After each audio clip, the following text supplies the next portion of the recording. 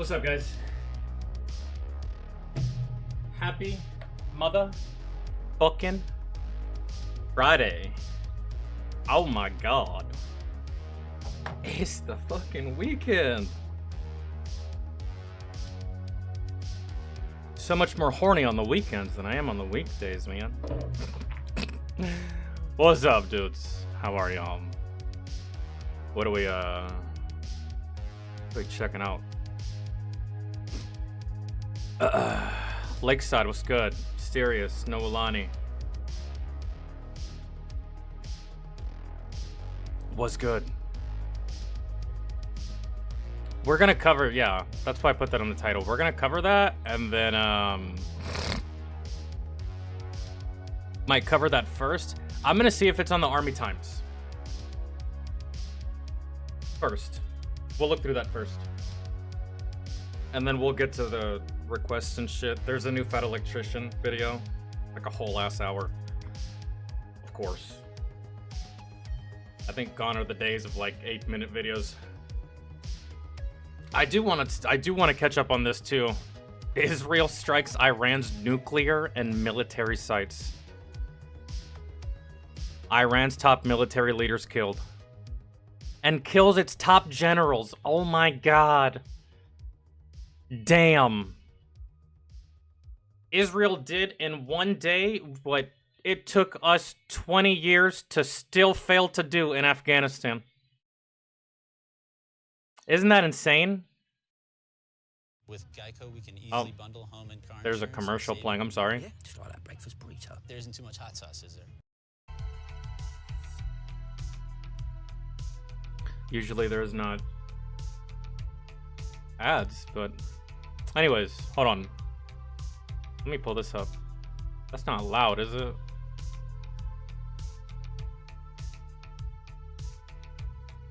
Nah, we're good. All right.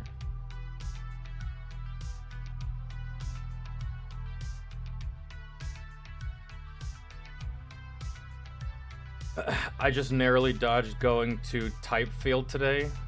What is type field? Deborah, what's good? I haven't seen you in ages, I feel. What up? How are you? Happy Friday. Yeah, the one man who captured 132 Germans, Alvin York. For some reason, I feel like we've watched a video on him before, either by Simple History or Yarn Hub, but...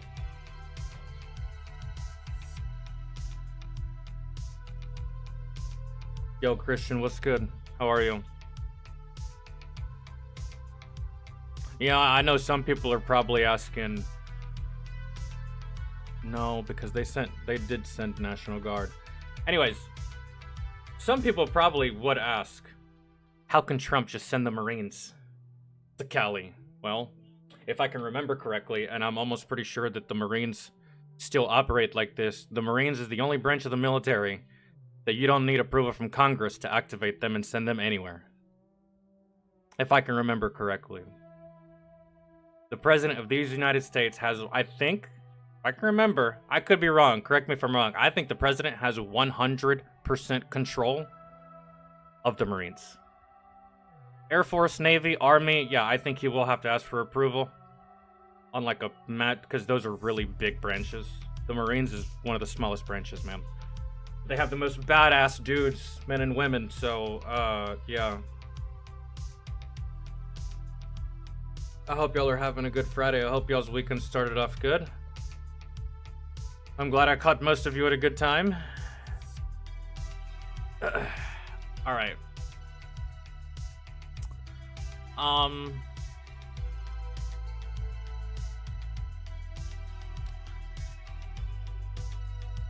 on, bro. What happened with Israel and Hamas? Is that done? Is that over? Did Israel wax that ass? Did Hamas give up? I'm sorry, Deborah. Deborah, join the Discord and you don't have to worry about notifications. I at everybody and send a notification right before I'm about to go live. And you get it directly.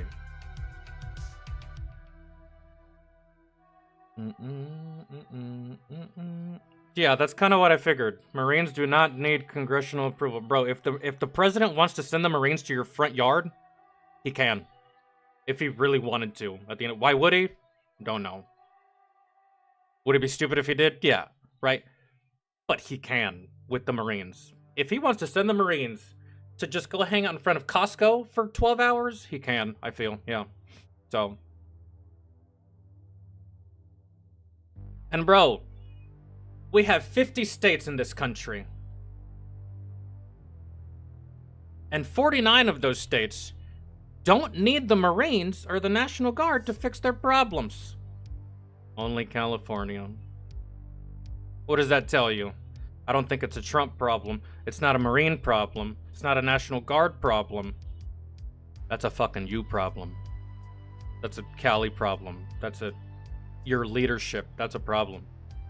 So, I mean, you can complain about it all day, but at the end of the day, if you're not going to fix it yourself, someone else has to fix it. And if we leave it up to you, it'll never get fixed. That's why the Marines are there. That's why the National Guard is there.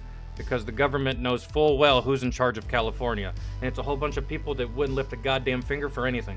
Or anyone, except for themselves. So...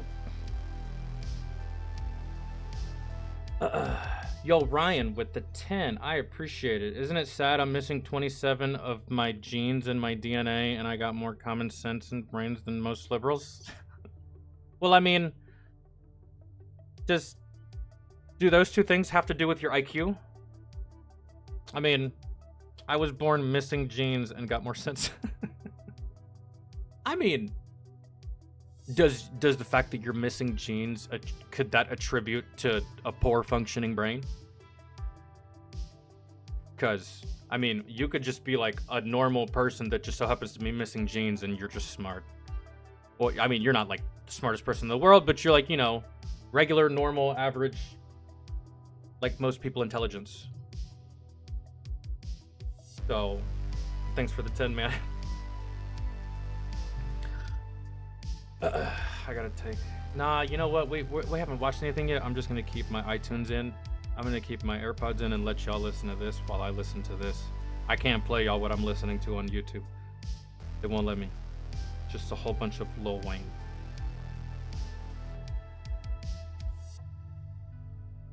Yo, Will Smith is still putting out music, huh?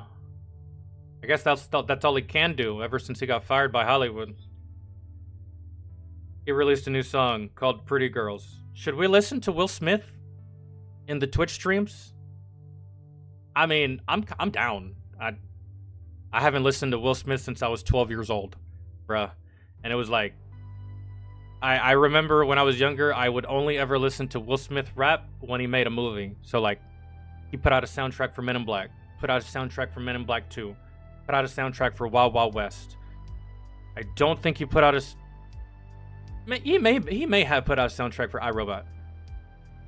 He didn't put out any soundtracks, any kind of his own music for Bad Boys, which I really do feel like was a missed opportunity for him. But they did have some fire music, man. They had Nelly. They had some fire music on those movies, but I don't really give a fuck about Will Smith's music. And like, I don't even know how he thinks he can step back onto the music scene after Eminem said Will Smith don't got a cuss in his raps to sell records. Well, I do, so fuck him and fuck you too. I wouldn't show back up after that. And that was over 20 years ago. That's just me. Can we just wall off California? Bruh. I said that when I was younger on Facebook, and people lost their fucking mind with me. They did, man. Friends, fucking people I didn't know, random motherfuckers on Facebook. I remember I said some shit like that. I think I said something to the effect of like, I can't wait until an earthquake just separates you motherfuckers from the rest of us. Like, and then y'all just be out there with your own shit. Leave us the fuck alone, right? I got a lot of flack for that shit back in the day on Facebook.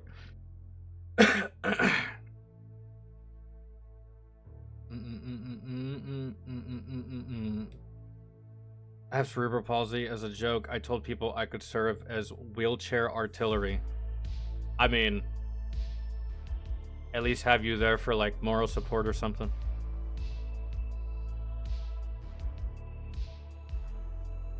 don't leave me here in California. You better fucking wheel your ass on out or something, or get somebody to push you. No, Alani, shit.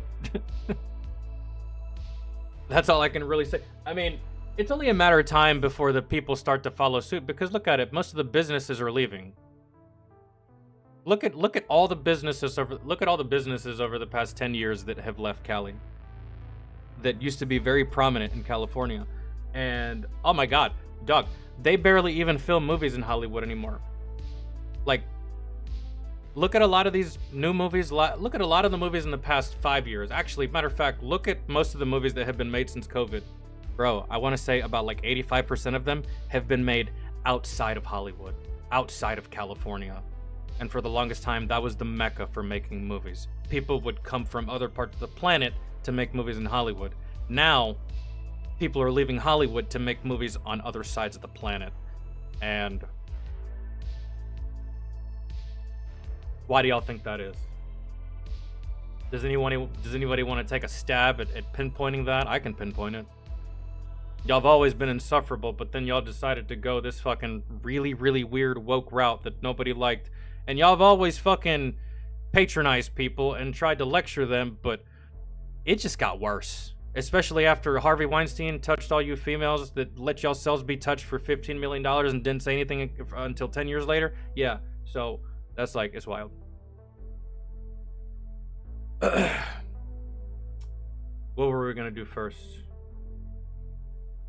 Oh, this guy right here is covering some Israel-Iran stuff, but what did I put in the title? Yeah, California.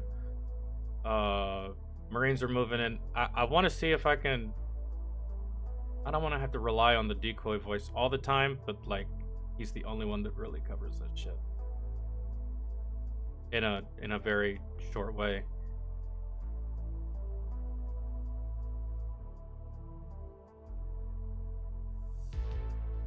Oh yeah, and Trump can also... He also controls the National Guard, I think. The National Guard in California. He can control them too. But I think anything active duty related, as far as like anything active duty related, I think, except for the Marines, is congressional approval. Which is really, really good. I know some people might not like that. Some people might be like, nah, man, the president shouldn't have a whole ass branch of the military that he can just wield, right? Without reproach. Well, yeah. Because sometimes, man, if something happens, or if the president, like, let's forget Trump, man. Forget his face, forget his name, forget everything. The president, man, if the president sees an incoming threat, him and his people see an incoming threat, and he's trying to do something, and then you got Congress, you got Washington, you got bureaucrats in the way of decision making, and they're taking forever, boom, Marines. You gotta have something to swing first, man. Really. And you always have to have some kind of protect. That right there, some people might not like it, but it's absolutely necessary. You don't want people to die, or you don't want to lose your advantage because you're too busy about people in suits and ties making decisions. Sometimes that shit can take ages, bro. And especially if those people don't even want to engage in a war in the first place for dumbass reasons, even though we don't have a choice. Kind of like World War I and World War II. Both of those, man, America really didn't have much of a choice. We had to, as much as people hated it. So, yeah, it's necessary to a degree. I'm just... Oh, yeah. Not military times, army times. Yeah, thank you for reminding me.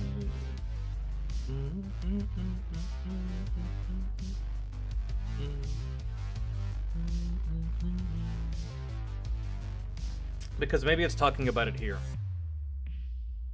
Fort Benning upgrades range to accommodate new sniper rifle. There's a new sniper rifle that can strike targets at 1,500 to 1,800 meters. Ooh. Some of you fuck-ass terrorists are about to be getting touched from a ways away. That's rough for you.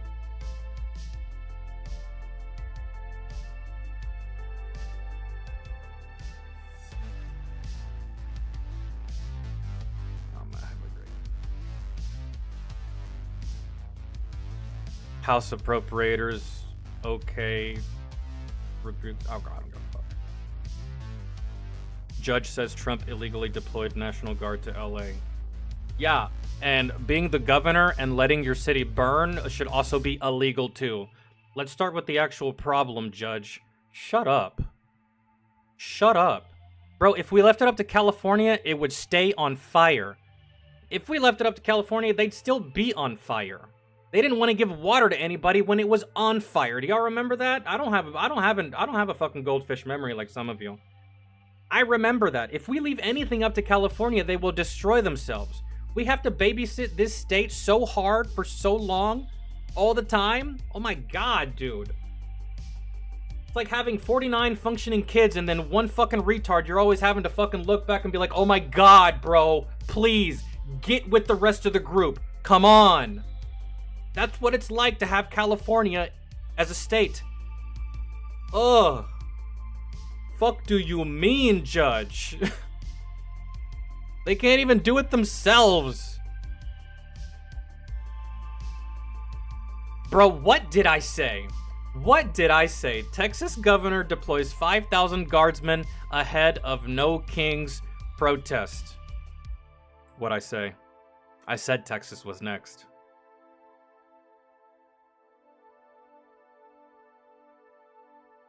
I said Texas was next with all this shit going on. It was California, and then magically it happened in New York before it happened in Texas, or at least I think it was beginning to happen in New York. And does anybody notice a trend of all these states that are having to activate National Guard? Huh? These are all blue fucking states. At least from what I've seen. If not blue states, blue sections of the state. Man. Then guess who they voted for? The motherfucker was the motherfuckers that were willing to let everyone and their fucking mom into the country without any kind of vetting process. Come on in. Come on in. Just make sure you vote blue. Come on in. We got you a house. We got you a car. We got you all this stuff. And now we're having to clean all that shit out that you just brought in. And now y'all mad. Funny, this isn't happening in my hometown. Even though my hometown swings, for some fucking reason, blue. Ugh. There's some red that's but fuck, man. Blue is more than the red, so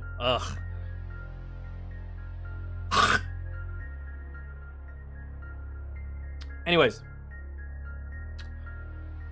Texas Governor Greg Abbott said Thursday he was ordered the deployment of more than 5,000 Texas National Guard troops along with more than 2,000 state police to help local law enforcement manage protests against President Donald Trump's and the ongoing federal immigration raids. So, Governor Greg Abbott did not want to do this. He was ordered to do this. Give a fuck what you want, Greg Abbott. You should already be doing these things, but if you're not going to do it, we'll make you do it. It's fine. Abbott's announcement did not detail where the troops were sent. Oh, they're going to have here's the thing. I have a buddy inside of this group of 5,000 troops that is in the military. He is stationed in Texas. And, bro, they're going to have a fob for this. Texas is big, bro, way bigger than California. So they're gonna actually have a fob, from what he told me. If you don't know what fob means, it stands for Forward Operating Base. You know how rare it is to have a forward operating base on American soil, bruh? Do y'all even know what that? Y'all even know the implications of that? What that even means, man? Like, I was at a forward operating base both of my deployments in a foreign country against a foreign enemy. I've only ever seen FOBs used in that capacity. Never seen them used. At least, maybe someone can point me to another time where it was. But it is rare. But then again, it's also rare to have to activate the National Guard for anything that's not a natural disaster. So we're in mostly uncharted territory here, man. for the most part. And if not Uncharted, we haven't been here in a while. So. But some were seen at a protest Wednesday night in downtown San Antonio near the Alamo. The protest drew hundreds of demonstrators but did not erupt into violence. More protests are planned on Saturday in San Antonio, across Texas, and cities such as Houston, Austin, and Dallas as part of the National No Kings movement. I don't even know what that is. Is that the movement that y'all bitch and complain about illegal criminals getting deported because they're criminals and illegal? Oh, okay. Right. Protests earlier this week in Austin and Dallas led to brief clashes with police who used chemical irritants to disperse the crowd. About a dozen were arrested. Peaceful protests are a part of the fabric of our nation, but Texas will not tolerate the lawlessness we have seen in Los Angeles in response to President Donald Trump's enforcement of immigration law, Abbott said. Anyone engaging in acts of violence or damaging property will be arrested and held accountable to the full extent of the law. Oh, well, there you go. It almost seemed like Mr. Abbott was having his hand forced, but nah, he seems like he's on the same page. If you want to fuck around, I will definitely facilitate having you find out. That's too easy. You know? So. The Republican Texas governor's move stands in sharp contrast to California's governor. Yep, because California's nothing but a bunch of fucking puss. Gavin Newsom, a Democrat who has publicly clashed with Trump over his decision to deploy National Guard and Marine personnel in Los Angeles. Mayors in San Antonio and Austin have said they did not ask for Abbott to mobilize the National Guard to their cities. That's what it made it seem at the beginning of the article. Oh, never mind. I just read it wrong. He has ordered. I read it as he was ordered. My bad. It's just one key letter that I fucked up there. But okay, yeah, he did this on his own.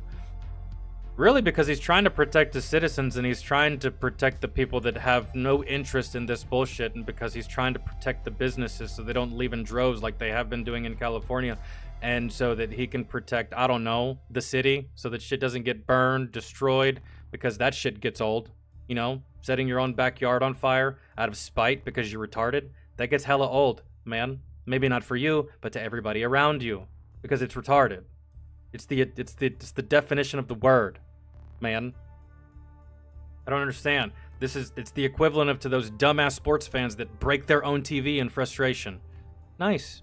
Cool. Team still lost. The team still don't know your fucking name, and now you're out $1,000 because you got to get a new TV. Moron. So it's just like Protests earlier this week in Austin and Dallas led. Okay, I read that. Peaceful protests are part of the fabric of our nation. But okay, no, I read that. Jesus Christ. No, okay, yeah, my bad. I scrolled up accidentally. Abbott, who has been governor since 2014, has been aggressive in deploying the Guard in the past, particularly for immigration enforcement on the border. Okay, well, as far as that may be common, but as far as the rest of the nation, I'm pretty sure people from South Dakota are not used to seeing the National Guard, you know what I'm saying, right? They're just like, there's a whole bunch of states that are just not used to seeing any kind of military whatsoever, right? So it's usually in response to a natural disaster, and Texas sees it all the time, I suppose.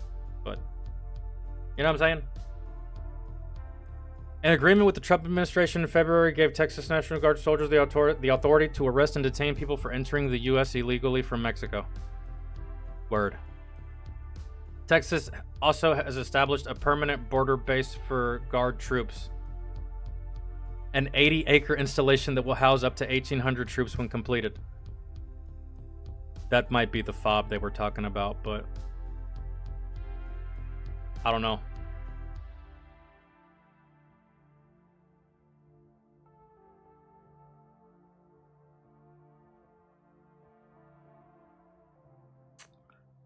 Yeah.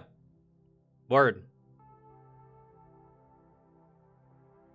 Nice job, Governor Abbott. I almost gave you shit there for a second because that was just my fault. I read something wrong there. I read it as if you were forced to do it but you did it on your own. You had the foresight, you used your brain, you used logic, and even if Greg Abbott disagreed with Donald Trump and his methods of enforcing immigration, he still has to be loyal to his constituents and to his citizens. He has to protect them, ladies and gentlemen. So I don't really give a fuck that this angers you. You gotta protect the people that have nothing to do with this from the beginning. This is your fucking problem. Actually, let me rephrase that. You are the fucking problem. So, deal with you while protecting others and the environment and minimizing damage, man.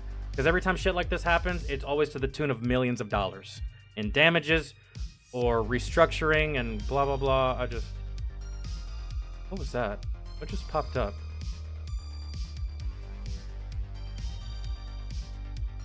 What the fuck was that? Bruh.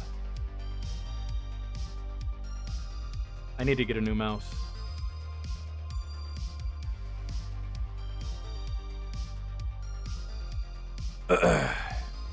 See, and I said the same thing that Governor Abbott said. Peaceful protests are part of the fabric.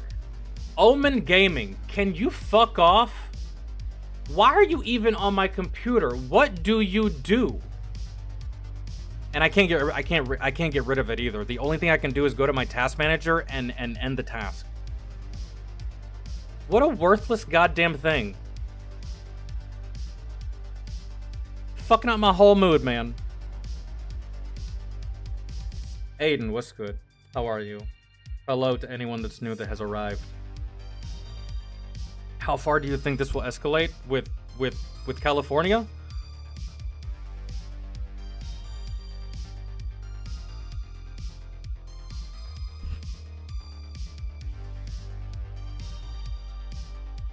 It could escalate and be worse than the LA riots, or it could just end right here.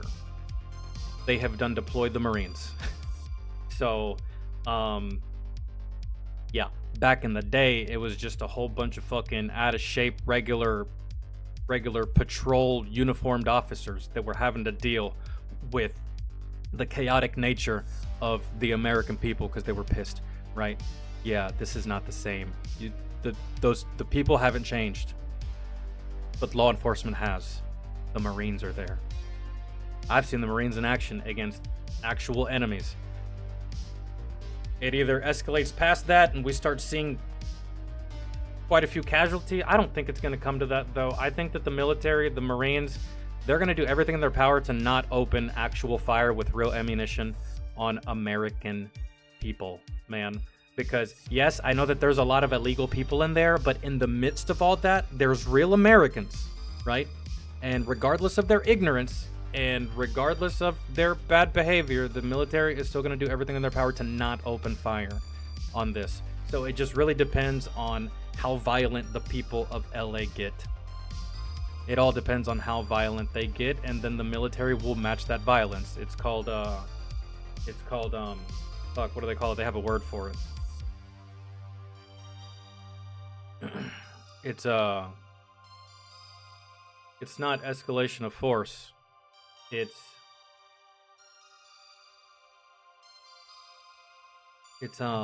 fuck, what is it? I lost the terminology in my head.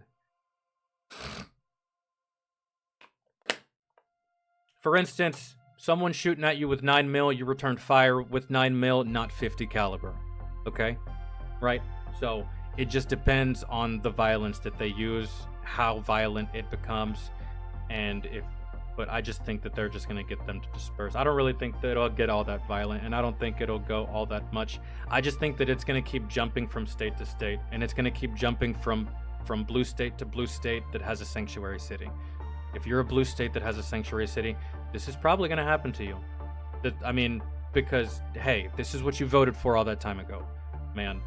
And that's it.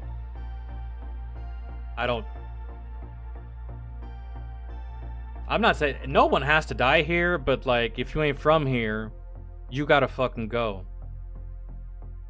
Because, and it's not even me that's gonna tell you this, bro. It's like a Hispanic American that's gonna tell you this. Like, man, get the fuck out of here. My parents had to work their ass off to get to this goddamn country. They had to work their ass off to become fucking citizens, and like, nah, you just ain't gonna come in here and undermine all that shit that other Hispanics, other immigrants have had to fucking do.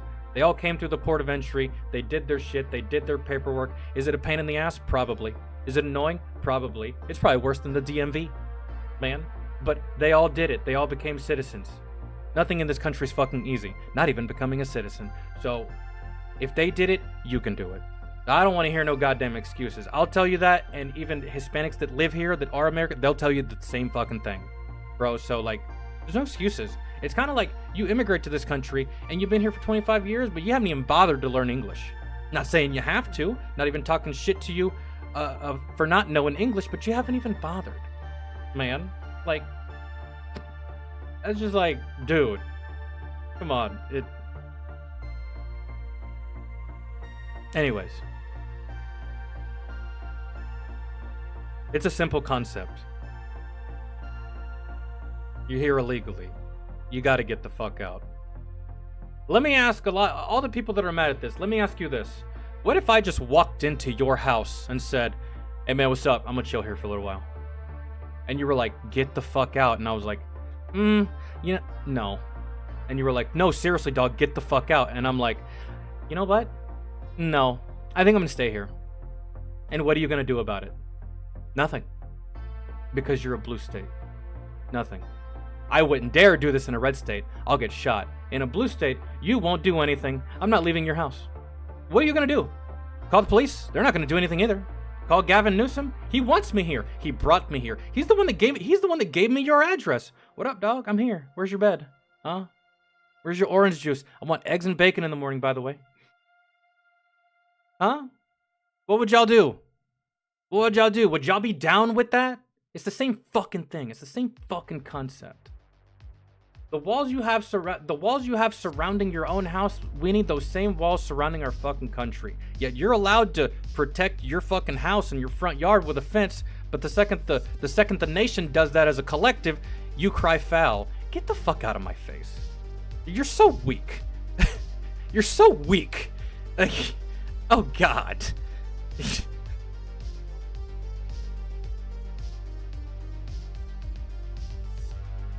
Oh, sweet baby fucking Jesus. Soldier killed, another injured in Fort Campbell helicopter incident. What's happening? What's happening with the helicopters, guys? What's happening? We got helicopters crashing into civilian planes. We got helicopters just crashing, period. What's happening? In the past year, there has been so much helicopter carnage. What's happening?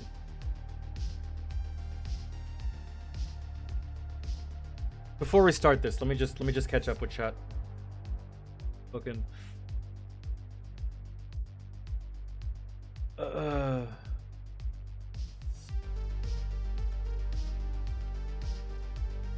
Oh no, it's awful, Walker. I can't stand it. I don't use Omen Gaming. I barely game on my computer. I play on my Xbox. The only game I play on PC is Warframe. And I don't have like the most powerful PC, so I can't even stream from this thing. Well, I'm streaming now, but I can't stream gaming from this. To be even more accurate, the unit that was sent was 2nd Battalion, 7th Marines. 1st. Pretty sure they sent 31s and 11s over there. I know what 11s as in 11 Bravos. If that's what you mean, then yeah. What are the 31s? 29 Palm Marines to be specific. It doesn't matter what kind of Marine it is or where the Marine is stationed. It's a Marine. That's the last thing I would want in my fucking front yard. Or backyard, really, for that matter. No. But I'm doing fuck shit. They're gonna show up.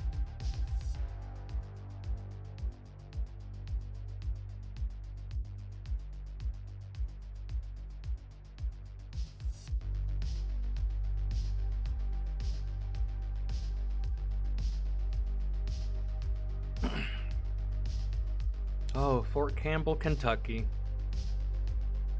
I don't think this was the same kind of helicopter crash. It's just a helicopter crash. I don't think it had anything to do with that one route.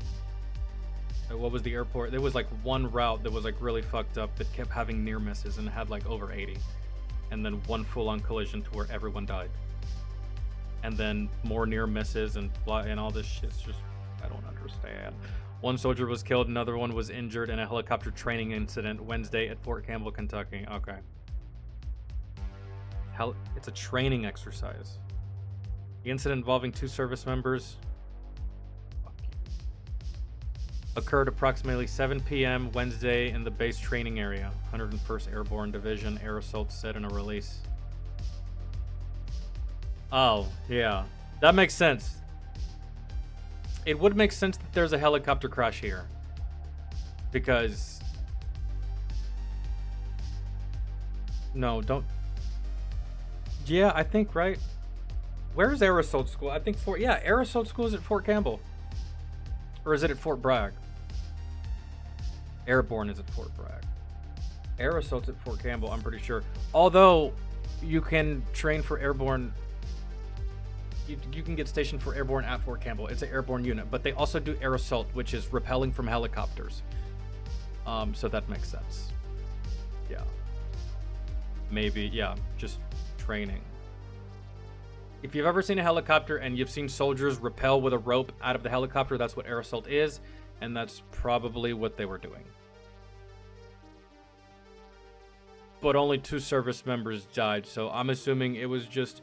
It wasn't actual air assault training, it was just, they were just flying this helicopter. Emergency services respond, 1 soldier was confirmed dead, and the other soldier was taken to Blanchfield Army Community Hospital and is in stable condition according to the release. The soldiers' names are being withheld for 24 hours until next of kin is notified.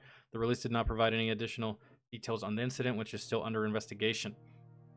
This is what I was talking about earlier. 9 soldiers were killed in March 2023 when 2 HH-60 Black Hawk helicopters collided mid-air and crashed near Fort Campbell. Nope, yeah, so same area. Yeah, so... Oh, man. The Army just cannot catch a break with helicopters, bro. And it's only a matter of time until they send somebody to investigate exactly... Well, we know the problem. It's just... It takes time to fix, I suppose, man.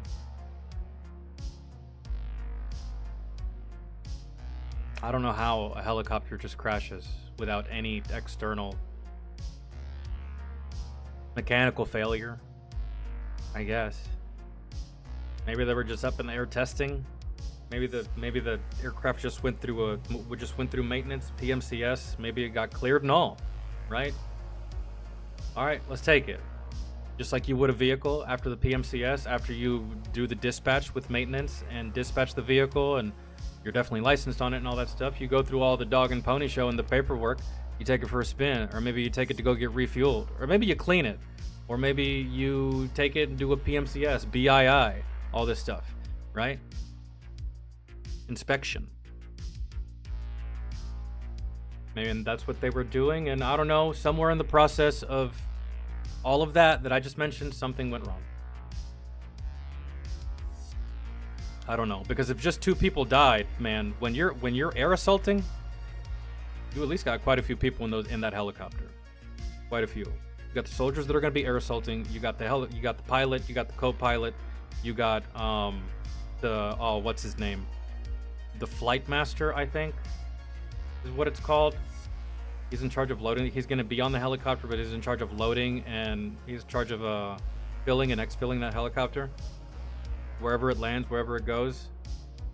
Flight line NCO or something like that, whatever. He's going to be there. So you're looking at about, like, I don't know, 8 motherfuckers inside that helicopter. Only 2 died, which means that I think it was just 2 in there. So as far as the training goes, the training had to have just been with the helicopter itself and not actual airborne or air assault related activities. Maybe they were just covering routes. I don't know, man.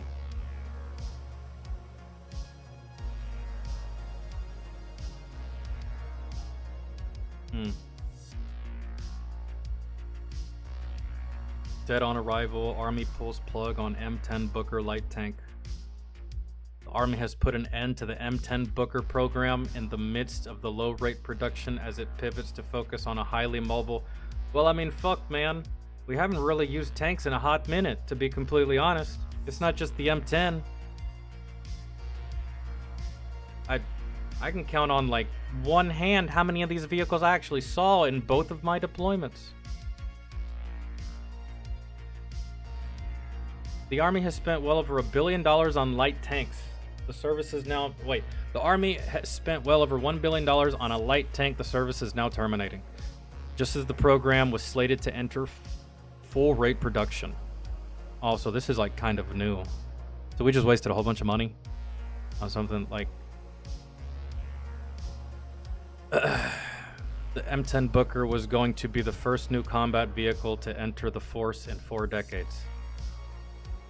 But do you see your problem? 4 decades. We haven't needed these vehicles for combat in 4 decades. Man, the last time tanks were prominent, excuse my ignorance if there is any to be had, was Desert Storm, Desert Shield. Did we use tanks in Iraq in the early 2000s? No. Did we use tanks in Afghanistan? I didn't see any. So, like, man, the better half of 40 years we've spent not using tanks, and y'all spend over $1 billion to put this bitch into production and then cancel it because maybe you realized, oh, we haven't used tanks in a minute. Why did we just make this thing? I don't know. Maybe y'all had a good reason, but it seems kind of stupid to me. The service noted its plans to cancel the M10 Booker procurement in a memo issued at the start of last month, and on June 11th officially announced the program's end.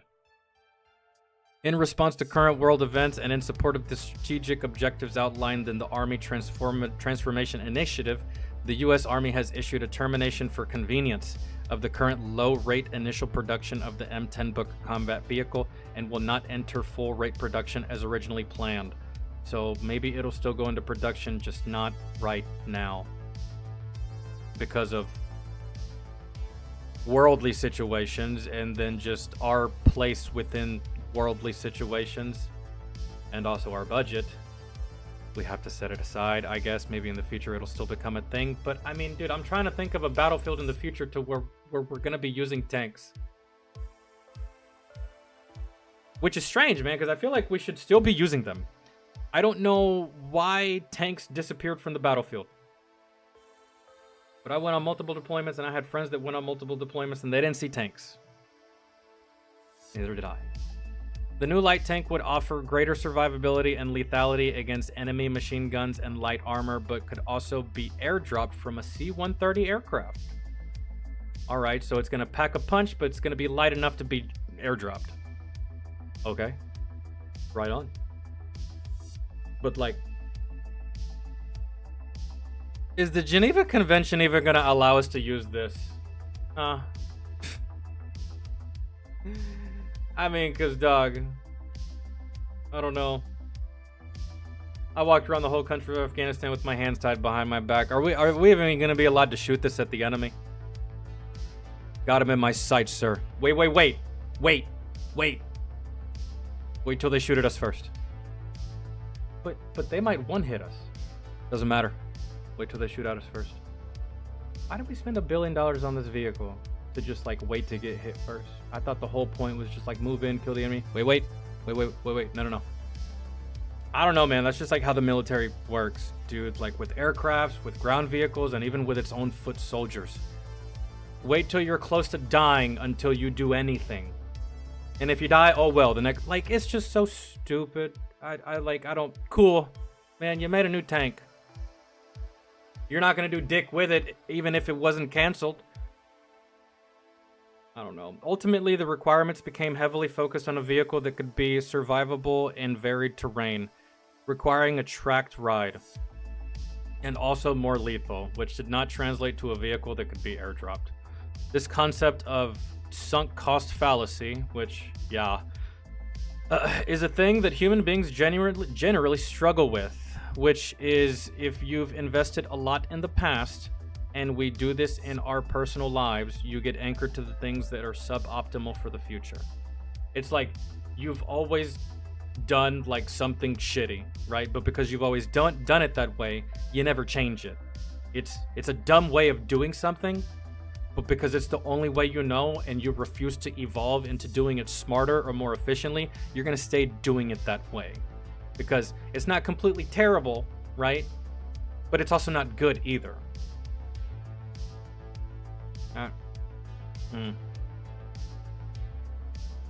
The Booker was intended to be a light tank that served all of these new purposes. He said it ended up medium, or as the kids would say today, mid. I don't think the manufacturer liked it all that much, and we, the Army as a customer, kind of helped create this Frankenstein that came to be. I just want to know, where did you get this idea of, like, okay, we have the Abrams, we have the Bradley, we have these Marine LAVs, we have a whole bunch of ground vehicles currently in our arsenal that work, that we've already paid for, that we have sitting in these motor pools by the thousands. You know what we should do? We should make a new one. Well, sir, we're not currently at war, and we currently don't have that much money, so yeah, let's make a new one. I agree. Are y'all high? Man, I just don't even understand. Yeah, dude, what we should be doing, if we enter a new conflict, we should be using all of our old shit as part of the initial invasion and get it out of the fucking way. If they destroy it, whatever. It's been sitting in a motor pool for 10 years. Doesn't matter. And then when shit gets dire, that's when we pull out the new shit. That's when we pull out the upgrades. That's when we pull out the fucking future tech. At least that's what I would do, man, because there's some countries that we could just end the whole country with one F-35. And we have all these things sitting in motor pools doing nothing. Sitting on military installations doing nothing. C-17's doing nothing. Bradley's doing nothing. Blackhawk's doing nothing. Stealth bombers doing nothing. And y'all spent $1 billion plus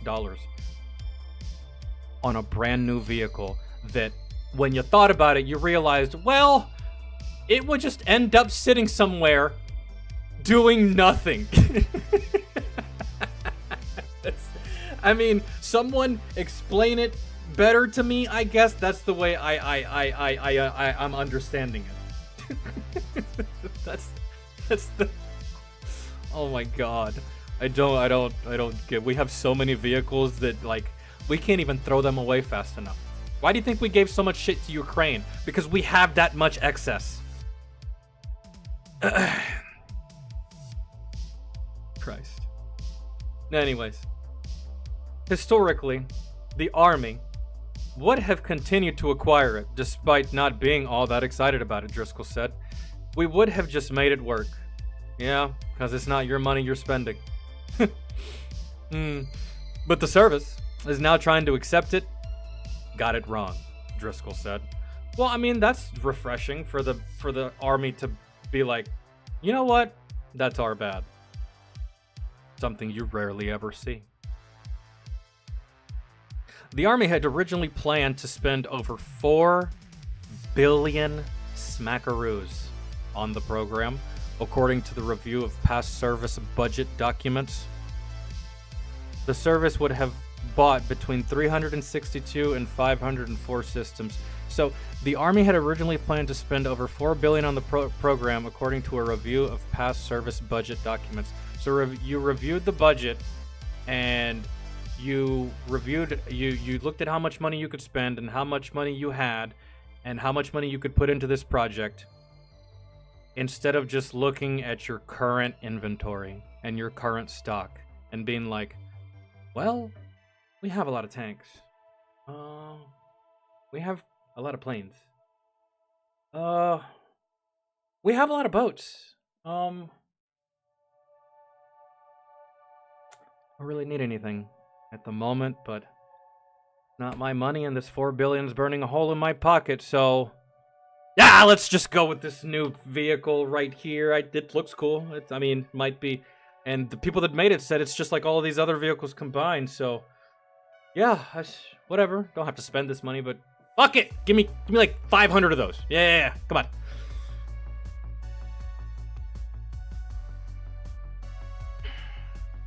Original predictions for research and development costs early in the program fell in the ballpark of $1 billion. But as the Army decided to award a low-rate production contract earlier than planned to General Dynamics Land Systems following a rapid prototyping competition with BAE Systems, where both delivered a number of vehicles for assessment with soldiers. The total R&D cost ended up somewhere between 349 million and 460 million. So you spent more money than what you should have because you wanted to pit two companies against each other to see who could provide the better product instead of just researching the superior company before paying them. So you paid both companies to make the same shit, and you chose the better product out of the things that you already paid for, instead of just like, I don't know, looking into the company, looking into things they've made, asking other people that have purchased from them, and then making that decision, right? Like, how dumb is that? Like seriously, how fucking stupid is that? That's like, okay, you want a tablet, right? So you go to Best Buy and you buy an Apple iPad, but then you also, in the same purchase, buy an Android tablet, and then you take them home, use both of them, and then decide, you know what? I like the Apple iPad better. I'm gonna return the Android tablet. And then, yeah, sure, you get your money back, but you're not going to get all of it back because taxes. So you lost money that you didn't need to lose in the first place. It didn't make fucking sense.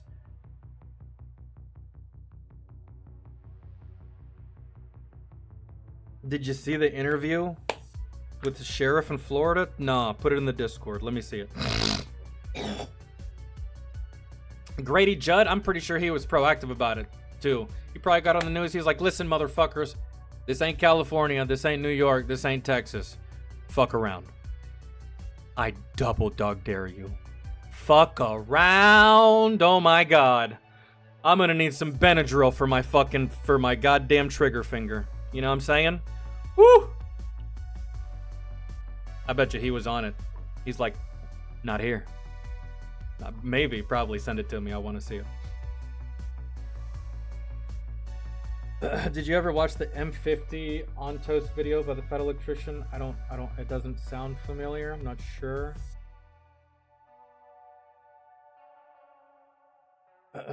Wait, what did we do in Iraq during OIF 1? I forgot what I said. Sorry.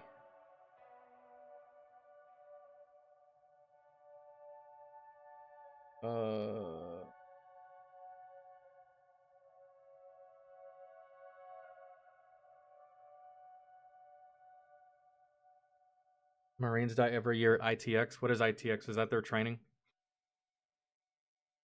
The Army has so far spent at least $1 billion to build M10 Bookers. Booker turrets are built at GDLS Lima, Ohio plant, and hulls are built in Saginaw, Michigan. Final assembly is performed at Anniston Army Depot in Alabama. The cost assessment does not include the possibility of additional costs that would have been associated with a side effort under consideration to procure a new recovery vehicle appropriate for the M10 Booker. So not only did you spend all this money for this program, for this vehicle that you ended up canceling, but you still gotta pay to build. So you have to build two vehicles for this thing. That's essentially what that says, guys. The cost assessment does not include the possibility of additional costs that would have been associated with a side effort under consideration to procure a new recovery vehicle appropriate for the M10 Booker. Do you know what that means? That means that the current wreckers that we have right now, the current hauling vehicles that we have that would be used for recovery efforts, rollover situations, stuff like that, for a vehicle to like tow the shit, our wrecker vehicles can't tow the M10. Wrecker vehicles, the military has no vehicle to tow this thing, or to, I guess, even no, I think they could transport this thing via the HET, but I don't know, maybe they can't with the HET. I think they could with the HET, but basically there's no recovery vehicle appropriate for the M10 Booker, which means that wherever it gets stuck, It's just stuck there. Because no recovery vehicle exists for this. So they built something that needed a recovery vehicle because it has different specifications than everything else, and they did not take that into account. Meaning there's a substantial amount of M10 Bookers that already exist, and there's no recovery vehicle for it. Wherever that bitch gets stuck, wherever it rolls over, wherever it goes down, that's where it stays. Until, I don't know. I don't know why you couldn't do this with the head, to be honest, and why you would need a separate recovery. I feel like, oh, the head, oh no, the head's only for MRAPs and MAT Bs, dog, really? I mean, yeah, you could probably put this on a plane, but again, how would you get it there? You see what I'm talking about? Like, how would you even get this on the airfield? I don't know. Maybe I'm stupid. According to the latest budget documents, the Army ordered 84 vehicles between fiscal year 2022 and 24. Another 33 vehicles were planned to be ordered in 25. The low-rate initial production order total was 96 vehicles. An Army spokesperson said the service will now stop low-rate production abruptly. There are a number of M10 Bookers currently in final stages of production that will be accepted by the Army. The spokesperson said, okay. The Army has 26 Booker production vehicles on hand, the spokesperson said. Yeah, but you just said you don't have a recovery vehicle for these things. Because I guess these things don't meet the proper standards or qualifications or prerequisites for the recovery vehicles that currently exist. So the final number of M10 Bookers will be determined once those that are in final stages of completion are accepted by the Army. So basically the low rate initial production means that that means that you're going to contract a company to build something for you, and the production for what you're contracting them will be very slow, and it will be very low. So while you do want 500 vehicles, you don't want 500 vehicles right now. You don't even want 500 vehicles next year. You want, like, I don't know, 20 this year, maybe like 20 next year, and then once soldiers use them, and once they go into combat, once they get fully tested, once they get approved by your everyday soldier that's going to be using them, if they're good enough and up to snuff and up to standard for your soldier, then that's when they will then change the contents of the contract with this company and be like, okay, now you can start pumping these out quickly because now we want them. So the low rate initial production, I guess, is smart because, but then again, didn't you already pay in bulk for all these vehicles? So it doesn't even matter if you get 20 now, 30 later, and then 50 the year following. You already paid for like 500, right? That's what I read earlier. Or you already paid for everything. So you're still gonna get these vehicles because those people need to be paid. Otherwise, you'll be in breach of contract. So the low rate initial production is, we'll take a little bit now, see how it works. If it's good, if we like it, then we will give you the thumbs up to go ahead and start producing these things at a much faster rate so that we can complete this contract. You be on your merry way, we pay you, we be on our merry way with our tanks. That's what that is. I guess not a bad plan now that I'd say it out loud, but it still just defeats the, it still doesn't, to me, it still doesn't, like, here's the question, man. Here's my biggest question. Did we need these? Did we need these? And I'm not even talking about as like a penny pinching person, like, oh, we're spending money. No, did we really need these? Because like I'm looking at this thing, and what can, and here's the thing, we've talked about price the entire time. This article hasn't even told me what this thing does. It's got tracks, it looks like a tank, but what can it do better, and what can it do more than the Bradley or the Abrams? Is it faster? Is it more efficient? Is it, I said more lethal, but I mean, dude, you fire a fucking shell from any tank at someone, it's lethal. So like, I mean, to me, it just seems like, not only do I feel like this is a waste of money, I just feel like this is a waste of time. We didn't need this vehicle, man. At all, whatsoever. It's like getting an update in a video game that changed nothing. Except it's still 30 fucking gigabytes to download. If you download this 30 gigabyte update, you turn on the game only to realize, like, bro, they added nothing. Why was this update so big on my console? I don't even see a difference. That was a waste of time. It's crazy. Jeff, what's up, man? But again, when you're not spending your own money, you will spend it in stupid ways. If someone gave you $1 million for free and said, have fun at Vegas, would you go to Vegas with that money and play conservatively? No! You didn't earn the $1 million to begin with. It was just gifted to you. You have no semblance of hard work for that money. You're gonna be cavalier with that money. You're gonna be ridiculous with that money. It'll be gone in an hour. Whereas in the motherfuckers that had to work for that million, well, they're gonna stay millionaires because they know how hard it was to get there. That's just how it goes. That's how the government spends money. Willy-nilly because it's not theirs.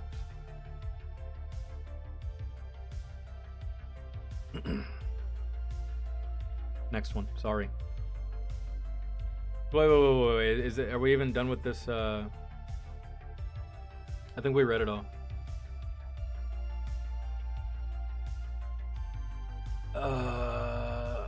See, no, we're not done.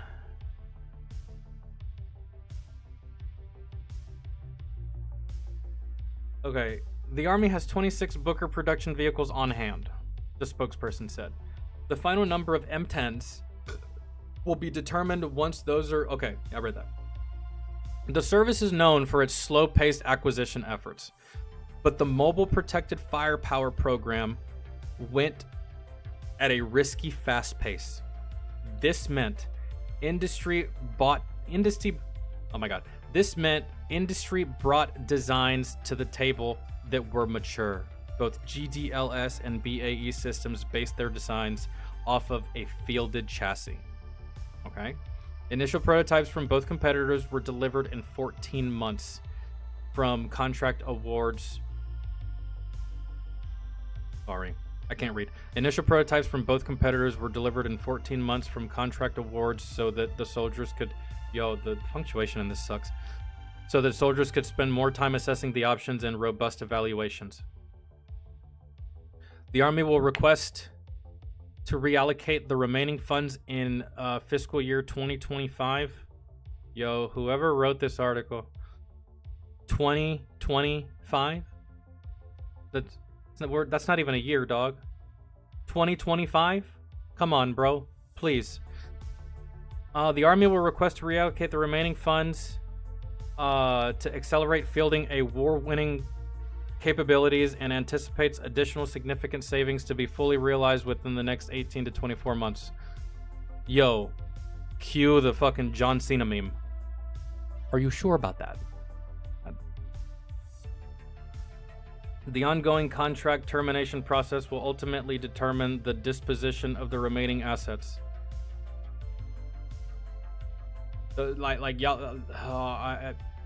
This almost doesn't even seem like a plan. This almost just seems like an idea that y'all are just like carrying out as time goes on. But maybe that's how y'all have always operated, and now that I'm just like actually reading it out loud, it sounds even dumber than what it actually seems like when you don't read it, if that makes sense, right? Because like, there's a lot of companies out here, man, that y'all claim y'all are patriotic, but y'all be raping the military for money. Y'all claim to support the troops, but when Uncle Sam asks you to build them something, you're just like, and your something doesn't really cost all that much. Let's say your something costs $1 million, but you're going to charge the Army or the military $37 million.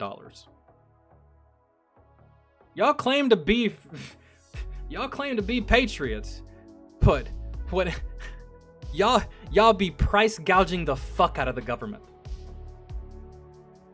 Or the government just like be spending money stupidly. I can't, at this point, it's kind of hard to pinpoint what it is, and I think it's a combination of both. All these patriotic companies that support America and blah, blah, blah, yet you're still price gouging and butt fucking the wallet of the government, really. Something that naturally would be $1 million, bro, you're charging them 5 times that. And don't tell me that's not goddamn true, bro. Don't tell me that's not fucking true. Because when I was in the military and I was going through CIF, which is the Central Issue Facility for the Army, these are the people that give you your uniforms, your rucksacks, your assault packs, your boots, your cold and hot weather gear, everything. They give you all your equipment, right? Tell me why I can go to a surplus store off post and get a rucksack for like 60 bucks. That very same rucksack, if you lose it, the military will charge you like 300. So don't tell me, man, like, I don't know why it's like that, but it's like that. And I don't know who's to blame. I think both parties are to blame. The government for spending stupid amounts of money without checking to see if they have a coupon, right? Like, I don't know, man. It's like you ask for something basic, and then the person that's making it for you, they charge you an obscene amount of money, and you don't even ask. You're just like, 100 million for paper clips? Deal. I can't pass that up. You know? And if you're in the service, if you've ever been in the service, you know what I'm talking about. So it's just like, my God, a PT belt will run you like $100 goddamn dollars, bro. I'm exaggerating there, but like, it's just, I'm just saying. If someone gave me $1 million, I'm not gambling it. No, I'm putting it in a bank account that I'm not allowed to touch until I'm 70. If I even make it to 70. And if I don't live to be 70, that money will go to either like a family member, a young family member, quite possibly like my niece, my brother, something like that, for future stuff like that. Yeah, I wouldn't gamble it either. Not to mention, I don't really like poker. And I don't gamble at all. I've never gambled a day in my life. That's a lie. That's a lie. I haven't gambled like other people, okay? Okay? I don't gamble. When I was a kid, a child, my dad would always come home from work and he would bring me a Lucky 7 scratcher. And the most I would win off that was like 20 bucks. It was a fun thing to do for me when I was a kid. As I got older, I realized that was a pipe dream. That was just something my dad did for me because it was fun and it was something cool. And I'll always remember that with my dad, right? That was just a thing for me and him. And it was just core memories that he built with me, really, for the most part. But as I got older, I just started to see that shit as a pipe dream, man. Powerball, all that shit. I never played the lottery. And Vegas, bro, that's out of the fucking question. I went to a casino one time and I think in Biloxi, Alabama or something like that, somewhere. I went with a buddy of mine, best friend of mine.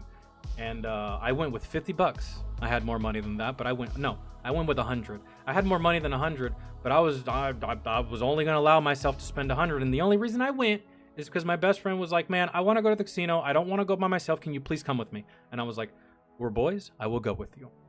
And I pulled out $100 and I was like, I'm going to play 100. Once I lose 100, that's it. I'm just going to follow you around and watch you lose all your money. He pulled out way more than 100. I think he used like 1,000. And he lost 1,000, right? And that was it.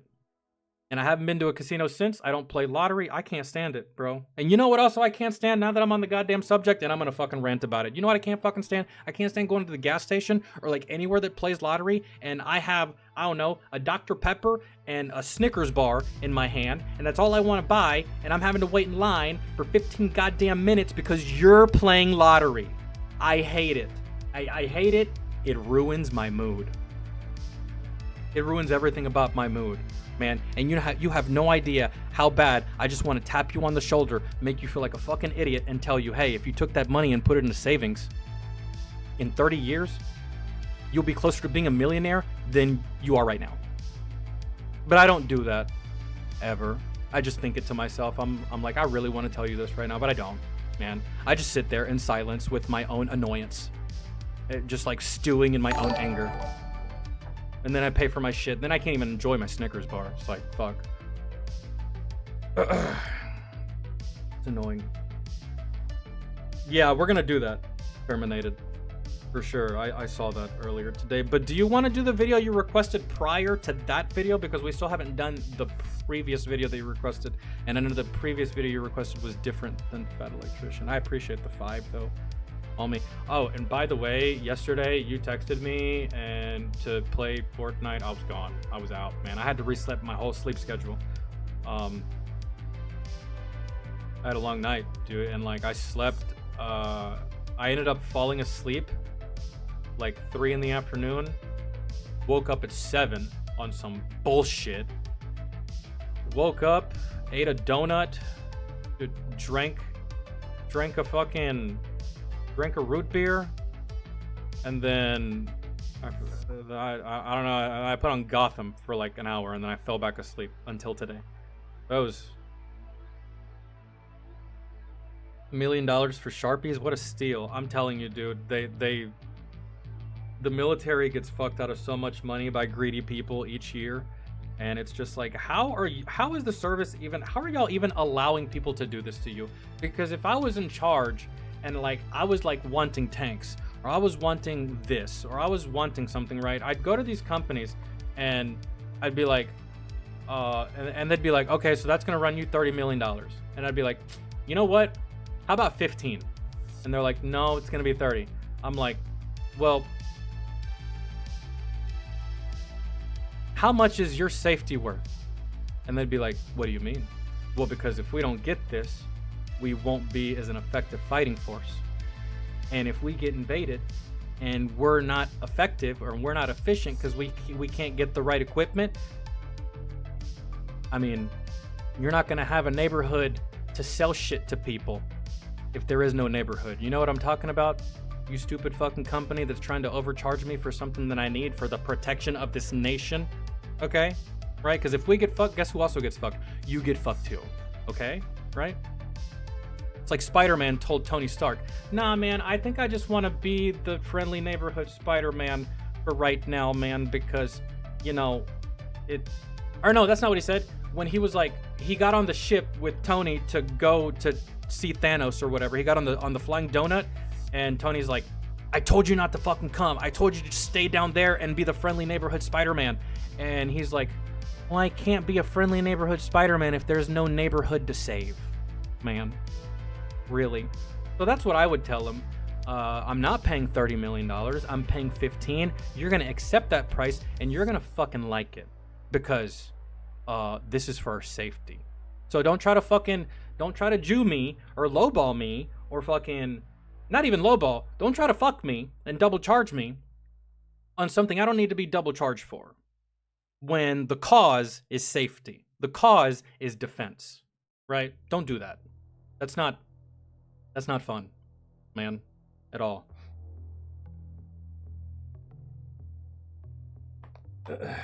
Did you hear Upchurch claims he's retiring from music? He's not retiring from music. You know what I've noticed about all these YouTube, remember when Adam Calhoun said he was retiring? Never did. Remember when Dex said that he was going to retire? Never did. Remember when Brett Favre tried to retire like 5 times and didn't? Man, I don't believe people when they say that. I feel like when people say that, that's just a way of, I don't know, man, extending your popularity, or just like either having people come back or regaining viewership, or just like I don't know, like a publicity stunt. Really, that's always how I've seen that, because most of the people that I've ever seen say I'm retiring, bro, they end up not retiring until 10 years after the fact. So like, I don't believe people when they say that. I don't even pay attention when they say that, and I don't even take it seriously when they say that. Congress price gouging the military needs to stop. Well, it's not just Congress, it's also these companies that like willingly will just like fuck us, man. Military industrial complex.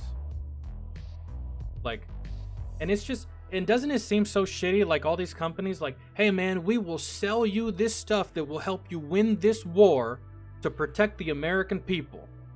Why wouldn't you give it to us for a normal price? You're just a piece of shit.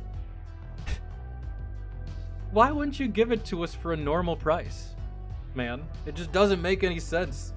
It doesn't.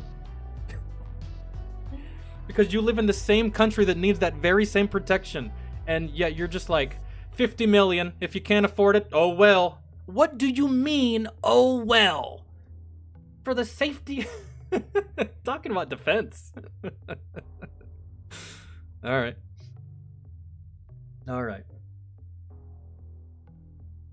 Remember when Brady retired for half an offseason and was back the next year? Yeah, remember when Michael Jordan retired for a season and came back the next one? Although Michael Jordan's retirement was a lot more legendary than other people's retirements and was a lot more legendary than Brett Favre and all that stuff, because you got to remember, Michael Jordan won 3 championships in a row, said, all right, peace, I've murdered basketball, I'm going to go play baseball.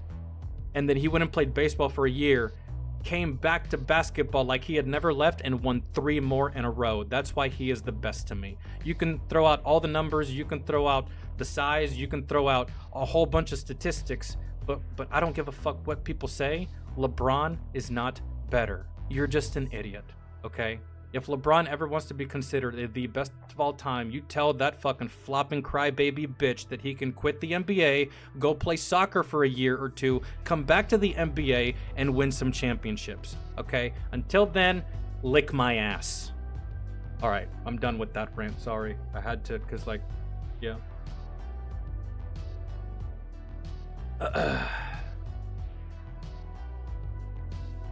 I heard DOD nuts and bolts are like $200 for military, yet same nuts and bolts are like 80 cents at Home Depot. Yes, dude. Yes, it's not a myth, and we're not lying when we say these things. We're not making shit up, nor are we being over dramatic, bro. That's the way it is. I don't even it's a business. It's a business, man. That's it. And why is it like that? Well, because these companies that overprice, and then Congress approves this overpricing, right? They're all on the same team at the end of the day. And then soldiers pay the price with their lives, and you guys at home, we pay the price with, well, our money not being used the right way, right? So it's all a business. They're on the same team. Like, hey, we'll give you this contract for $50 million, even though technically you should only be charging us 20, and we would want 20, but we're just gonna give you 50 because we're expecting support from you motherfuckers come election time. It's all a business. They're on the same team. Whether the names of their teams are different, they're all on the same team. So, Noelani, what was your request in the Discord, and where is it? I might not read any others. I might just read titles unless it's insanely interesting. Hegseth won't rule out military actions against Greenland, Panama. For what? What do we have against Greenland? I don't have any qualms with those people. Greenland, Panama? Or maybe this is just a place called Greenland in Panama. I don't know. Hold on. What is this? Hegseth on Thursday said he would not rule out the possibility of future military invasion of Greenland and Panama. Well, in Panama, there's the Panama Canal, so maybe there's some kind of like government play there, or like a strategic play there. But Greenland,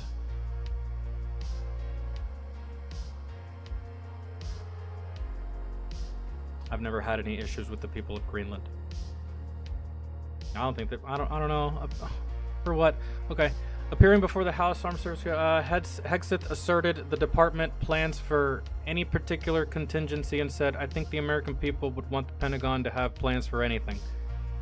Okay, well, you're just going to have to tell me why Greenland's a threat, because I've never viewed that country as a threat, or even that territory as a threat to us, or really a threat to anyone. When was the last time that Greenland was a threat to America? The Mighty Ducks movie, remember? Fucking that coach with the slick hair. I think his name was Hans or something. I don't know. I can't remember. You remember Mighty Ducks, where they played the team? No, Iceland. Never mind. They played a team from Iceland, not Greenland.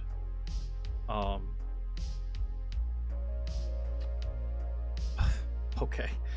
And officials look forward to working with Greenland to ensure that it is secured from any potential threats. Democrats on the panel scoffed at those answers. I don't think the American people who voted for Trump because they were hoping we would invade Greenland. Yeah. I don't think so either. Said committee ranking member Representative Adam Smith. One of the first I agree with a Democrat. That's crazy. The message this sends to the rest of the world is one that the US is purely in it for itself and does not care about alliances.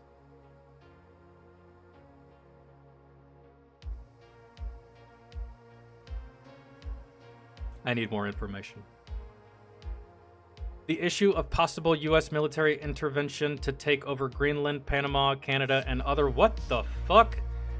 and other allied territories has been a point of concern for months among critics of President Donald Trump. After what Canada had to deal with Trudeau, I don't think they would mind joining forces. Would y'all, Canada? Would y'all mind joining forces with us? You can keep your name, but just like be an American territory, like Puerto Rico, right? Toss out those garbage motherfuckers you have in politics, and y'all can just be one of us. One of us. One of us. I don't know. Or maybe y'all just like not being one of us. Who knows? On social, but the other ones, Greenland, Panama. Again, I can see some strategic stuff with the Panama Canal, but like Greenland, for what? I gotta hear more, bro. I'm just not gonna fucking... On social media and in White House comments, Trump has stated multiple times that Denmark should surrender control of Greenland for the good of global security, and that Canada should become the 51st state in the American Union. Okay, I don't know much about global politics to know why Denmark should surrender control of Greenland, and I'm gonna be honest, I didn't know that Denmark had control of Greenland. I don't know that much about these countries. All I know is that I've never had any grievances with Greenland. Or Denmark, for that matter. But then again, on a geopolitical scale, I can't know everything and I don't know everything. Because there's a lot of shit that happens every day.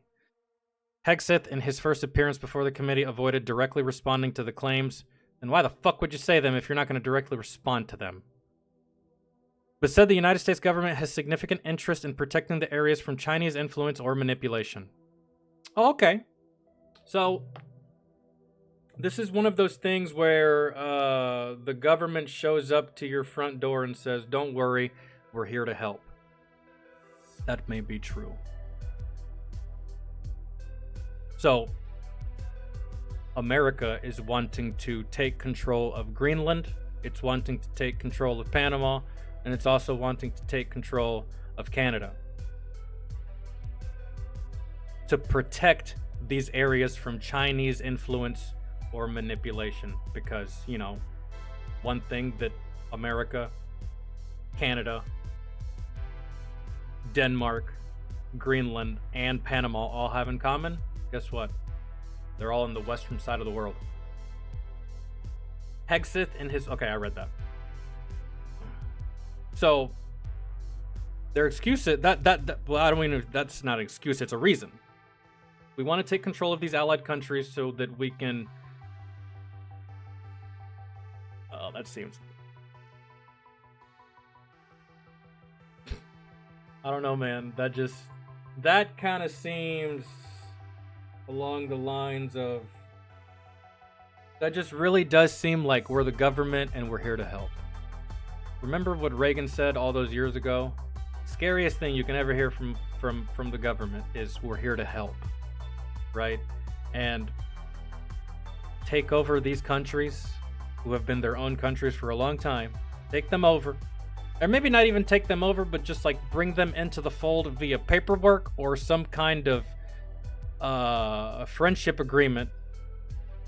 Even more strict friendship agreement than what already exists, because we're already allies, but in an ever increasing, in a world of ever increasing tension. Russia, China, man, brink of World War III, Iran, Israel, I mean,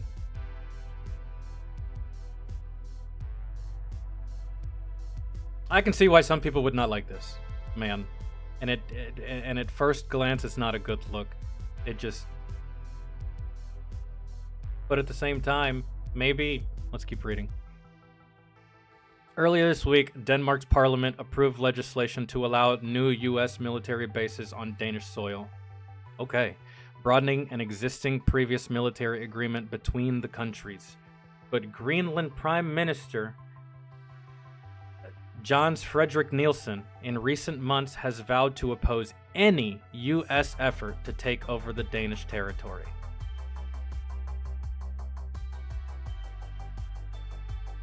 So, Denmark approved legislation to allow United States military bases on their soil.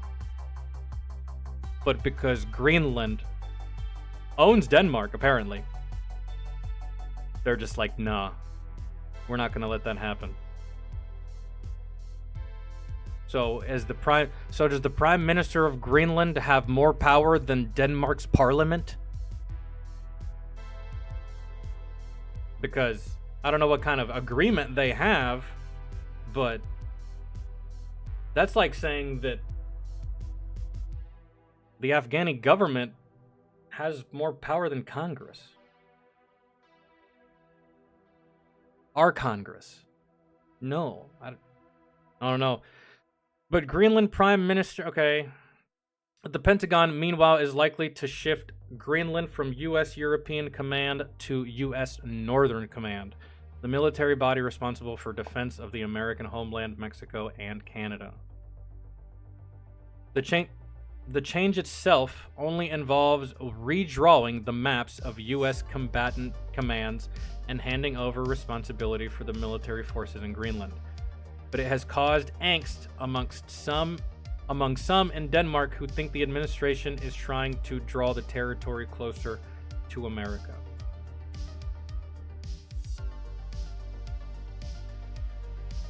That's what I was going to say, but I had to keep reading. Some people might not like this because it just seems like to them it might seem like America's being greedy and in trying to encroach on more territory than what it's allowed, and is trying to encroach on these territories that are alliance territories.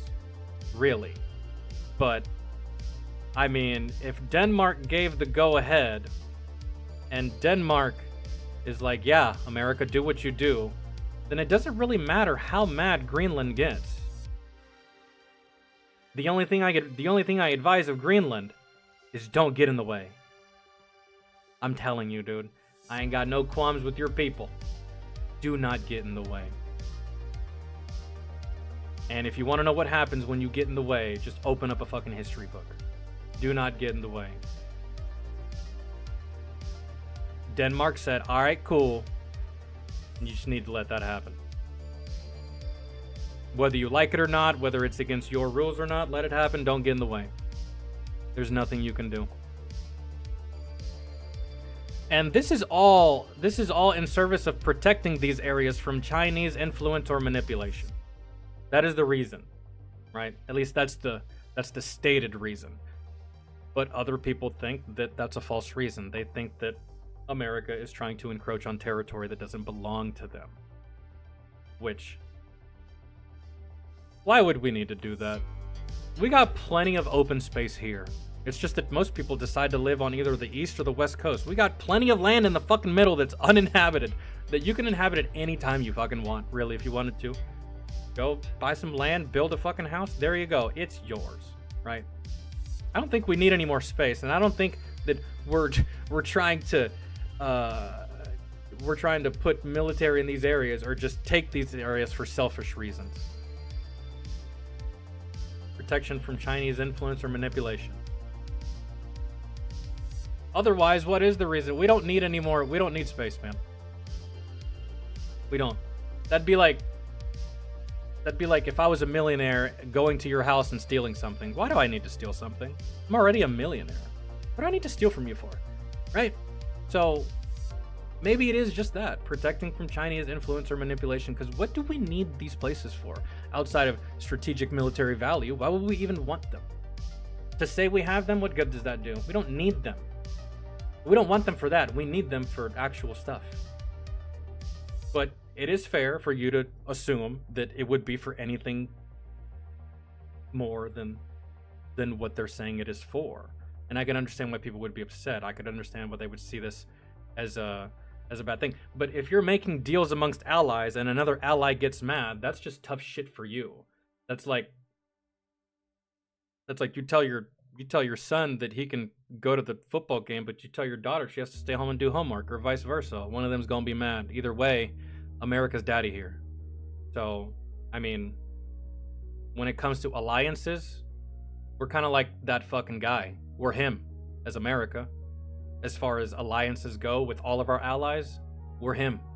So, I don't really think it matters what you want or if you like it. I think this is gonna happen. My only advice, stay out of the way. I say that nicely. Really. Just for your own good, man. Because I've been in the military, dude. So, like, I know your fate if you get in the way. They're gonna tell you to sit down a couple fucking times, and if you don't, well, you already know how we operate. Sometimes friends get in fights. And sometimes I've seen best friends hit each other in the face. So, I guess tread carefully, I suppose.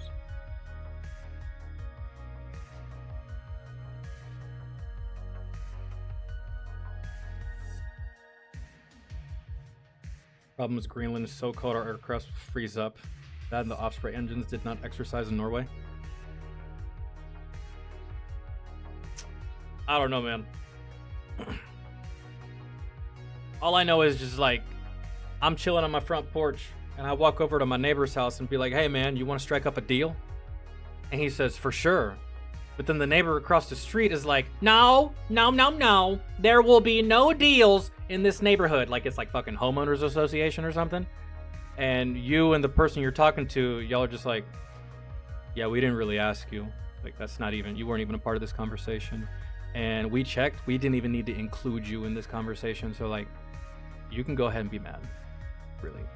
For the most part. That's just, sorry. I don't know. That's just it. That's the fact of the matter. Okay, we're gonna segue off this. We've been there long enough. Yeah, the 9 scariest words you can hear. I'm from the government and I'm here to help.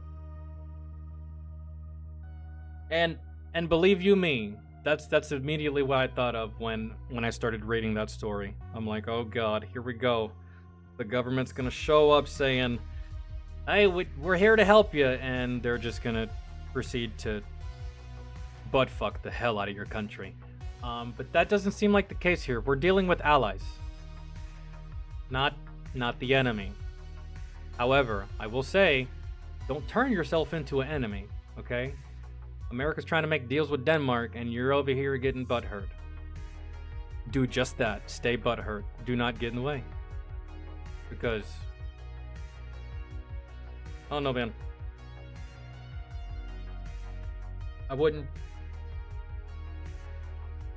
would definitely not get in the way of someone offering protection to somebody. And on the same token, I would not get in the way of someone trying to accept that protection, right? That's just like, nor would I get in the way of someone making money, because that's how you get fucked up, for the most part.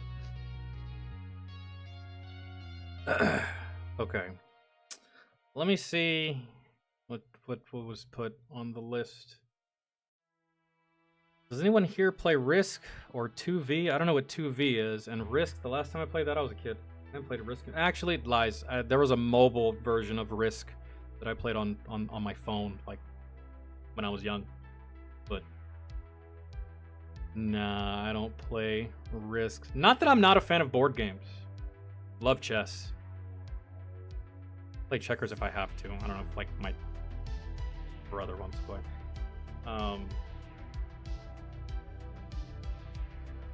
And I'll still run the fucking table on Monopoly to this day. I'm never too old to play Monopoly. At all. And I'm the type of Monopoly player where, like, I really will throw out some of the rules and, like, I'll strike up deals with you and shit like that. I like playing Monopoly outside of some of the standard rules, because some of the standard rules for Monopoly kind of get on my fucking nerves. It makes the game kind of boring and fucking stale sometimes, but...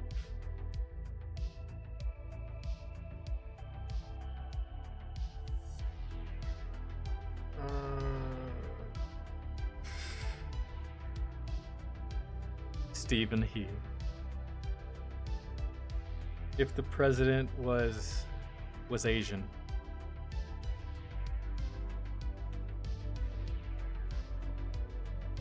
We've never had an Asian president, have we?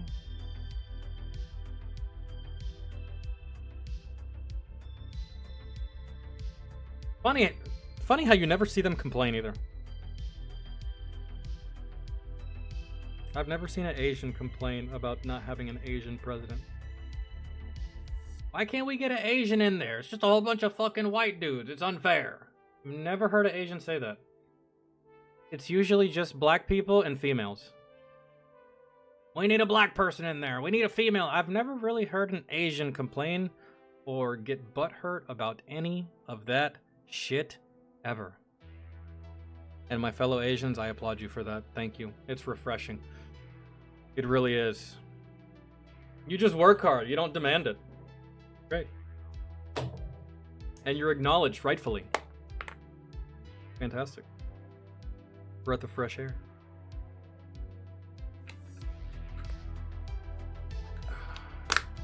Let's see. This one's not long.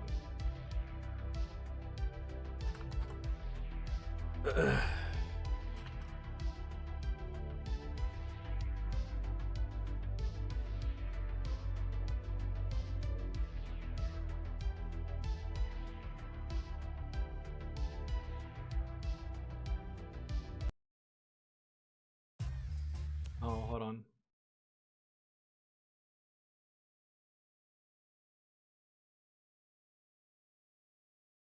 Nope. Never. This shit's so gross. My mom drinks that shit.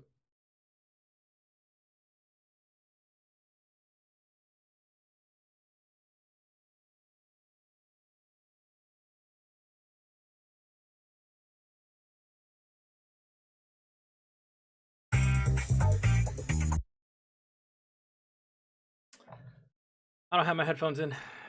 I still have these fucking AirPods that, funny enough, haven't been playing shit this entire time. Had them in when the stream started.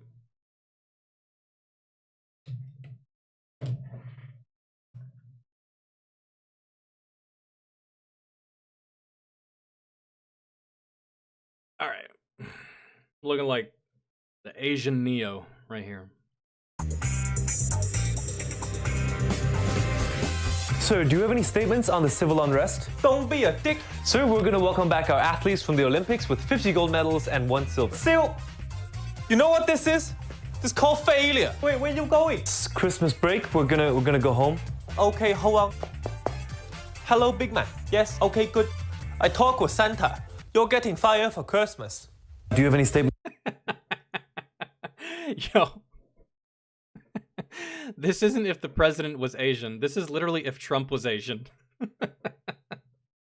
I could see Trump saying that.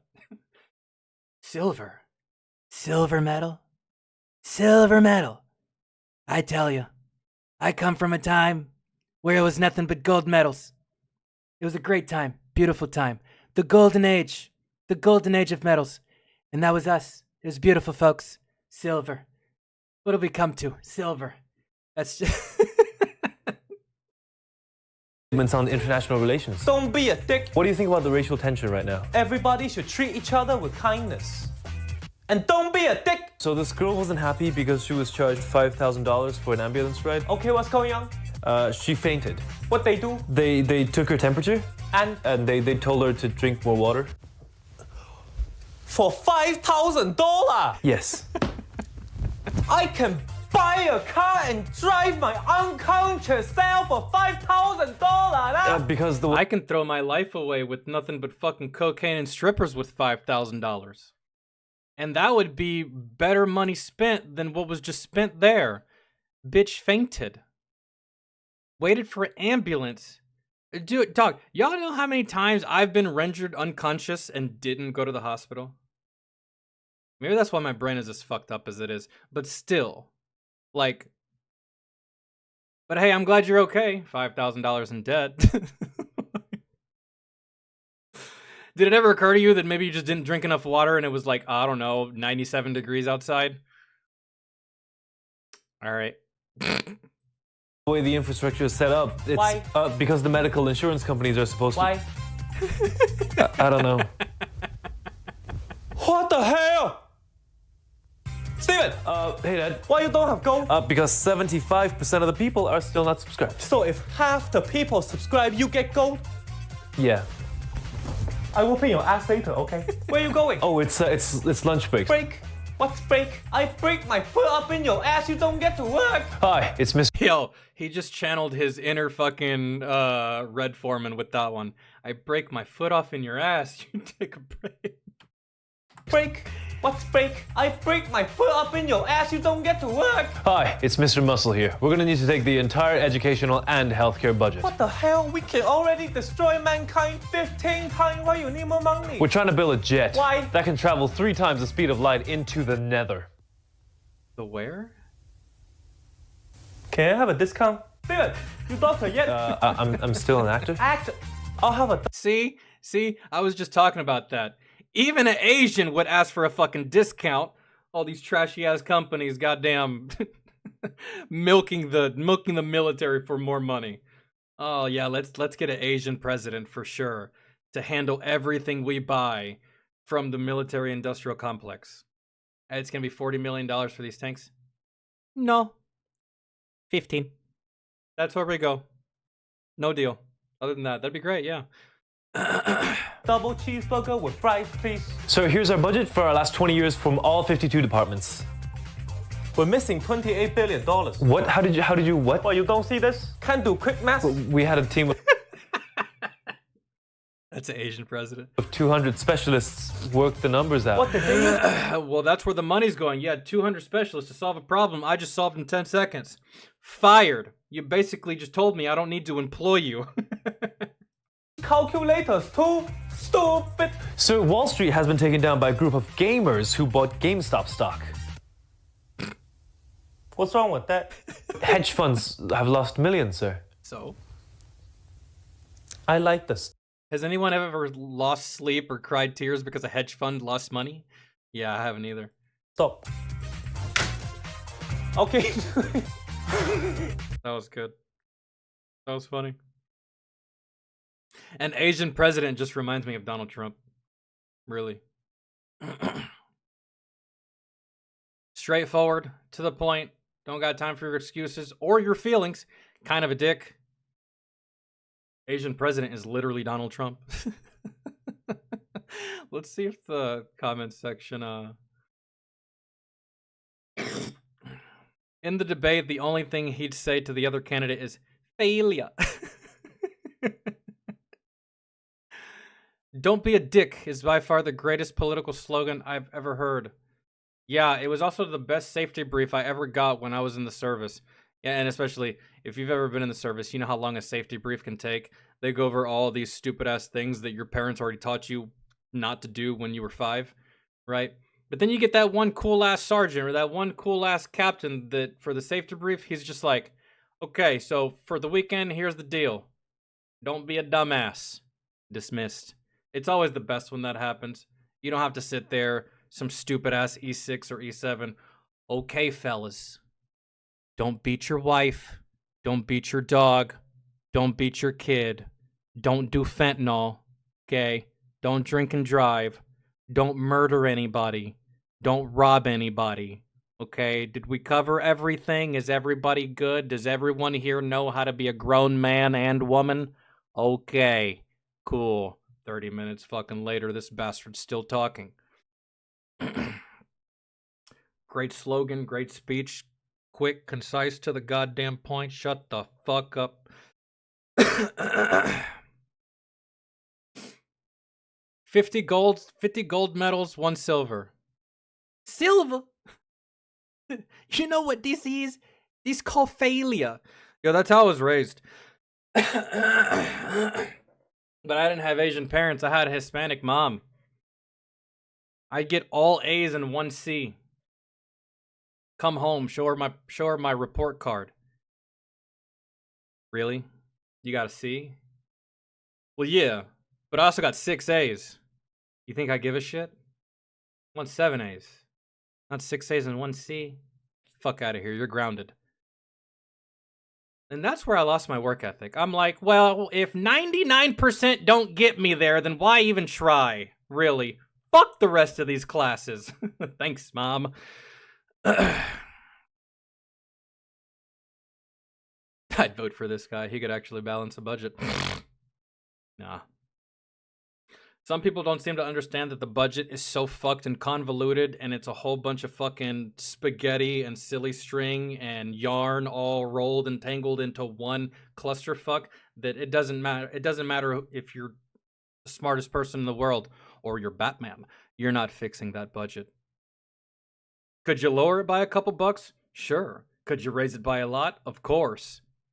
But getting it back to neutral, 0, that'll never happen. I can't believe people actually still think that that can happen.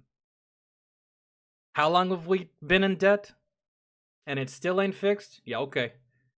It's a pipe dream, bro. Anyone that thinks that the debt can be fixed, you're naive.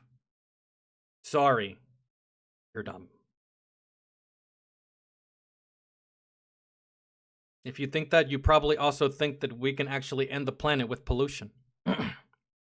Naive. Dumb. Oh no, tell you. Oh no, tell you. And I hate it for y'all too, because I accepted reality a long time ago.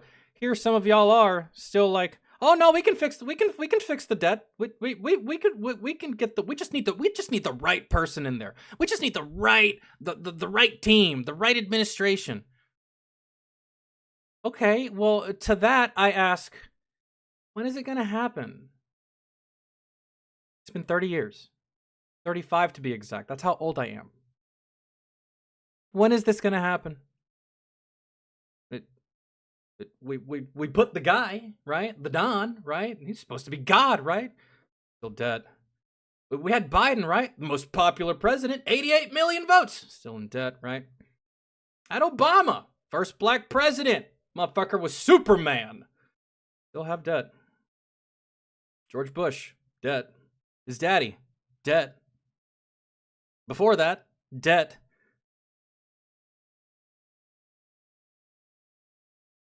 Some of y'all are too hopeful for your own fucking good. We will never escape the debt. That's not me being pessimistic. That's me being realistic.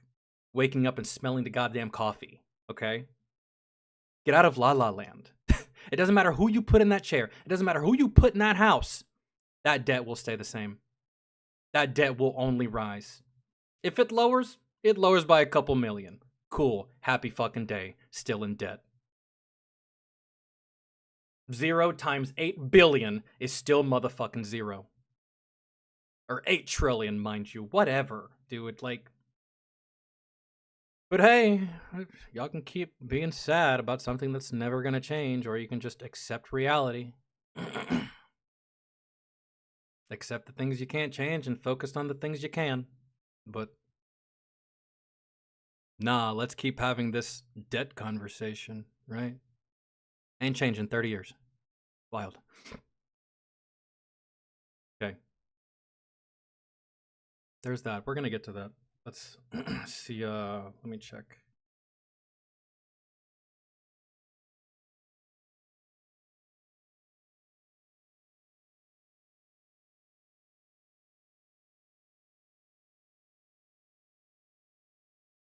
Oh, okay. All right, bet y'all.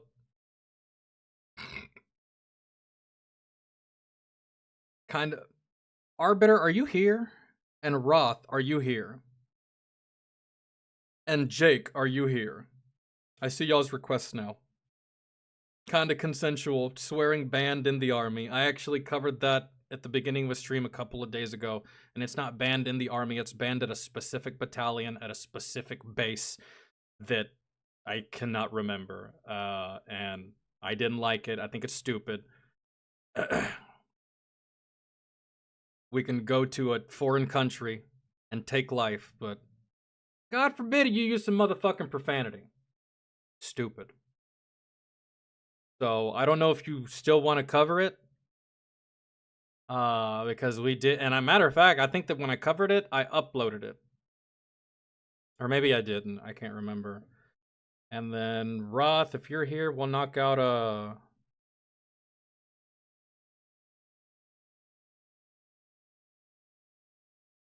some unsubscribe clips. And then some fat electrician.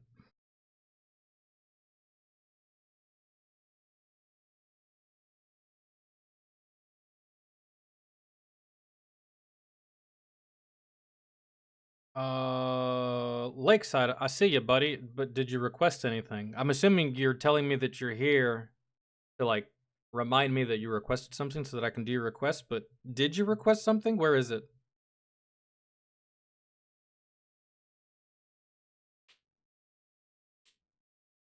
Orange man, half yellow, half red. That's hilarious.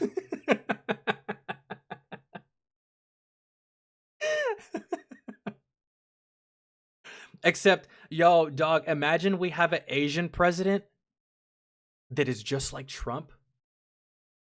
And then we can change it to yellow man bad. Oh my God. Let it happen. Make it happen. For the sole purpose of me being able to title a YouTube video, Yellow Man Bad.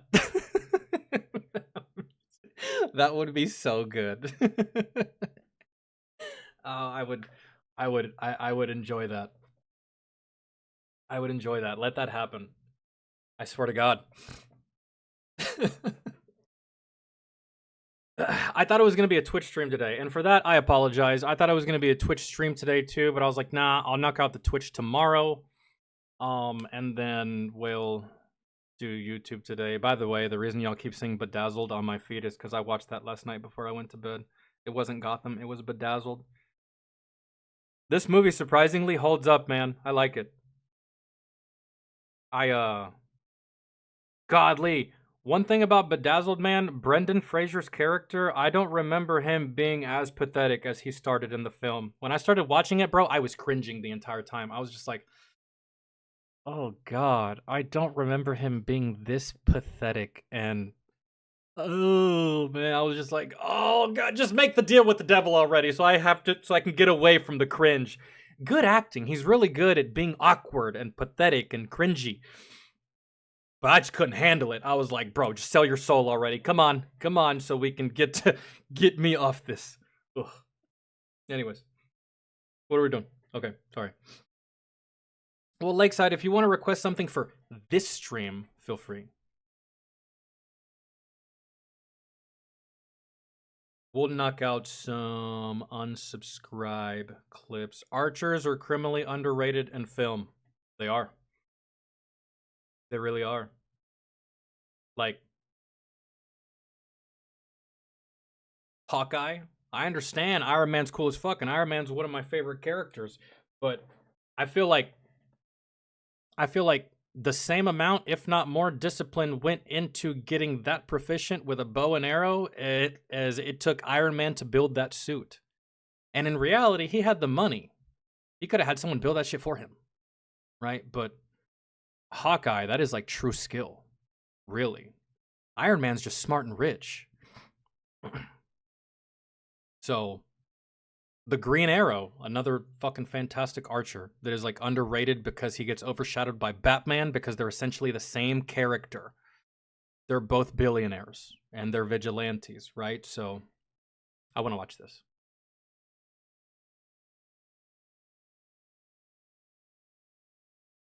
Robin Hood, another fantastic archer character, bro.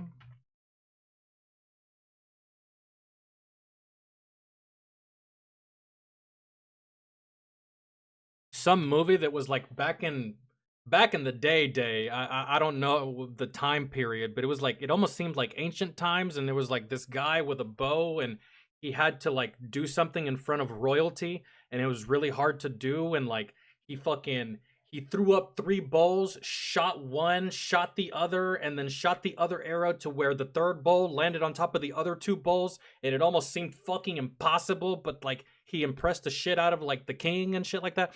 I don't know what movie that was, but I saw that a long time ago, and I was like, dog, this guy's insane. When it comes to archery, I think that shit's cool as fuck. And it is underrated in movies because like it's easy to take a really, really good archer for granted. Especially with things like John Wick existing and the movie Wanted, you got motherfuckers bending bullets. You got motherfuckers just like bam, bam, bam, bam, bam, bam, bam, bam, bam, bam. But then like, I don't know, man, just like the whole discipline of just this, man, and the timing and the precision and the practice and the dedication and the commitment and the like, I don't know. To me, I think it's badass. Anyone can pull the trigger on a gun, man. It was like 5 or 6 pounds of pressure. That's it. Anyone can pull the trigger, and if it's fully automatic, you're getting a kill. But with a bow, dog, come on. You gotta be one badass motherfucker to enter a fight against, like, superhuman beings. And people with guns. With a bow. An arrow. Look. The city's floating, and we're surrounded by robots. And I have a bow and arrow. None of this makes sense. It's just, you know what I'm saying? Even Hawkeye got it.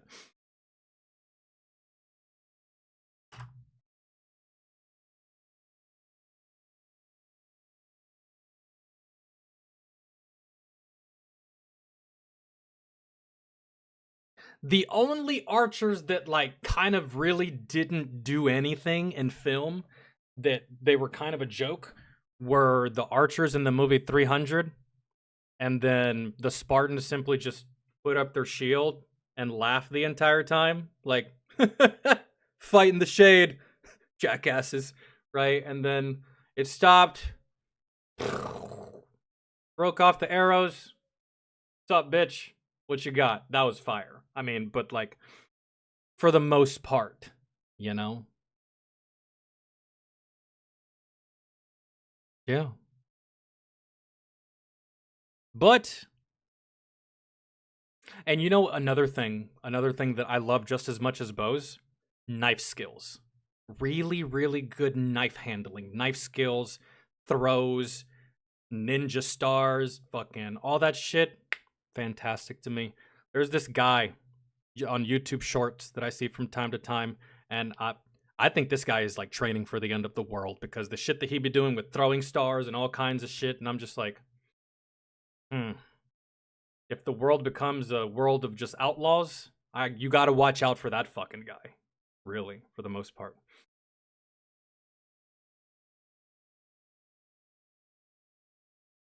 Hey, how about you? You want to play me one-on-one? Let's go. The Spartans versus... Bro, the Spartans versus the Immortals in 300, that was so good. That was such a good fight. That was such a good scene. Oh, bro, movies. That was such a good fight sequence. Like, I'm not gonna let, man, I loved everything about the movie 300. Everything about the movie 300. I actually paid twice to go see that movie. I saw that movie in theaters twice, actually. I'm trying to think of like other really, really good bow and arrow characters in film or in TV. Spartans was my platoon's name in the Army National Guard. I loved it. Bro, I had the coolest name in basic training. My platoon had the coolest name in basic training. Our name was the Death Dealers. And I thought that was the coolest fucking thing in the world until another platoon sergeant walked up to our formation one day and was like, "What's up, dick dealers?" I was just like, you're a whole ass bitch for that, Sergeant. Way to ruin it. Way to ruin that name for me.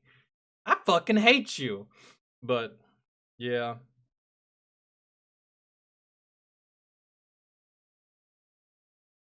Lakeside, what was your request?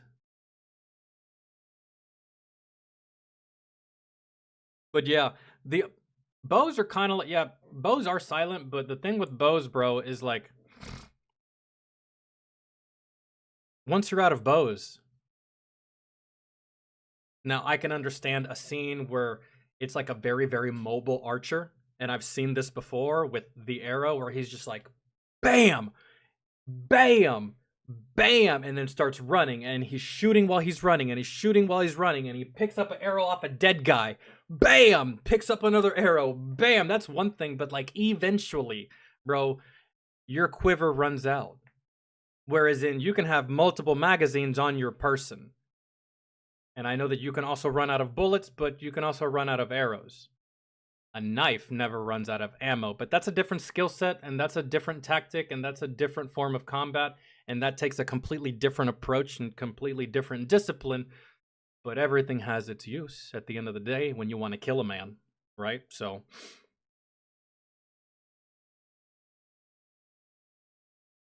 I saw Robin Hood, but like I can't really remember which Robin Hood I saw.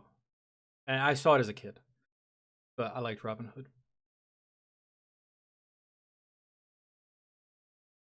Okay, Lakeside, we will get to that.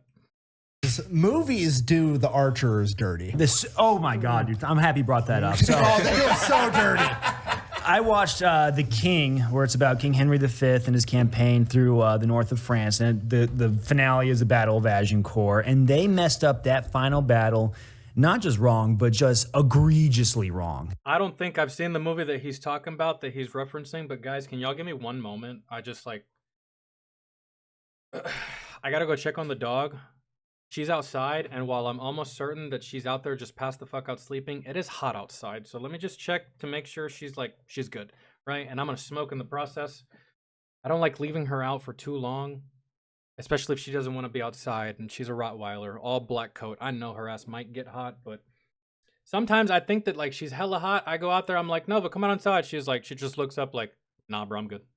I'm tanning or something. I don't know, but give me one moment. Be right back.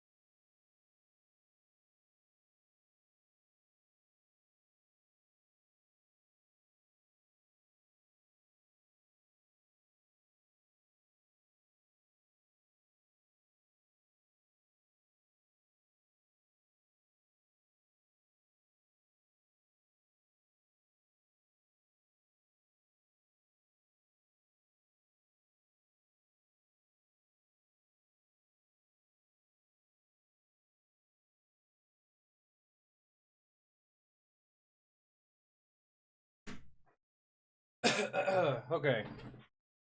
So you probably can't tell, but I just set some of my hair on fire. went outside to smoke, and I don't have my hair tied up really tight. See, it just moves, and like 2 pieces of hair got loose, and I went to go light my pipe, and my hair was like right here, bro, and just I can smell burnt hair. I still can. It wasn't important hair. It was just like loose shreds, but I was like, God damn, man. Why?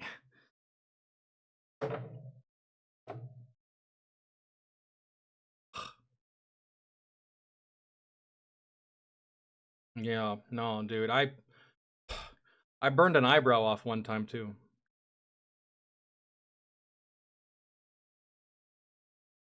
Caught my beard on fire before. I've burned an eyebrow off before. Singed the inside of my fucking nose hairs one time on some stupid shit. Yo, dude, sometimes I really am just like, it just surprises me that I'm still alive. Sometimes. I think back on my life, and sometimes I'm just like, I must be destined to do something more important than what I'm doing right now, bro. Okay? Because realistically, looking back on it, I shouldn't even be here. But it's wild. Here we go.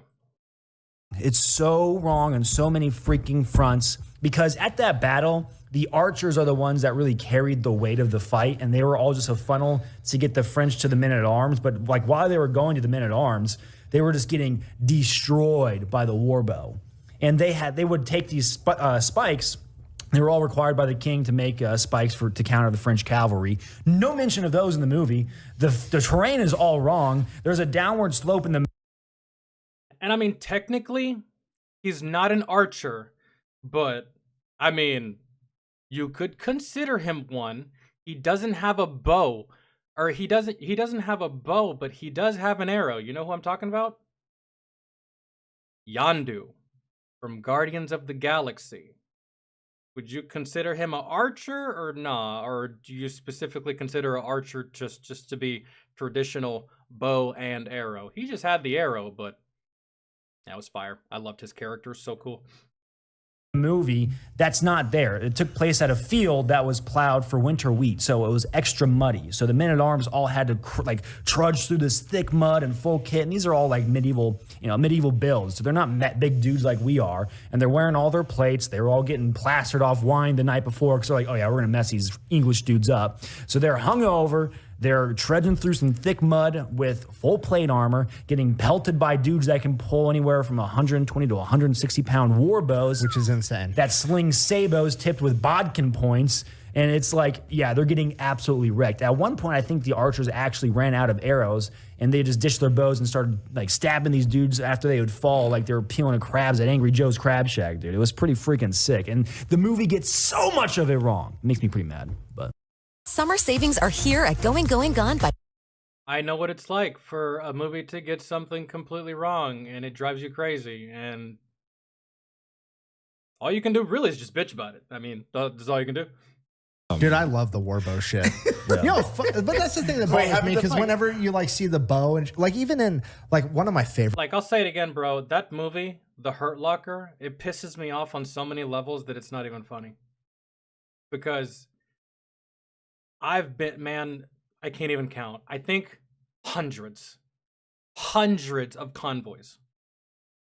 And I've seen EOD hundreds of times. I've even done convoys with EOD. I've been inside EOD convoys. I've seen EOD operate. I've seen what they do, bro, and maybe it was just maybe it was accurate and it was just a time jump because I was stationed in Afghanistan. This movie took place in Iraq. And not only did it take place in Iraq, but it took place in Iraq a lot earlier than when I was deployed. So maybe EOD at one point did operate in some of those ways, bro. But all in all, man, I thought that movie was just entirely fucking stupid. Man, I was just like, yo, EOD don't do this. Like, this is so fucking...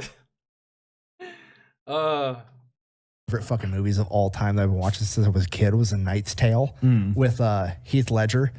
And even... I love that movie. The movie about jousting. Wait, what problems did you have with this? then they show like the archers just being like these little scrawny bitch dudes. It's like, bro, archers that were pulling 180-pound warbows. They couldn't be small. Yeah, okay, I get you. We are talking about the archers. Yeah, I forgot. Knight's Tale is such a good movie, though. Were fucking jacked. Yeah. It's Yeah, dude, archers, especially when you're pulling a bow that has that much resistance, that many pounds of resistance, 180 pounds or something like that? It's the equivalent of your modern day artillery man. They're picking up big ass shells, or your tankers loading those big ass shells, or your guys in submarines loading that big ass ordnance, right? Them bitches are not heavy by any means. Maybe they have technology now to facilitate that quicker, but you know what I'm saying? It's just like common misconception. Yeah, gotta be strong, even if you're small. You have to be so strong. Just Their skeletons got like when they dug these guys up, their skeletons were reshaped up in their shoulder from how much they were have pulling. to be. Yeah, just the structural integrity of your fucking joints has to be so much more to. Hollywood really likes the skinny archer trope. They're like, oh, you're a bowman, you must be skinny. It's like, hey, these dudes are pretty freaking strong, dude. No, we're saving all the strong dudes to yeet fucking toothpicks at the enemy. Send all. That's why I loved the portrayal of Hawkeye, like the character size. Then again, in the comics and in the animated, Hawkeye is like jacked, low key. He is, and Oliver Queen also same way, bro. Oliver Queen's build, right, in the comics and in the animated, it almost rivals Batman, like in size and in just like domineering stance, almost. And yeah, I get it. Yeah, we've seen a lot of skinny motherfuckers, but I think Peter Pan is not Peter Pan, but Robin Hood is the reason for that. We've seen so many skinny Robin Hoods, and no one really cares when Robin Hood's skinny, but like just other archers in general, you kind of gotta be strong. Nerds up front with the spears. They have to look like arm wrestling dudes, right? Yeah, they're like one of my buddies, Dash, dude. He is cut up like a Greek god. He pulls 160. He's got a 175-pound warbow that he pulls. God, that is. So for context, dude, I was kind of arrogant getting into the warbow. Like I always had a thing for it. Then I finally got mine. I was like, oh, I lift weights. I work out a lot. This shouldn't be too hard. Let's start out with 100 pounds. That humbled me pretty quick. The fingers too. Like even just the fingers. So like you have to wear a glove. If you don't wear a glove, that string pretty much digs into your fingers. And the next bow I got was 100. So my first bow I thought was 100 pounds. The next bow I got was 106 pounds. And I realized my first bow was probably 80 to 90 pounds because it is not as hard as my next bow. 106 pounds it's pretty hard. And then having to shoot it accurately, that's pretty tricky. So my buddy, like I tried to pull his 160. I think I got it back like halfway. That's the other thing that most people don't realize because you're like, I could fucking grab a 150-pound dumbbell at the gym and do a lat pull. And it's like, completely different. Imagine. It's different than a dumbbell, bro, because when you lift a dumbbell, that's one motion and then you just drop it back down. You got to think 160 pounds. Take that very same dumbbell, right? Pull it up and hold it there. That's what it's like to shoot some of these bows. I'm not an archer, but like I know a little bit, right? That's what it is. You're holding back that much pressure, that much pounds and shit, that much weight, and however long it takes you to line up your shot, whatever it is that you're shooting at. And bro, for 160, 70, 80 pound bow to be like just your main everyday weapon back then, of course you gotta be fucking jacked, dude. Holy shit. Simply the act of killing a man, you're working out. Whereas in a gun, bro, is literally click. That's it. That's why people get so mad at guns, because it's such an easy way to kill someone. If I saw in the news that someone was murdered with a 180-pound bow from distance, I'm like, well, I mean, homie kind of earned it. I'm not even all that mad. That's crazy. You don't hear that often. And I mean, dude, what's the distance? Like 60 yards? Shit. Anyways. imagine doing the lat pull here and standing still Holding enough to fucking accurately shoot something. Yeah. It's insane. Yeah. There's no holding it back either. Like Lord of the Rings, the Battle of Helm's Deep, when they're like That old guy with one fucking eye. like that would never happen. And fight like you can't really use based off like the old style strings. Okay, now I'm getting to fuck it. Okay. So basically, the way the bows were is essentially how bows work in video games, and it pisses me off. Have y'all ever real shit? So y'all ever played with a bow in a video game, and you pull the bow back, but no matter how long you hold, eventually it's gonna release. I hate that mechanic in a video game. I prefer to just be able to let me hold the bow back, and I just hold it there. But realistically, you had to let it go at some point. I don't think you had a choice. No, do it. Yeah, This let's community go. loves it. Okay, so like say a read. bunch of archers. Okay, so if we're getting the fantasy realm, the elves may have different string. Okay, sue me. Different bread. If we look at the Battle of Cressy, I think they get rained for a bit, so all the archers would unstring their bow real quick and hide their string like underneath their cap, so the string doesn't get wet. Because if the strings get wet, those hemp strings they wouldn't work as well. That or once they dry, they would snap. So they would keep them dry. So like fighting with bows in the rain, it's just like a no-go. You have to keep those things nice and dry. I totally just got derailed, but that doesn't happen. Like it does not work like that. You can't just pull your bow Bro, his brain works just like mine does. back and hold it like, ooh, like you're like with those They're war not bows. compound bows. It's a wind up too. Like you're like, Yeah, there's no let off. yeah. Yeah. Yeah, that's interesting to know.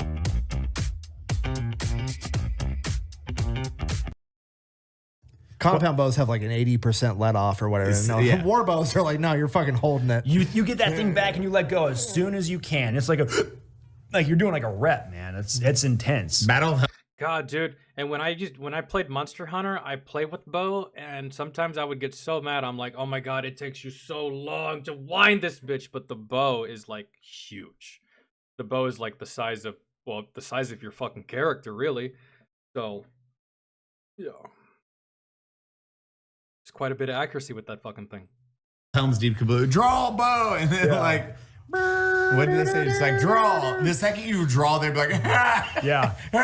It's not like they're doing it like line formation from the Revolutionary era. Like make ready. It's like there's none of that, dude. It's like, all right, you pull back and it's like you just start shooting. So That's why I get annoyed when all the people that have never And you know what would be really boring? A 21 bow salute.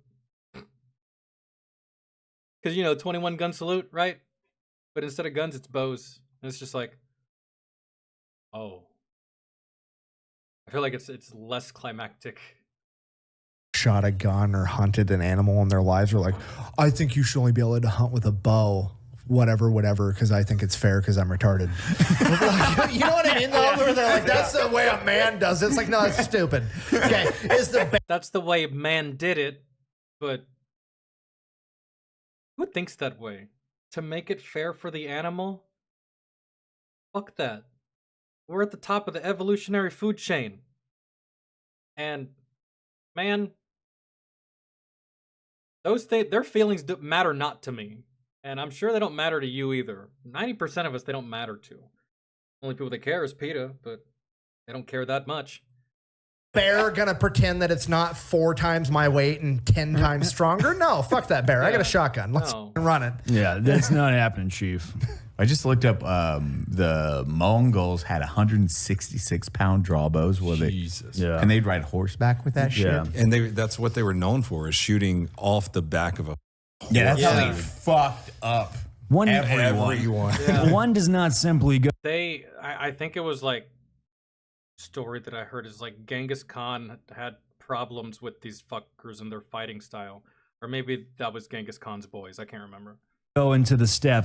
You just don't do it. If they have horse archers, all right. The only thing you can really do against horse archers is more horse archers. Like, And the step people, that's how they fucked over like everyone at that time frame. Like, yeah, we can do this and movement. Also, Genghis Khan was big on gunpowder and learning and just adapting religion. He's like, whatever, I'll take all the religion. Let me learn. When they started siege building, when they went to China the first time, they're like, what the fuck are these buildings? Yeah. That people didn't have buildings. So they're like, they paid the people of China, the generals that would defect, Be like, hey, how do we fuck this building up? They're like, well, we do true trebuchets. Like, cool. How much do you want to teach us to do that? Like, we got a number. And they're like, cool, okay. And then they taught them how to do trebuchets. Like, okay, now we got this. Fucking do this every time when we hit building people. And Genghis Khan just would go learn, adapt, destroy everyone. Learn, adapt, destroy everyone. Wasn't he was the first one that used like biological warfare? Yep. Right. Because he was launching like rotten corpses into other cities just to like get them to surrender. He was Genghis Khan was fucking diabolical, bro. He really was. I did several like essays in school and just like papers and shit and just like my own research into Genghis Khan a long time ago. I was like really interested. I have since forgot most of the information that I learned, but dude slaughtered half the planet. Damn near. Almost, man. In his reign. And at the same time took over most of the planet. All of Europe basically belonged to him. Man. What you know now is to be like the Middle East and Russia and China and all those interconnected countries on the opposite side of the world. Yeah, back in the day, all of that used to just belong to that guy for the most part. Is also the Mongols are the inspiration for the Blitzkrieg. So like Percy Hobart, the dude that actually developed the fucking Blitzkrieg, studied the Mongols forever and developed like the Blitzkrieg tactic for tanks using what the Mongols did on horseback. No shit. Yeah, like just the entire theory of like punch a fucking hole directly to their capital and just overrun their main form of government and take everything over. Yeah. Oh shit. This is they did what was the big one with one of the first places in China, the China Destiny, I forget which one at that time. They're like, hey, they just dug in, so his thing was like, okay, river, build a dam. We'll build a dam and then flood that city. It didn't work that time. It flooded their little encampment. Like, fuck it, trebuchets. And that's like just started launching until they like gave up and like, oh, this is ours now. Well, the other thing with like horse-mounted archers is like the Comanche. Oh, I thought we were gonna hear more film-related stuff, but it's fine. Have you ever looked at like maps of different empires migrating to North America and Central America? Like when the Spanish landed down in Central America, they advanced up. Guess where they stopped? Where the Comanche fucking are. Comanche territory. Yeah. Guess where English settlers stopped for like 100 years? Comanche territory. Like So that was like their version of our Sentinel Island today, I suppose. Then again, those people may have existed even back then. Who fucking knows? it was literally like, okay, the Comanches live here. We're going to haul ass in our covered wagons trying to make it to California for the gold rush. Nobody look at the natives around it. They will fuck you up. Because it's like the only thing that took down the Comanche was the development of the Henry repeater. They literally had to sit there and wait until technology found a way to beat them, because there was zero ways that anybody was going to fuck with the Comanche off of horseback and archers. That was the only thing. Like, because they were running shit for like 80 years. They're like, yo, you guys got muskets? Cool. Yeah. I'm going to ride my horse going 40 miles an hour while I shoot 17 toothpicks at you in the time it takes you to reload your stupid gun. You're standing there like, oh, shit. You look like a voodoo doll by the time you get your second round in. You're done. Yeah, I think like they'd wait for the settlers to fire their first 2 shots, and then they'd just bum rush on in. And it's game over. Yeah, I think there was the invention of like the 5-shot. I think it was a Walker pattern Colt. I want to say, the pistol. So those guys would have them, and they just like, all right. Like I think the first encounter they had, they fired like 2 shots. Comanche all coming in, they're like, boof, boof, boof, keep shooting. They're like, oh, what the fuck? Well, how do they have more ammo? Because there's like a famous story of like a couple of not miners, what the fuck's the word? Prospectors that like went and finally like went into like Comanche territory looking for gold, and they actually had the new Henry repeaters and ended up taking out like 20 Native American Comanche guys that were coming to kill him, and they were like completely like, what the fuck is happening? How are these guys shooting so fast? Like they had no idea. That'd be terrifying. The Comanche were pretty brutal, very brutal Well, I people. think That's so funny, don't though. quote me on this, but I think the Dothraki and Game of Thrones are based off the Comanche. I can see that. Makes I'm sense. I'm almost positive. That's funny that a weapon with a faster rate of fire had to be invented in order to beat them. Because, yeah, it makes sense. You're on a horse, you can fire arrows a lot faster than these muskets can reload, so that's it. It's over. I mean, the people with the muskets, what they could have done is once they noticed that they were taking advantage of that, I would just go grab extra muskets. Or just have multiple lines. How many soldiers did you have? How many muskets did you have? I'm assuming that if you just had like one line of muskets, you fire, and then that one line disperses to the back, the next line fires, that line disperses to the back, and then the next line, same thing, and then same thing, and then same thing, to where as they're moving to the back, they're reloading. I can understand if you get overwhelmed, but oh no. Or at the very least, you want to know you should have done. You shoot your shot and then just drop the fucking gun. Fuck it. No more reloading. It's too slow, and then just whip out a sword and just start fucking chopping at horses' legs. That'd be my go-to. Like, this is not gonna work. Fuck it. And then I'm just taking out your horse at the legs, trying to stay low. I probably die, but at least I don't die in an embarrassing way, looking like I'm fucking jerking off Andre the Giant, right? Just goddamn trying to load this fucking... That's not a good look, bro. It's not. So...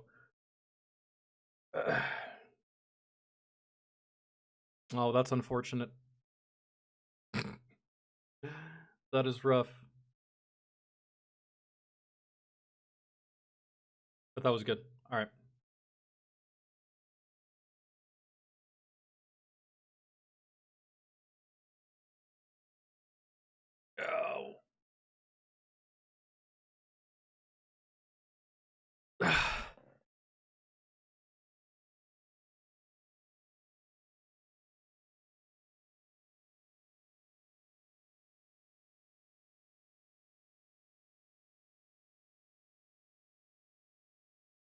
Okay. So which one should we do? Should we do Mike Burnfire or Fat Electrician? There's Terminator. Are you still here?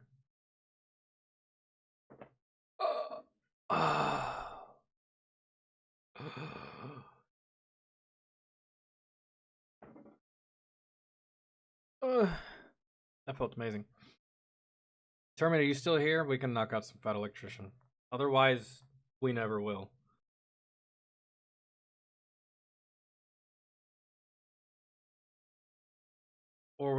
But if Terminator's not here, which he either probably fell asleep or left, we can do, we can do some Mike Burnfire. Never mind. Roth is out, so we'll save Mike Burnfire. Oh, we already did that.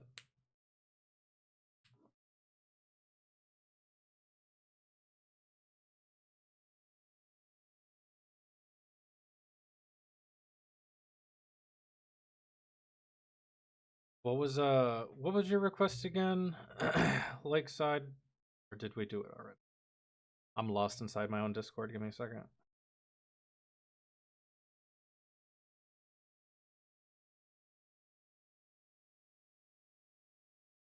Let me go home first, actually. I do have... I do have some shit. Oh. I could see if there was anything new from Decoy Voice that we missed. Since yesterday and the day before,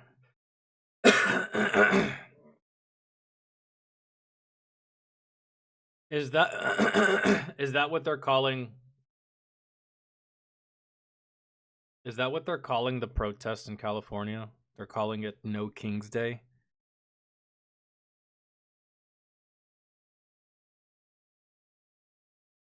That's kind of fucking lame.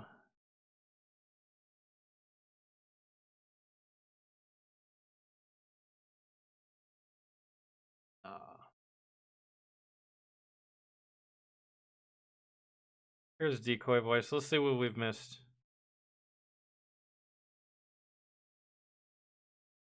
Because the people that requested Fat Electrician, I don't think they're here. So. No, wait. Terminated's back. Cool. Oh, yeah. The Lion of Fallujah. Well, fuck. Terminated's here, and okay. Well, we'll come back to... we'll come back to this.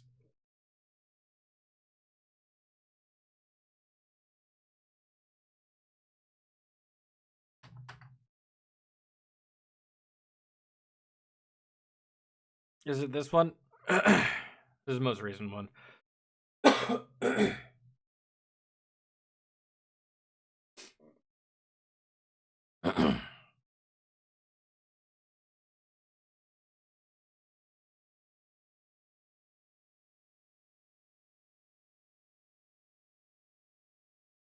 All right.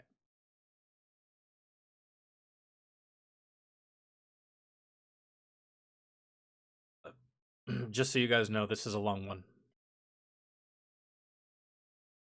The support system for navigating. When most people think of a war,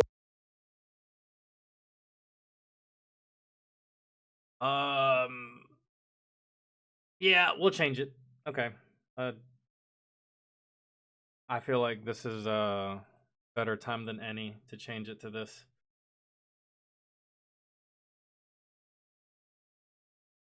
That works.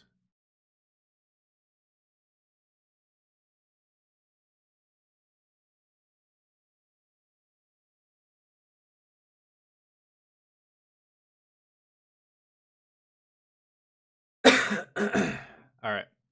Here we go.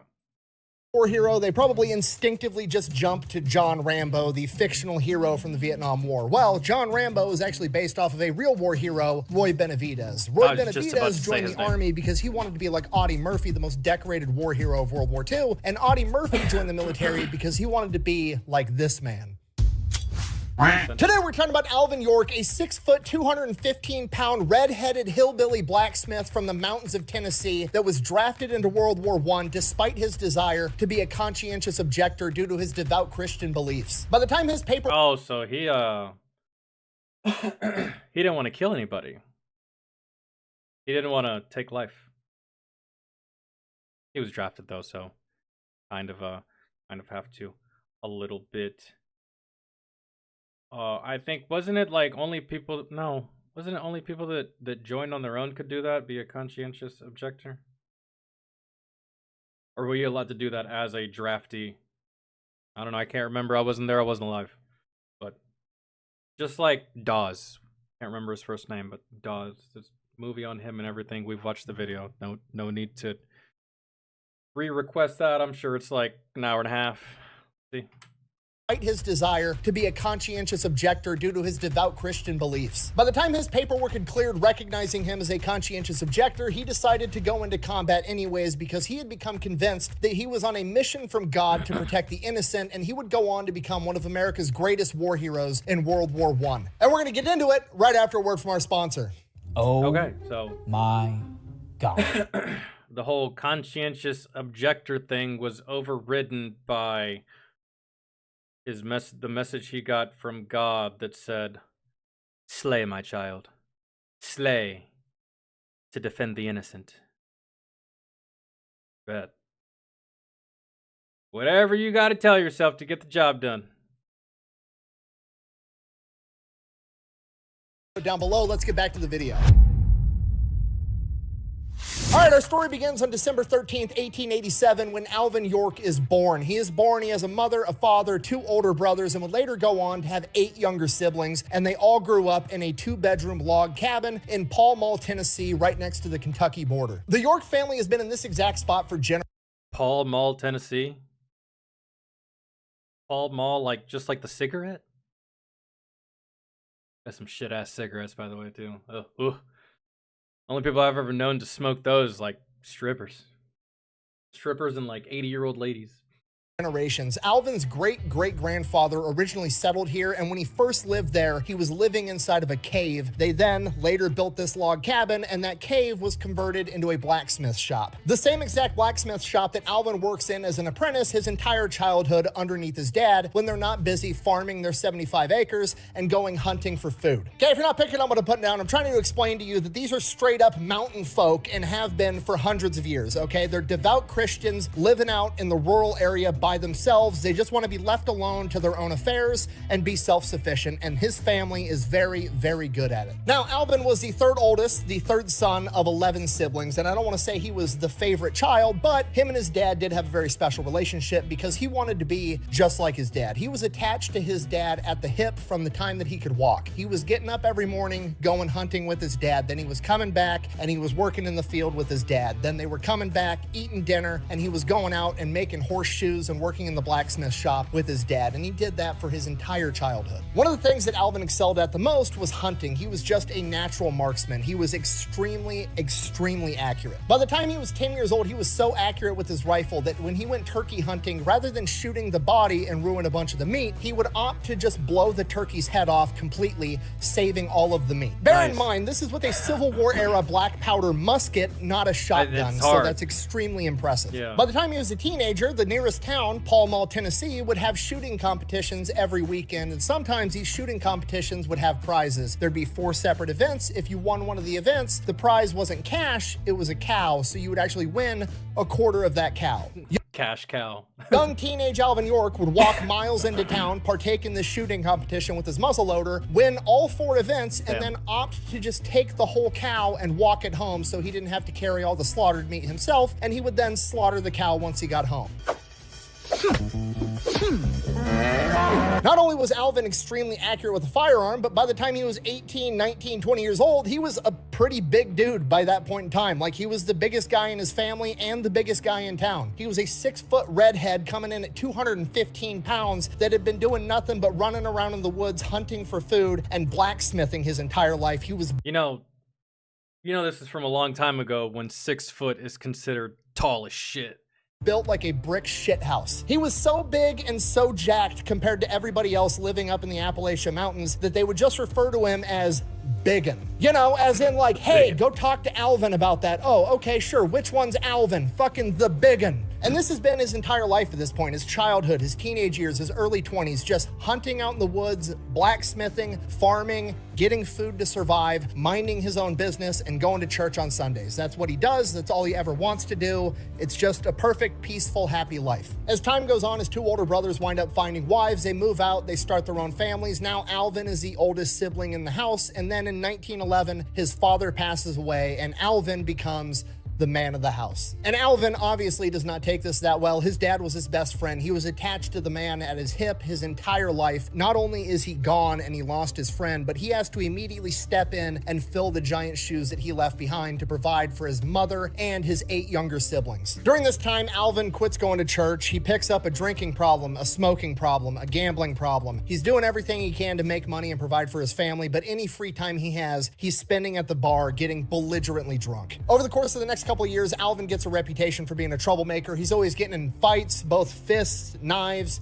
Thankfully, he's able to avoid gunfights because anytime somebody wants to pull a gun because he's a big dude, he pulls out his gun and shoots something as a demonstration of how accurate he is. One account said a man pulled a gun on him, he pulled out his gun and then shot the head off a lizard behind him. At which point, that guy was like, you know what? Never mind. I'm good. Puts the gun back away, which is probably the correct answer. Now, this raises a question. How does he always get in all these fights, but he never actually gets in trouble? Well, one, this is the early 1900s in rural Tennessee and Appalachia, so there isn't much law enforcement. Yeah. But to make things worse, his preferred bar is known as the Blind Tiger, which is literally on the border between Kentucky and Tennessee. And inside the bar, there's a white line painted across the floor labeling each state, Kentucky and Tennessee. So even when the sheriffs did show up, all anybody in the bar would do is if the Tennessee sheriffs showed up, they would walk over to the Kentucky side and be like, you don't have any jurisdiction here, and vice versa. You're just out of our jurisdiction. Come on.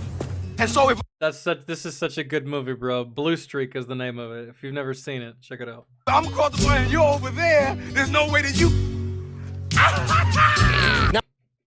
Hey, Roy, welcome to Total Wine & More. What you looking for? Rachel, I'm here to expand my wine horizons. Now, to us, modern day people, obviously this sounds a little bit ridiculous that they would just walk across a painted line on the ground like it was, you know, a salt line that demons can't cross and the law enforcement can't get you. But back then, it's really how it went, because if 1, 2, even 3 deputies showed up to a bar fight and there's 40 people in the bar and they all walk to the other side and they're like, you have no jurisdiction here, and the other 40 dudes all have guns, guess what? You don't really have any jurisdiction here. The only jurisdiction you have is to lose a 40-on-3 gunfight. Okay, this Kind of like that one scene from Fast and Furious where the Rock character shows up. He's like, nah, dog, you're in Brazil. Get the fuck out of here. They all have guns. They're just outnumbered as fuck. Live to fight another day, really. And that's just basically what happens. And not to mention, you got to look at it this way. If there's a problem at the bar and you get called there, but then when you get there, it seems like everyone is on the same page, there's not much to do. The problem has already fixed itself. Because you showed up and everyone was like, okay, guys, cops are on their way. Calm down. You two, settle the fuck down. Get over it. And go stand over there. And then when everybody does, that's just like, okay, there's nothing we can do and there's nothing to do. It seems like they figured it out. This is 1912, rural Tennessee. There's no calling for backup for the sheriff's department. There's no local police department. There's no highway patrol. There's no National Guard, no FBI, no feds. Nobody's coming to back you up. If you get into some shit with the wrong people, you're just going to be another motherfucker that went missing in the mountains of Appalachia. The end. So Alvin York is just kind of an unstoppable terror on the town when he's drunk. He gets mean. He's huge. You can't beat him in a fist fight. You can't beat him in a gunfight. There's not really anything you can do to the guy. He winds up getting accused of selling stolen guns. Never gets in trouble for it. He'd walk out of the bar at sunrise absolutely hammered. A rooster would crow. He'd pull out his gun and shoot somebody's rooster just because he was hungover and didn't want to hear it. He'd be drunk in the middle of town yelling while church is in session, trying to disrupt everything. Just, there was nothing. Bro, he did not take his dad's death very well at all. This is like quite possibly the worst way to take a death. And I know that everyone grieves in their own way, but like, dude lost his dad and just immediately became a menace. Nothing anybody could do about the guy, and this went on for years. And the entire time, he's just breaking his mom's heart, because this is not the sweet young kid that she raised. This isn't the man his father was. This isn't... Death affects everybody differently. So, you know, you have someone in your life die, and you're just like, oh man, I'm sad. You cry, you grieve, you're sad for a couple weeks, maybe a couple months. And you're still sad a couple of years later, but you know you are over it. And then other people, they don't react like that at all. They react the exact opposite. And everyone's reaction to death is very, very different. Everyone processes it differently, and everyone deals with it differently as well. So, hey. The man he was supposed to be. He was supposed to be his dad version 2.0, bigger and stronger and hopefully even better. And he's just not turning out that way. Then on New Year's Eve, 1914, Alvin goes out drinking, comes back home, 3 in the morning, pissed drunk, and his mom stays up all night waiting for him. And she finally confronts him and just says, Alvin, when are you going to start being the man that your father and your grandfathers were? And the words hit Alvin like an absolute truck. He knows what he's been doing is wrong, and he just breaks down. He's literally on his knees, sobbing with his head in his mom's lap, crying and apologizing. He promises his mom he's going to turn her around. He's going to start going to church again. He's going to give up gambling, smoking, drinking, fighting, everything. He's going to be the man his father was and the man that he was supposed to be. And his mom just says, I know you will. And that's it. January 1st, 1915, Alvin York is a completely new man. He gives up. January 1st, man. His ass actually made a resolution. All of it. He starts going to church again, and he just starts doing all the things that he should have been doing all along. I'm paraphrasing here, but he would later go on to write that essentially he had fought an awful lot of men at this point in his life, and the fight that he had with himself to give up drinking and smoking was absolutely the hardest fight he ever had. But he does it, and within a couple of years, he's an elder in his church. He's literally teaching Sunday school to kids, and he's overall just an upstanding member in his community. His reputation isn't fully repaired yet, but it's definitely getting better. Around this point in time, he falls in love with the girl down the road, Gracie. He meets up with her in private all the time. They never do anything wrong. They never kiss. They don't even hold hands. But they just talk, and Alvin York wants to marry this woman. Problem is her father does not approve. That was like the early 1900s of Netflix and chill, but with no Netflix and no BJs at all. It really was just chilling, man. Because he's only been an upstanding member of the community for a couple of years now, and he was an absolute terror for like 5 years before that, and he's not convinced that Alvin York is a good man yet. And York just kind of accepts that. He knows that he did wrong, and he's got to prove that he's a good man now, so he just gives the father more time and just keeps being an upstanding member in the community. He keeps seeing Gracie, but they never kiss, they never hold hands, they never do anything that would be considered wrong for, you know, Christians in the early 1900s. And that's his plan. He's going to prove to Gracie's father that he's a good man over time, and then he's going to marry that girl, make her his wife, and he's going to go on to live happily ever after. But then in September of 1917, he gets a red card in the mail from Washington, D.C. Alvin York has just been notified that he is to go sign up for the draft to go fight in World War I. Now, he's a devout Christian at this point. He truly, truly believes in his heart, thou shalt not kill. He does not think that he is supposed to fight, kill, do any of that. And he truly does believe that, because he could have killed several people throughout his little reign of terror when he was having a breakdown because of his father's death, and he killed no one. I mean, he killed a couple of lizards and chickens, and I would venture to say that quite possibly maybe even an annoying dog, but like, you know what I'm saying? That business, and he does not want to go off to war and do it. So on the draft card they sent him, where he's supposed to fill out all of his information, they ask on there, are you a conscientious objector? He checks yes. Explain your reasoning. He simply writes, I don't want to fight, and mails it back off. I'm not leaving. Not fucking leaving. I'm not fucking leaving!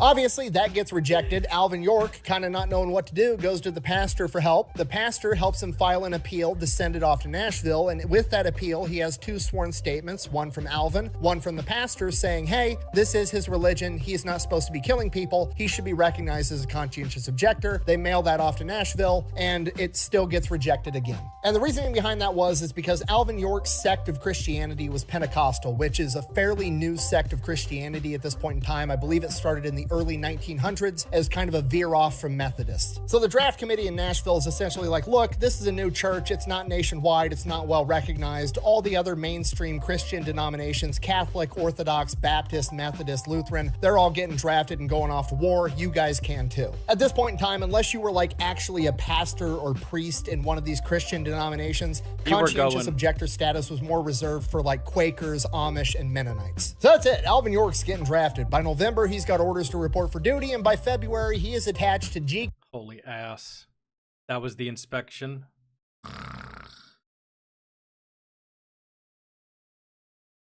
Footage of...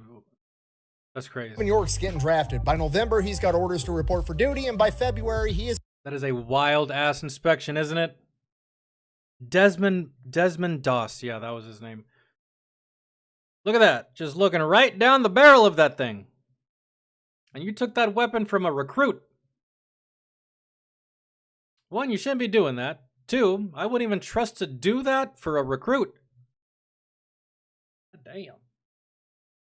Is attached to G Company of the 328th Battalion of the 82nd Infantry Division, also known as the All-American Division. Oh my God, I'm glad it didn't show him doing it again, because I think I would have lost my mind. Typically, at this point in time in World War I, World War II, divisions are kind of divvied up by the region that they come from, right? Like the 34th Infantry Division is a bunch of guys from the Midwest. The 77th Infantry Division is a bunch of guys from New York and New Jersey. The 442nd Infantry Regiment is a bunch of Japanese Americans from the West Coast and Hawaii. But the 82nd Infantry Division in World War I is kind of an experiment because they just threw everybody into the same infantry division. They've got people from all 50 states, and 20% of the men weren't even born in America. So you can imagine the culture shock for Alvin, some hillbilly that's lived in rural Tennessee his entire life, probably never traveled more than 60 miles away from his home, and now he's in this place surrounded by people from all 50 states, Poles, Italians, Greeks. It's absolutely crazy.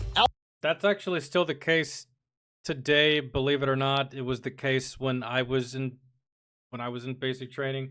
There was a guy in basic training that basic training was the first time he had ever seen a black person. For real. Just because he never went that far away from home, ever, until that point. I don't think he ever went further than 10 miles. I think like the house, the school, the grocery store, the gas station, and the church were all within like a 10-mile radius of one another. It was very, very small. And so, you know. Alvin later said he'd never seen a group of men that could outdrink, outcurse, and outfight these guys, and that's why they are the All-American Division, because they are the embodiment of the concept of the American melting pot. And that's why their logo today says AA on it, for athletic alcoholics. I mean, All-American. He's absolutely right. Not a politician. By the way, I don't know if they still do it, but when I was in the service, you know, I too was stationed at an airborne unit, and the only way we would talk shit to each other, but one of the main ways we would talk shit to each other is by either how much trouble we got in or by the good that we did. And one thing we would always bring up to the 82nd anytime they would try to talk shit to the 173rd is that for a time there, and I don't know if they still do this, but for a time there, when I was in the service, the 82nd Airborne did this thing, the commander did this thing where if the entire unit, the entire installation could go 82 days, because 82nd Airborne, if the entire installation could go 82 days without an alcohol-related incident, they'd get a 4-day weekend. And yeah, for like 4 straight years, dog, they did not get a 4-day weekend at all. They just could not make it more than 82 days without an alcohol-related incident, and we would always bring that up to them, and it would really piss them off. That shit was too funny. All right, here we go. Oh, no. Do to the best of his ability, but in the background, he's still kind of trying to go through the paperwork, go through the chain of command, and get himself recognized as a conscientious objector, because at the end of the day, he still does not want to go off and have to take somebody's life because he truly believes thou shalt not kill. You know, quite a bit of killing does occur in a war. Despite that, if push comes to shove, it's looking like he might be the best man at doing it, because he grew up his entire life no-scope headshotting turkeys with a Civil War era muzzleloader, and the Army has just given him a model 1917 Enfield high-powered rifle chambered in 30-06, and this thing is an absolute killing machine in the hands of Alvin York. He is sitting there in training, hitting bullseye after bullseye. He is the best shot in the entire division. You got to remember, pretty broad group of people. There's a lot of people in this division that grew up in a city that have from all over the country too. Never even seen a rifle, and Alvin's been handling one since he could walk. Also around this point, York starts keeping a diary, mostly just his personal thoughts on how he's dealing with the... I do remember that from basic training. All of the hillbillies and the country boys and the ones that grew out in the middle of fucking nowhere, man, they thrived in basic training, and you really, really could tell who the city boys were. Just they always seem to look confused, man, all the time. Whereas like the drill sergeant would explain something that we would be doing in the field, and all the country boys, they'd be like, "Yeah, I'm down, bro," and then the city boys would be like, "We're sleeping out here?" Just like the potential, internal struggle of having to go off to war and take somebody's life when he doesn't feel like that's the right thing to do. And eventually, word gets around that York is keeping a diary. I had a 32 out of 33 marksmanship. I still didn't feel good enough. I shot expert in basic training, and I shot expert multiple times when I'd go to the range. I stopped being proud of it after basic training. Basic training was when I was the most proud of shooting expert.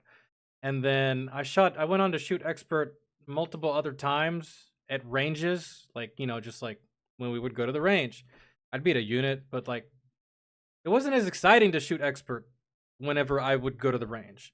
It was only exciting in basic, and I can't even tell you why that is, man. It stopped being exciting. It stopped being something that I strive for. Like, okay, I get it, bro. I can shoot expert. Let's whatever. I don't need to keep doing this to just like, what is it? Are we doing this for ego? But it's training, really. But like for me, I'll just go in there, shoot, and be like, can I go home, please? Like I finished, and I was always one of the first ones. I was always one of the first ones to zero, to do all that shit, and to qualify. And then because it was one of those environments where everyone has to finish before we go home, I'd go to the ammo guy and I'd be like, hey, give me like 6 or 7 magazines, fill it to the fucking brim, bro. And then I would go back onto the range and I would shoot for all of the garbage people that couldn't shoot. That's what we did. All the good shooters did that. We would shoot for the people that couldn't shoot worth the fuck. Should we have done that? No, we're creating bad shooters and lazy motherfuckers, right? Because if we go into combat, you kind of need to, shoot on target.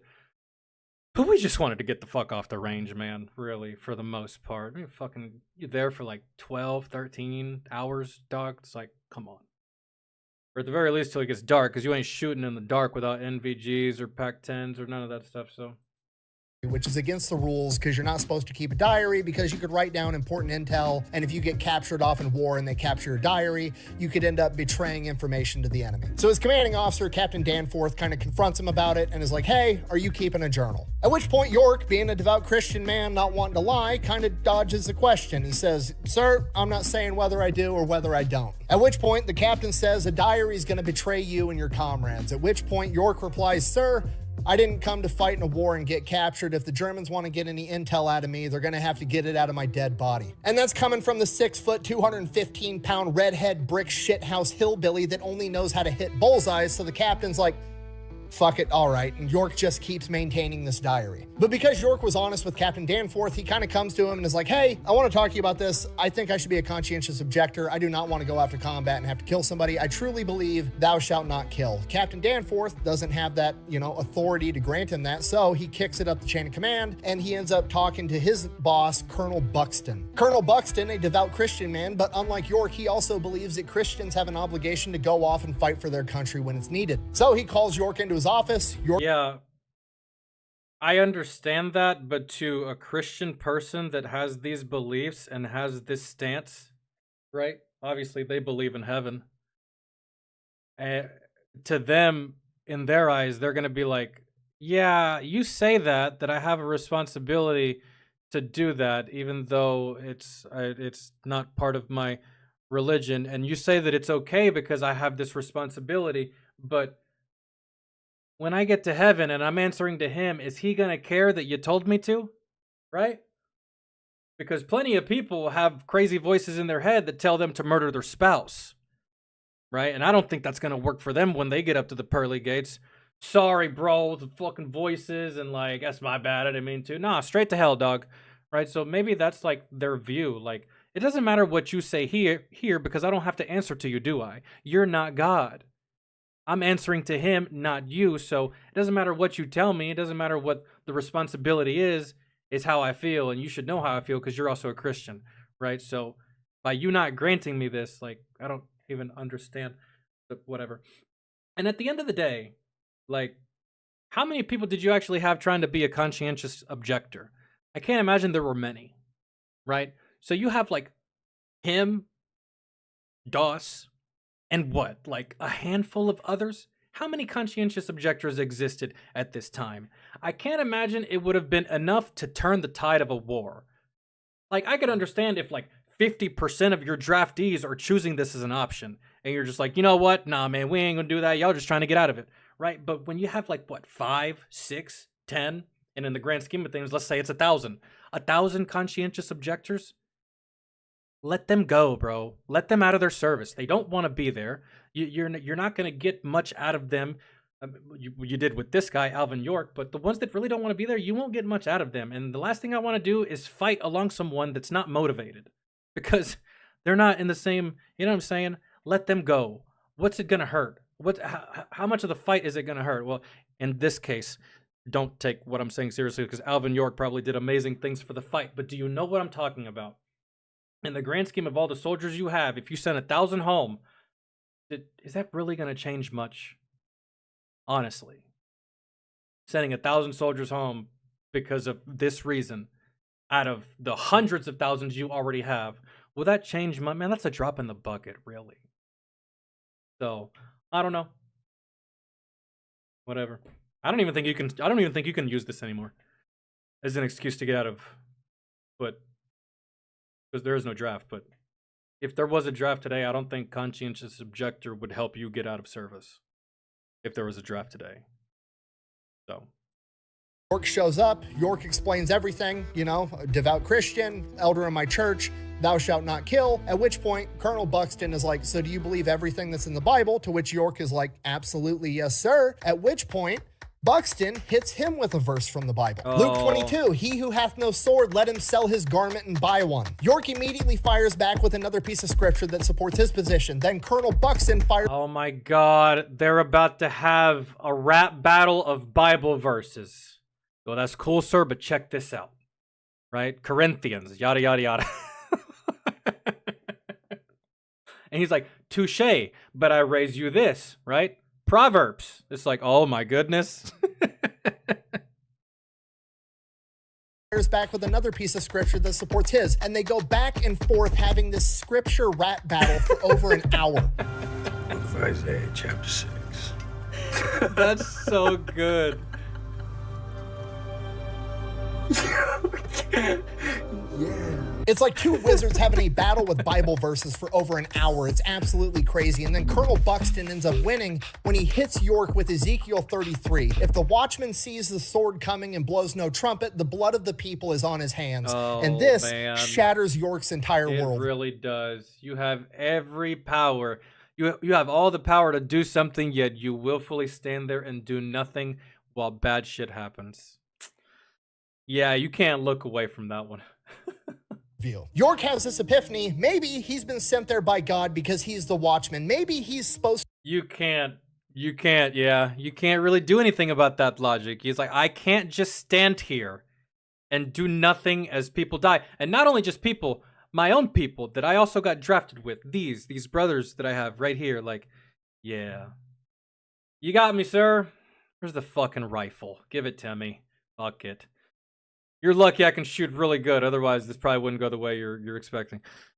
To be there to protect the innocent. So now he doesn't know what to do. But unbeknownst to him, while this has been going on, his pastor and Gracie and his mom back home have been writing every politician trying to get him recognized as a conscientious objector. They even wrote the office of the president and they got it pushed through. York receives the paperwork. All he has to do is sign his name on the dotted line and he will be recognized as a conscientious objector. Yo, even the White House got involved and he's about to hit them with the, you know what? Don't worry about it.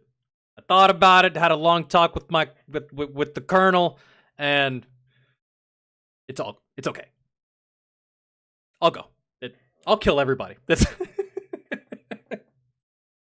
objector, but now he doesn't know if that's what he's supposed to do. Maybe he's supposed to go off and fight in this war. So Captain Danforth gives him 10 days to go back home and figure it out. He goes home, he sees Gracie, she supports whatever he's gonna do, and then he just goes out in the woods on his favorite rock with his Bible, and he sits there for 36 hours reading the Bible and praying. Doesn't eat, doesn't drink, fasts the entire time. We don't really know what happened up there, but we do know when he comes back down, he decides that he's gonna go off to war.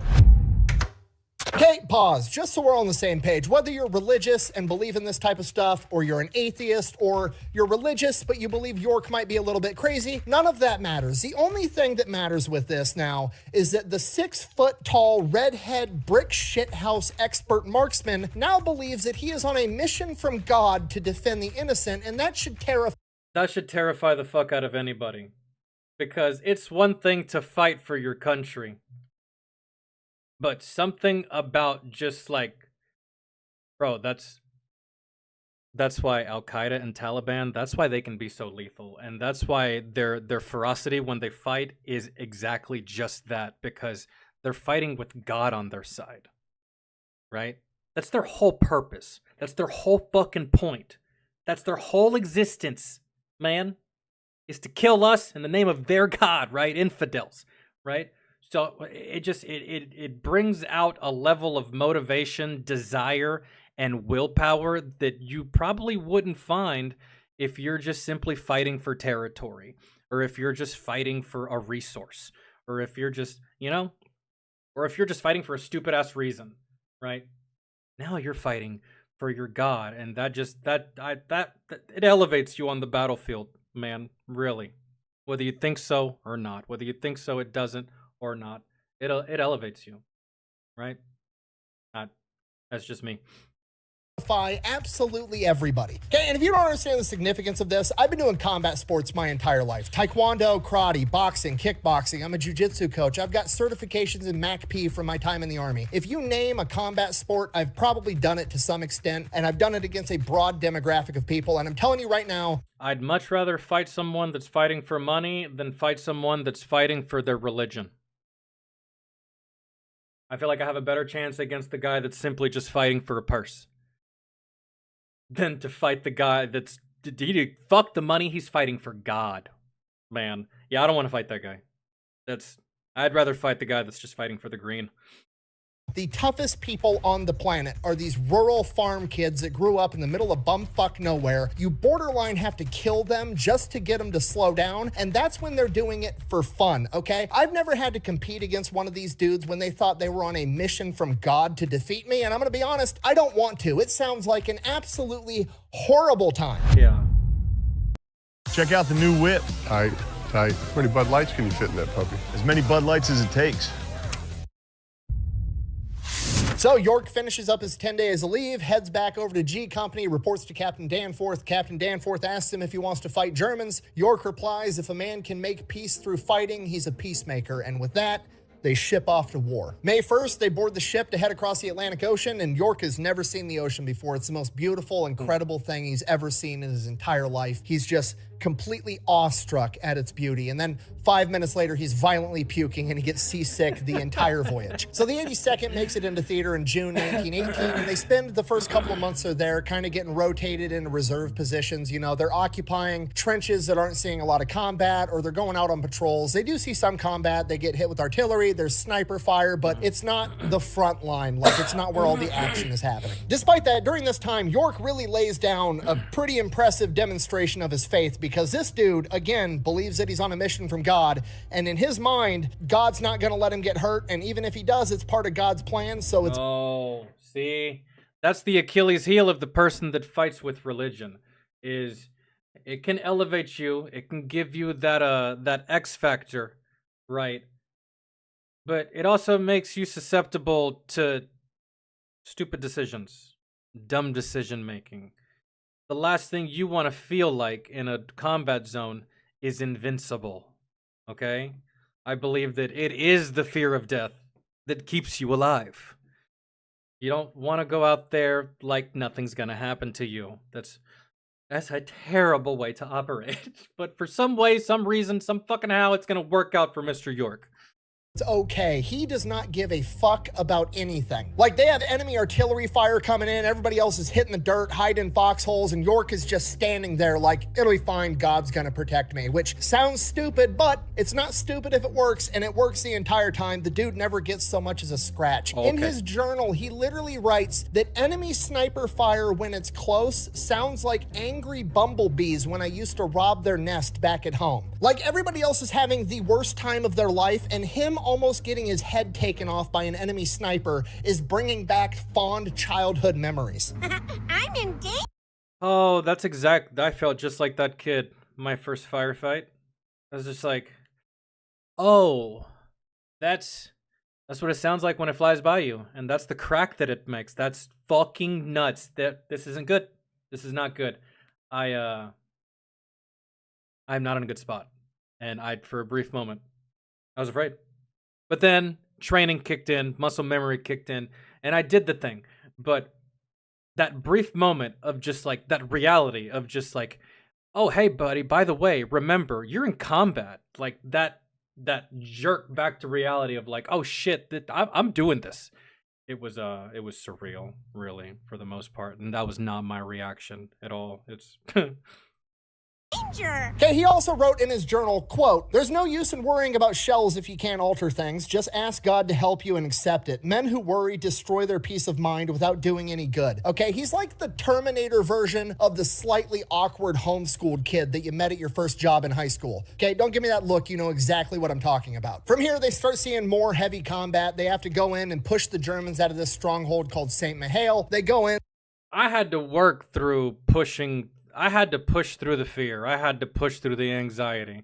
I had to push through the mental gymnastics of all of that and the rigors of combat.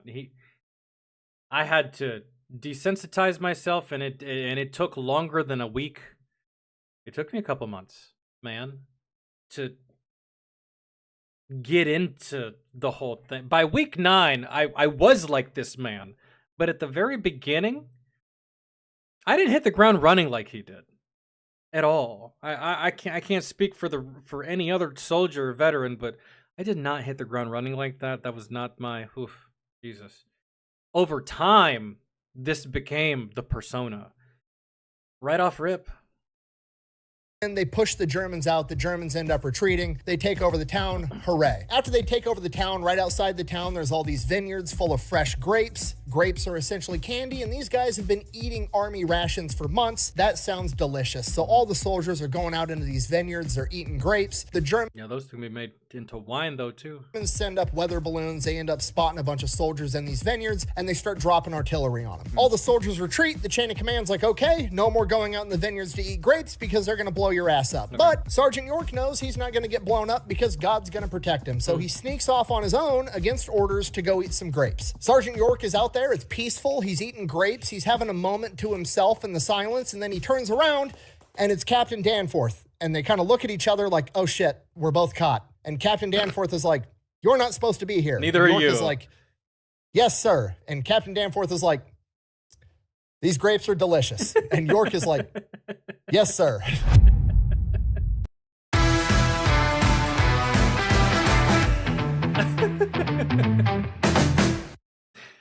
Oh, man. From here, York and the 82nd are going from St. Mihail to another town called Chantal-Cherie. It has been held by the Germans for over 4 years, the entire duration of World War I. The Germans have been here. Whether York and the rest of the 82nd realize it at this point in time or not, they are about to participate in the Meuse-Argonne offensive. It is quite literally the largest military offensive in U.S. military history. Not largest at this point in time, no, just the largest ever, period. Okay, to put this into perspective, when people think of like huge military offensives, everybody automatically thinks of, D-Day, Saving Private Ryan, other TV shows and movies about World War II. It's this massive battle scene, right? No, dude, Iraq had a pretty big offensive too. Like with all those tanks, man, with all that armor, during the invasion of, it was Iraq and Kuwait. But yeah, that offensive that we rolled up on fucking Saddam Hussein with, shit, that was pretty nuts. Right? D-Day had 156. It's probably not on the same scale of like any of this shit, but to my memory, I was alive for Desert Shield and Desert Storm and all that stuff. 1,000 men hitting the beach. The Meuse-Argonne offensive is 2 million men attacking the German front. It is a military operation that is quite literally so large, it is hard to conceptualize. That's huge, bro. Oh my god. And yeah, definitely not that big. Okay, there's 50 states in the United States. 11 of them have less than 2 million people. Okay, there's 11 states in the United States that have less people living in them in totality between old people, young people, kids than the amount of soldiers that are about to rush the German line. So this is only one very, very small chunk of an enormous battle, but York and the 82nd show up to Chantal-Cherie. Germans don't even put up a fight for it. They literally just leave the town and head off. I was literally about to say, like, bro, I'm not about to sit there and fight that. Who would? wood line outside the town. Now, right outside the town, there's a big hill called Hill 223. Then there's a big valley. And then on the other side of that valley, there's 3 more hills in a triangular formation. So the 82nd goes in, they push the Germans off Hill 223. They take that hill. Now they're looking forward. It's the valley, 3 triangular hills directly in front of them. And they're going to have to cross that valley while the Germans are on top of those other 3 hills. Okay, if you're not picking up what I'm putting down, I'm trying to tell you the 82nd is now going to have to run through a valley, AKA no cover, no concealment, while the Germans have the high ground in a triangular formation on top of hills with embedded machine gun positions. That sounds like such a horrible time. And the word horrible is an understatement. Just fully exposed, uphill, against an entrenched enemy that has fully automatic weaponry. But it doesn't matter. You want to know why? Because God's on the team right now. This is an absolute meat grinder of a situation. Alvin brought God with him. He did. As like an extra teammate. So as shitty as the situation is, it's Okay, when I say the Germans are dug in, I don't mean it's not gonna matter. They dug a little hole and slapped their machine gun over the side of it. No, they've been there for 4 years, okay? They have chopped down trees, built up actual lumber walls to hide behind with roofs and camouflage the entire things. They can't even see where the German machine gun fire is going to be coming from, let alone effectively return fire. If they're going to have any chance of success at this, they're going to have to coordinate with artillery. They're going to have to drop artillery at the exact moment that they send a wave of men across the valley, and hopefully... And that's going to be some danger close-ass shit for the men they're sending across that valley. They're going to be able to overtake these hills and take out the Germans. So that's the plan. Orders come down. God, dude. Ugh. What a shit job at the moment. You are running out in the open. No cover. Again, with an enemy that's entrenched with the high ground with fully automatic weapons, and there is artillery just pegging the area that you are currently running towards. So imagine running towards an enemy that is in the process of shooting at you while your own teammates hit the area you're running at with artillery and bombs. And you have to pray that when you get there, those artillery and bombs stop hitting so that you can either kill what's left or just continue to take more ground. The timing, the execution, all the moving pieces.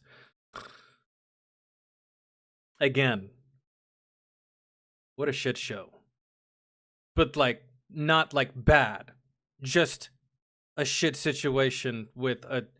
It's not even a shit plan. It's just a shit... It's shitty. It's just a whole shitty thing. It's just...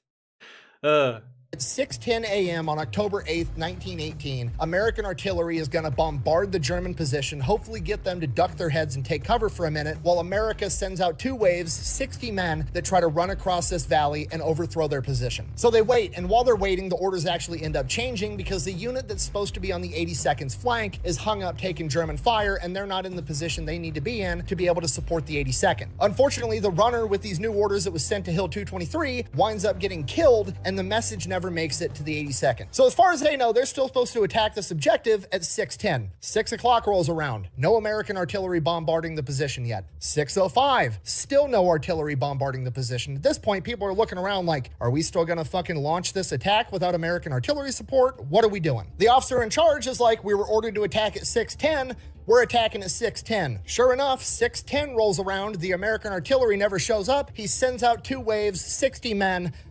Nah, bro, I wouldn't have done that because when it comes to the military, if the military is nothing else, bro, they're all about some fucking punctuality. The fact that they're the ones that gave you the orders and said attack when we attack, and they haven't sent that attack yet, I would not put my men at risk.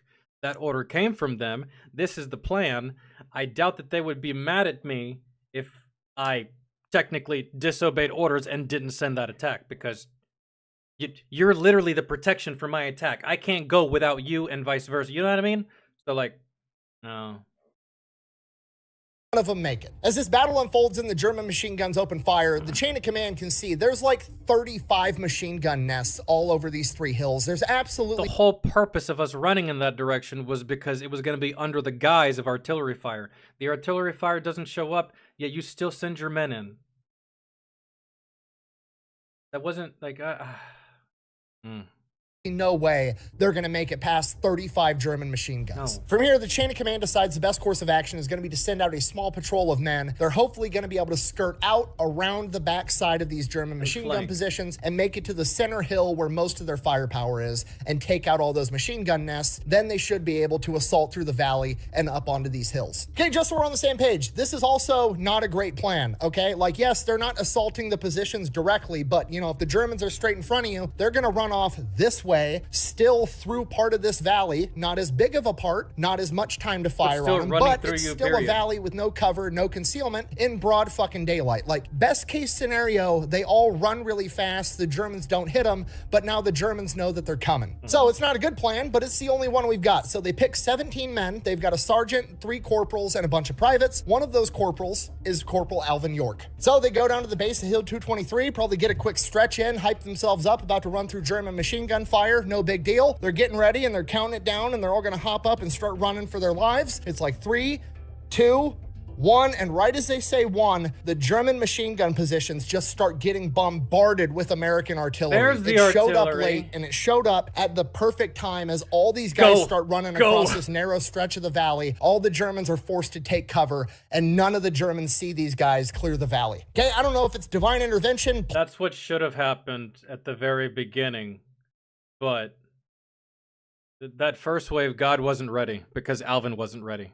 Right, so, but now Alvin's ready, so God's ready, so it's like, yeah, naturally, everything's gonna work now. Plot armor, fate, call it whatever you want, but in this particular case, shit worked out perfect. Stop it on the enemy!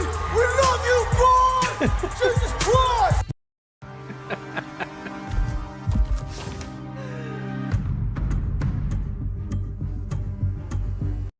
They make it through the valley completely undetected into the wood line, and now they spend the next hour and a half sneaking through the woods up and around behind the German position. After like an hour of sneaking through the woods in pretty much a straight line, the sergeant pulls off to the side and he's like, okay, do we think we've gone far enough that we need to start turning because we're going to be behind the German machine gun positions now, or do we need to go a little bit further? He wants to consult his corporals. Because at this point you can't see it yet, so it's like, they're here and you done passed them. Well, they're here and you're walking. You're like, wait, should we go a little further, or are we like right in line? If we go now, will we hit them? Or if we just keep walking, will we go behind them? Or are we already so far up behind them that we can just go ahead and turn to get the flank? We don't know. If we keep going, we'll be even further, right? So it's just like, you got to reassess where you are. Someone pull out a map. We'll see what everybody thinks. First 2 corporals say they've gone far enough, they should turn now. Gets to Alvin York, and Alvin York, for some reason, feels like they haven't gone far enough yet. And he's like, I think we should keep going straight for a little bit further. Okay, again, I have no idea why Alvin... And they're just fucking eyeballing it, really, for the most part. Don't even know if they have a map. They're probably just looking at the terrain. They saw where the guns were, and they're just like... You know how, like, you can, like, navigate to... You can look at something, get a fixed point with your memory, and be like, okay, there. And you can pretty much navigate in a wide area, knowing that that spot is over there, so you can navigate in different ways, knowing what you know, where you, like, mentally marked in that area. Maybe you chose a landmark, a tree, something there, like... But you can know, right? Especially if... This is if you don't have a poor sense of direction. But they're kind of just eyeballing this shit, I feel. York thought that. I don't know if he, has a feeling from God. I don't know if he can hear the narrator speaking because he's wearing the plot armor, but he decides to keep going straight. The sergeant agrees. They go straight for a little bit longer, and they come up on this like 3-foot deep trench. Now, it's not a military trench. It's just like a 3-foot deep hole. They have no idea why it's there or what it's doing. It's clearly not a military trench, but it is going to be pretty handy for them to crouch down and walk in and remain concealed and go unnoticed. In hindsight, historians would figure out later that it was actually a trench that had been there for hundreds of years that was actually used originally as a marker between 2 separate pieces of property, which means the Germans didn't put it there and they probably don't even know it exists. But it's gonna fuck them. Oh, they use this trench to get further and further. It slips them right past that first hill and straight towards the hill. Hold on, let me look at this. Hill 23 is the initial American advance. And so those are where the machine guns are. 3 of them. Right. Which one were they trying to get to at the very beginning? They passed one. York's firefight happens there. Hold on, let me keep watching. The center, which is their objective. So as they're making That's why. Okay, because the center gun was their objective. That's why they went there. I'm sitting here thinking like, dog. Maybe I wasn't paying attention, but maybe we could have taken out number 1 at the same time. Or taken out 1 on the way to 2. I think I missed something. It's been a minute. that first hill and straight towards the hill that's in the center, which is their objective. So as they're making their way there, they come up on the they use this trench to get further and further. It slips them right past that first hill and straight towards the hill that's in the center, which is their objective. So as they're making their way there, they I guess you take out the center gun, or matter of fact, I think it makes sense why they would go after the center one on these hills, because you take out the center one, and depending on the elevation, let's say the hill on the second gun is higher than the other 2, right? You take out the personnel on that hill for gun 2, and then you can just turn gun 2 onto gun 3 or gun 1. And you have lines of sight on both of these. And if not the gun, just your own personal firearms. And just maintain that hill and force the gun 1 and gun 3 to try to deal with you, ignoring Hill 23. Or you could wreak so much havoc from right here, and just like, yeah, provide cover for Hill 23 and the American advance. That's hill and straight towards the hill that's in the center, which is their objective. So as they're making their way there, they come up on this little creek, and on this creek, there's 2 German soldiers just filling up an entire cart full of canteens to bring back to all the other Germans. Those Germans see the Americans, they shit their pants and take off running. York and his guys take off chasing them because they want to capture them or kill them so that they don't alert the rest of the Germans that they're there. As they're chasing these guys down, they come up onto this meadow, and in this meadow, holy shit, it's the battalion headquarters tent for the entire German unit there. And right beside the tent, there's like 70 German infantry soldiers that are just sitting in this meadow, chilling, eating lunch. That's free kills right there, dog. I mean, you were going to take out the gun, but I think at this point, the gun is just a bonus. Like, you can inflict so much damage right now. But let's see. I don't see the big picture yet. For the reinforcements that the Germans had brought in to launch a counterattack against the 82nd Division. Now, the 2 Germans that they're chasing do not immediately cut out into the meadow because they don't want to run out into the open, because then the Americans are going to shoot them. So they want to skirt this tree line and get as close to that tent as they can, and then run into the tent and tell the German commander that the Americans are here. Okay, that's a good plan on their part as far as, not getting shot and dying goes. But fortunately for the Americans, this gives them time to be like, fuck that, let them keep running through the wood line. They immediately advance into the meadow and attack these 70 soldiers that aren't carrying their guns. They're just sitting down, chilling, eating lunch, and immediately force all 70 of them to surrender. Now, the 70 Germans are caught. Oh, I mean, that wouldn't have been my direct. But sure, yeah. Y'all win. Completely off guard. All they see is Americans running towards them with their guns up, yelling surrender. These guys have their guns, all set to the side. Half of them are sleeping, half of them are eating. They think it's a huge American counterattack, so they surrender immediately, not knowing that it's only 17 guys. While the Germans are standing up, putting their hands in the air, the other 2 canteen Germans cut out of the wood line, run into the battalion command tent, and tell the German commander, Commander Vollmer, the Americans are attacking. Yeah. No shit, dog. I see them. He freaks out, grabs his pistol, turns around, goes to tell the 70 infantry troops that just showed up, get ready for a fight. And what he sees is they're already standing with their arms up in the air. They've already surrendered. And he's like, what the fuck? I'm surrounded by idiots. He then turns around again, probably trying to quickly send a runner or send a radio transmission to his other guys up on the hill, letting them know the Americans are here. No, there's an American right there. And right in front of him is 6 foot tall, red-haired, red-mustached, ginger Alvin York standing there with his gun, and he's like, you ain't going nowhere, boy. Surrender. So Commander Vollmer, who actually went to college in Chicago and in Alvin York's own words, speaks better English than he does, understands exactly what Alvin York said, and agrees to surrender. York and Vollmer then leave the tent and they go out, and York's going to talk to the rest of his guys, and the Germans on top of Hill 2 with their machine guns have figured out something is going on, and they scream down at the Germans in German, presumably saying, "Get down." All the Germans drop and the German machine guns open fire. Before York's guys even know what's going on, they are already getting lit up by these German machine guns. In a matter of seconds, 6 Americans are killed, 3 are injured, leaving 8 men left in play with 70. I gotta go back because I think I missed something, bro. Hold on. Understands exactly what Alvin York said and agrees to surrender. York and Vollmer then leave the tent and they go out, and York's going to talk to the rest of his guys, and the Germans on top of Hill 2 with their machine guns have figured out something is going on, and they scream. But I thought they were dealt with already. Oh, see? That was the plan, to deal with that turret, but y'all said, fuck it. Let's get these free... It wasn't even free kill. You didn't even kill anybody, man. Decided to take prisoners. And this was the main objective, but y'all just... I wouldn't even call it fucking off. Y'all just decided to just deal with first because it was too good of an opportunity. But no, but y'all didn't deal with the gun.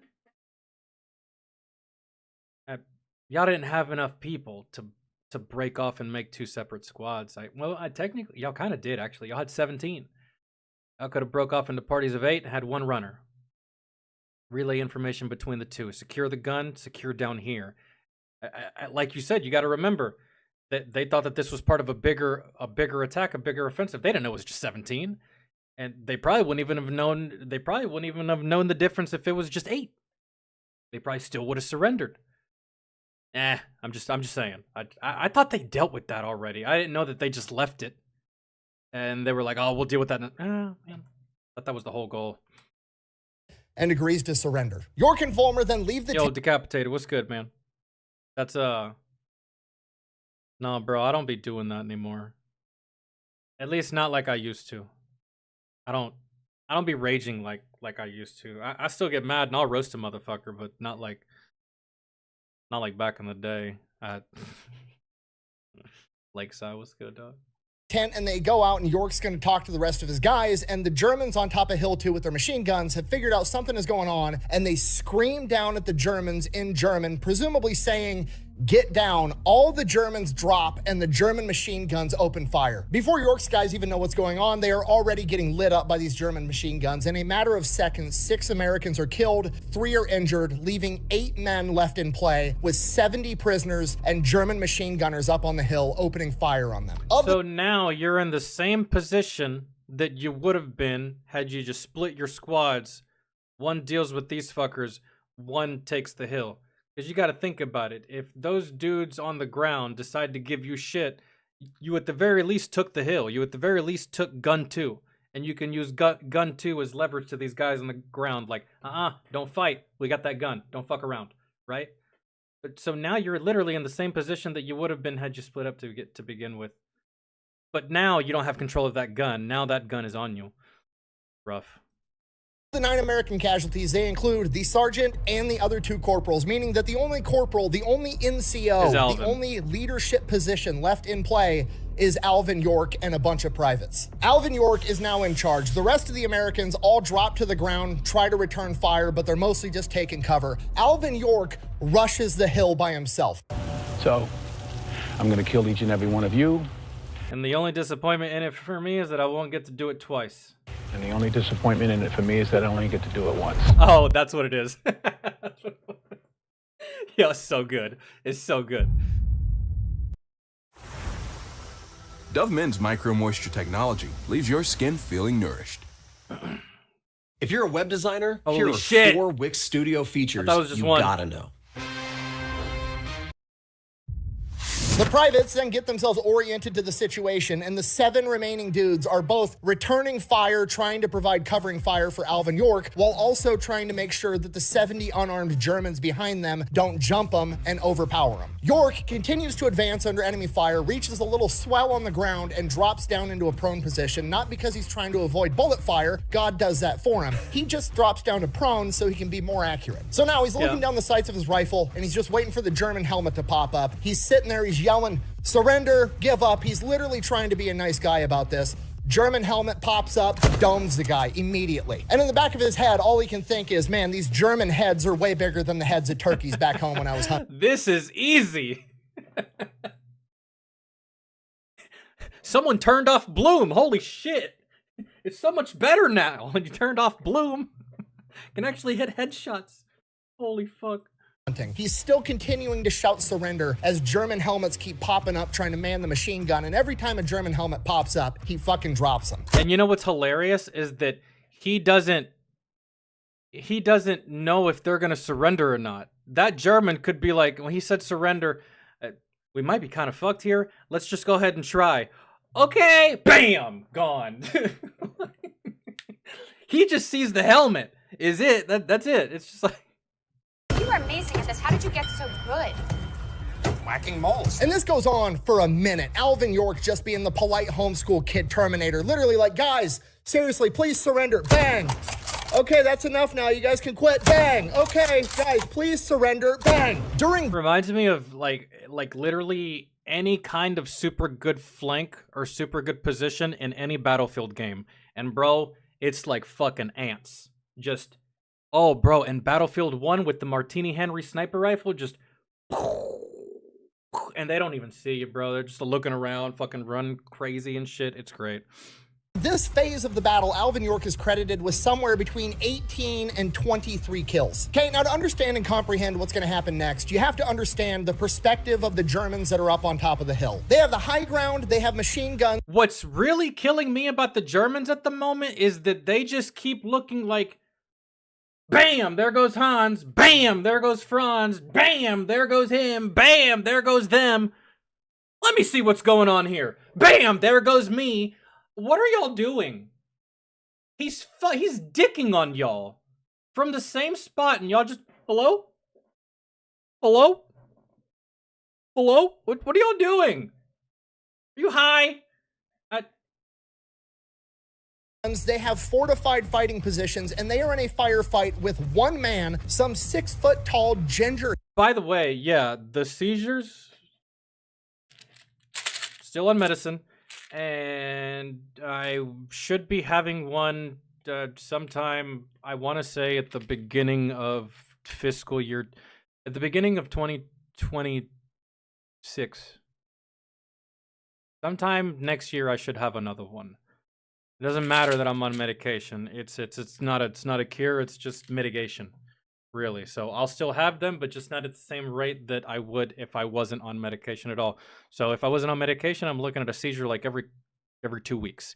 With medication, I'm looking at a seizure or two every 2 years. So 2026 beginning should be my next one, or not. We'll see how it goes, bro. It's kind of just like up in the air, really. But for right now, it's doing good. I haven't had one in a while. So, but that's just the way it is. It's never truly gone. It's just it just waits a little while to fuck with me, and then it fucks with me, and then hopefully I don't die from it, and then we keep going. Hillbilly from Tennessee, and somehow they're losing. And every time one of them builds up the courage to pop up over the berm, man the machine gun to return fire, this giant ginger sends their brain on a field trip. And just so we're all on the same page, York is shooting an infield chambered in 30-06. That is a high-powered rifle cartridge that is common. And just like, I'm trying to picture the scene, right? There's all of you Germans, y'all are just like on a hill, right? With this gun. And every time you try to get on the gun, one of you gets popped. Did it ever occur to y'all that it was just one guy? Because did it ever occur to you that when one head popped up, one round was fired? Not multiple, not 6, not 7, one bullet.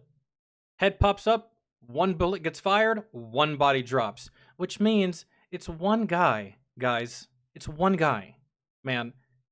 And you mean to tell me that it didn't even occur to you for like 5 of you to pop up at the same time? And at least see where the fire's coming from? Sure, one of you might get hit, one of you might die, but now you know the position. And then you can get another 2 guys. All right, guys, all at the same time. Now you know his position. You can fucking 6 people fire at you. 1 bullet is gonna hit. But y'all couldn't even, like, come on, man. Superior race. Right.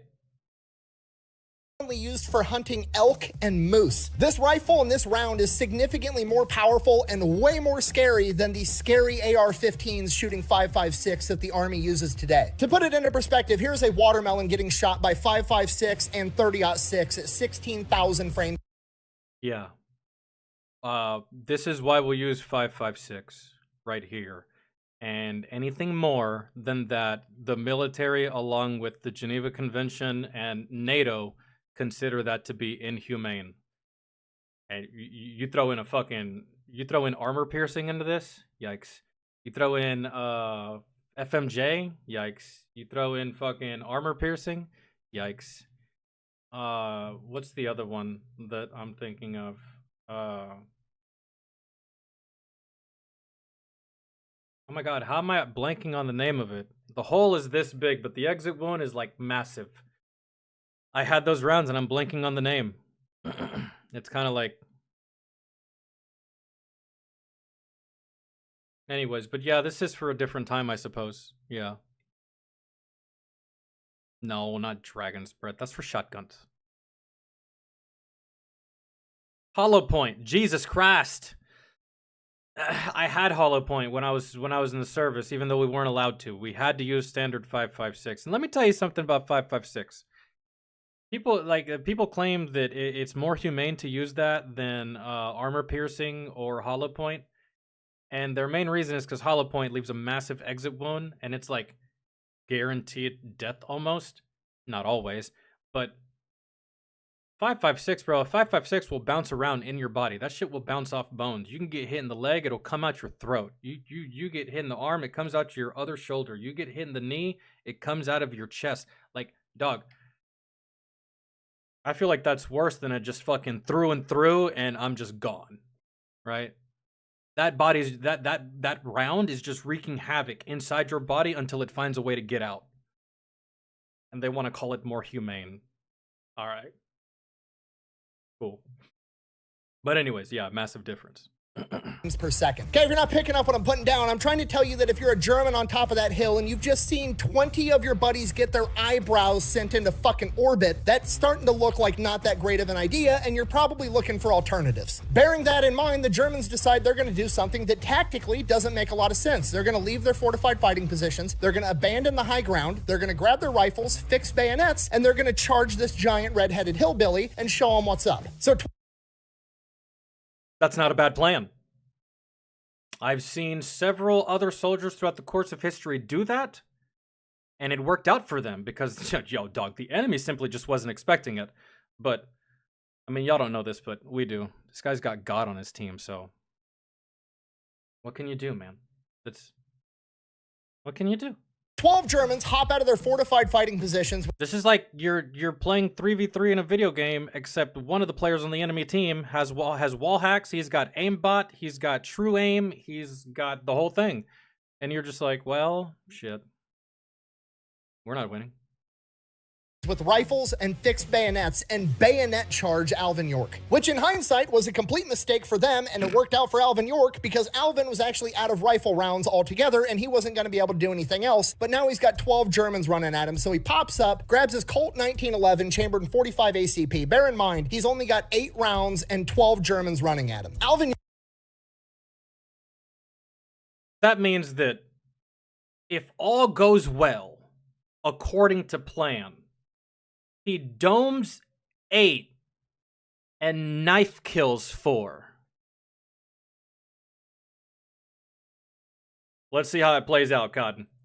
York immediately shoots one, drops him. At that point, 4 of the other Germans decide, okay, this is clearly the main character. I'm an anonymous henchman. I'm just going to call it a day. They hop back in the trench. And look, let's go get him. Bam. Wait. Did he just use a smaller caliber and still kill one of us? Nah. Let's try to go back to the gun. Never mind. It's fucking bonkers.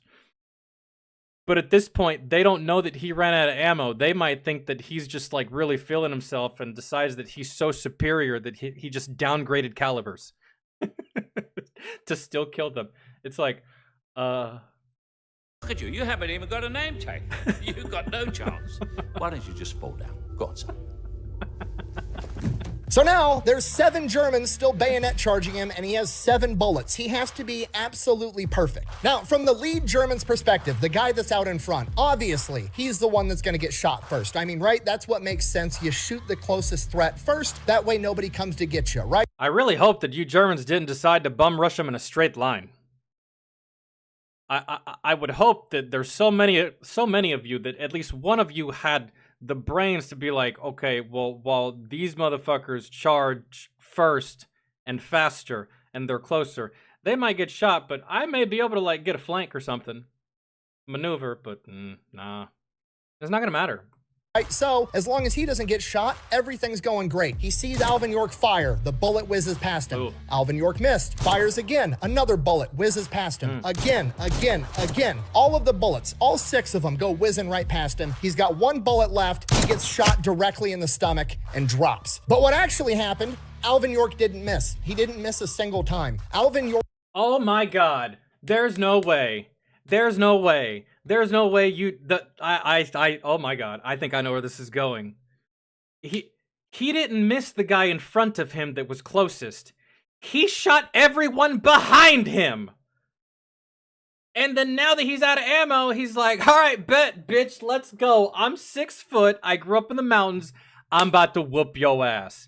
And the German's like, I have friends and you missed. Turn around, buddy boy.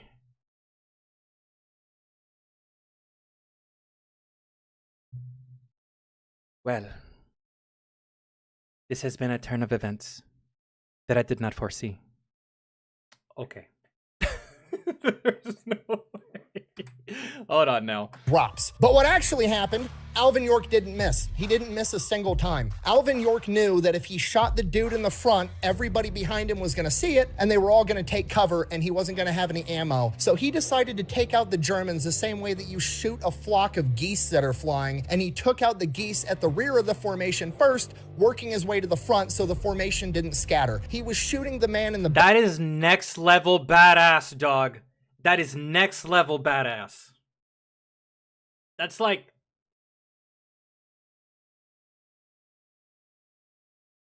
That's the equivalent of a quarterback standing in the pocket, right? Looking for a receiver while these big-ass linebackers try to get him. But in this case, it's they're rushing you, trying to kill you with bayonets, and you have a finite amount of ammo. And thank God you're an expert marksman. Holy shit. That's insane. Back instead of the man in the front and dropped all 7 Germans. Now, cutting back to Alvin York's perspective during this bayonet charge where he's using bird hunting tactics to kill Nazis, he has bullets. It's like, it reminds me of what was it? Captain America: Civil War, where Hawkeye shoots that arrow with Ant-Man on the edge of it, and Iron Man's like, "You missed," and Hawkeye's like, "Really?" I did not miss. Check your facts, Jack. Bullets whizzing past him from behind him. Somebody is shooting at him while he's shooting these Germans. Wait, hold on. I missed something because I was talking. Oh, sorry. Using bird hunting tactics. Now, cutting back to Alvin York's perspective during this bayonet charge where he's using bird hunting tactics to kill Nazis, he has bullets whizzing past him from behind him. Somebody is shooting at him while he's shooting these Germans. Oh my God. How are you missing? He's got his back to you. Sweet baby Jesus. Like when you find yourself in a bot lobby, right? And you're shooting at other players. And there's this one little jackass shooting you from behind, and you turn on him and kill him so fast. And usually he calls you a cheater, but it's just like, no, dog, you're trash.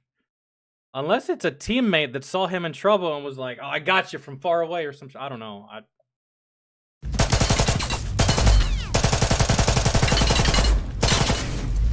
It's that German commander Vollmer, because remember, nobody bothered to take his pistol away from inside the tent because shit hit the fan so fast. Oh, forgot all about that guy. Yeah. Jesus. You missed every bullet on this man. And he was... 1, he's probably standing still. 2, he's got his back turned to you. And you miss every round. No wonder you're in a position of leadership. I would not want you on the battlefield, sir. Holy ass.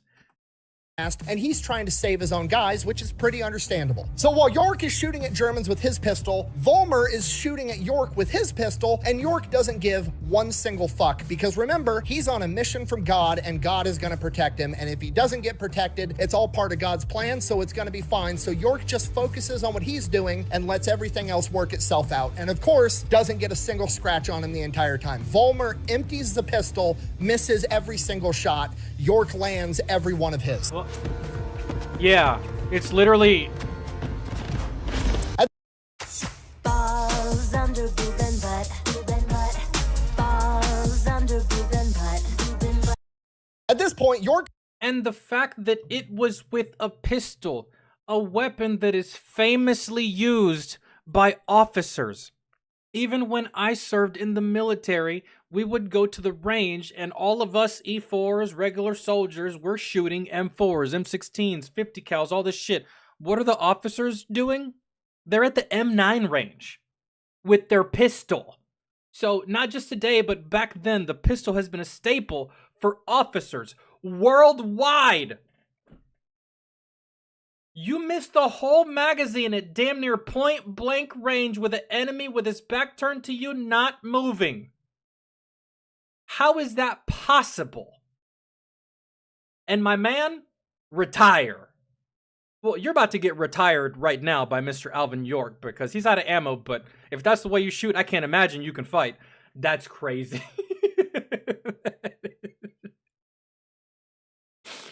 That is not Stormtrooper aim, dog. That is horrendous. It might be Stormtrooper aim. I sometimes the only times they hit shit is because it's just fire by volume or something. But I will tell you one thing.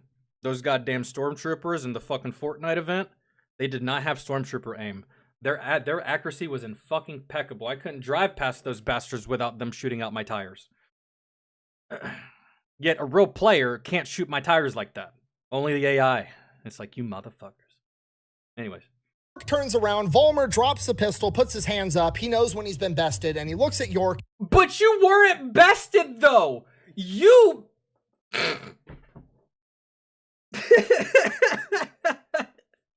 Thanks for the compliment, but I didn't beat you. You beat yourself. You were not bested. You fucking shit yourself and then gave up. Yo, that's gotta be the most egregious thing I've heard so far. That you were bested. And that's like no shade towards Alvin, but you did not lose to Alvin, bro. You shit the bed. He probably, like, if he survived, he'd be the guy that's like telling war stories. Like, I got into it with Alvin. It was hands. It was guns. It was crazy. Like, I held my own and everything. Did y'all see the scene where Iron Man fought Captain America? It was just like that. Only for reality to be like, nah, dog, you missed every bullet and then gave up because you knew that this hillbilly was gonna beat the fuck out of you. And then you surrendered instantaneously. And it was just one man. One man. That's unreal. That is unreal.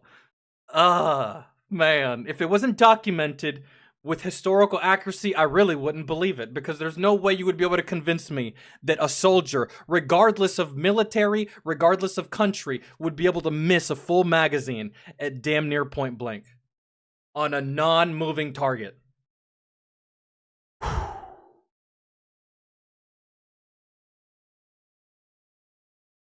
That's insane. And he just goes, English? Like, clearly asking. Man was literally the antithesis of Deadshot. Like, you know, hey, I speak English. Let's talk this out. York does not interpret it that way. Iron sight shooting is way different than optics, though. Absolutely. That's why they train us on iron sights. Yes, absolutely. Iron sights first. You can't always rely on optics, man. And to be completely honest, I don't fully despise shooting with iron sights. Now, if I'm in a video game, get iron sights the fuck away from me. Real life, I like iron sights. I do. Iron sights and basic easy, man. Gravitate is just so it's so simple, man. And once you figure out how to like zero your weapon with like your rear sight aperture, your front sight post, yada yada. Once you're zeroed in, it's just a matter of breathing, trigger pull, and aim. That's it, man. So I really liked iron sights. It's whenever, bro, for me, it really kind of got irritating when they introduced me to scopes, man. The CCO, the ACOG. I like the CCO. I couldn't stand the ACOG. I was like, get me the fuck. I don't like that. Get that away from me. I don't want it. So no, but way and goes, no. To which Volmer's like, what? And I could not stand the ACOG. You use the ACOG all throughout training and basic training? Nah, shit. No. And they gave us a choice too when we deployed. They were like, "What? You got two options, man. Very limited." They were like, "You can rock the CCO or you can rock the ACOG. What do you want?" We didn't have any high-speed shit, man. We didn't have like any fucking holographic sights, like fancy shit that special operators have. I mean, we did have night vision and like our Pac 13s and shit like that for like our laser sights for infrared. And we had some cool stuff, but like as far as like optics, we had one thermal long range scope in the company that wasn't used by any of us. And then everything else was CCOs and ACOGs, and I just could not stand the ACOG. I hate everything about it. Don't like looking through it, don't like aiming with it, don't like shooting with it, don't like anything. Nothing. Matter of fact, even in video games, I hate it too. I cannot stand it. And if you gave me an option between Iron Sight and ACOG, I would probably choose Iron Sight, depending on the situation, environment, status of the enemy. Like if they're only fucking with us long range, then obviously I'm gonna have to swallow it and just use the ACOG, right? But if I have a choice and it don't really matter, especially in close quarters, go an Iron Sight, man, or CCO at the very least. But and York goes, I'm an American, and he's like, just no. I'm saying I speak English. Quit killing everybody. I'll get the guys up there to surrender so you don't have to kill everybody. At which right. point York reloads his pistol, points it at Volmer, is like, okay, go ahead. Volmer starts yelling a bunch of stuff up the hill in German. Couple seconds later, a bunch of more Germans come out, no weapons, with their hands up, and they surrender too. Germans finish coming. Y'all surrendered to one guy.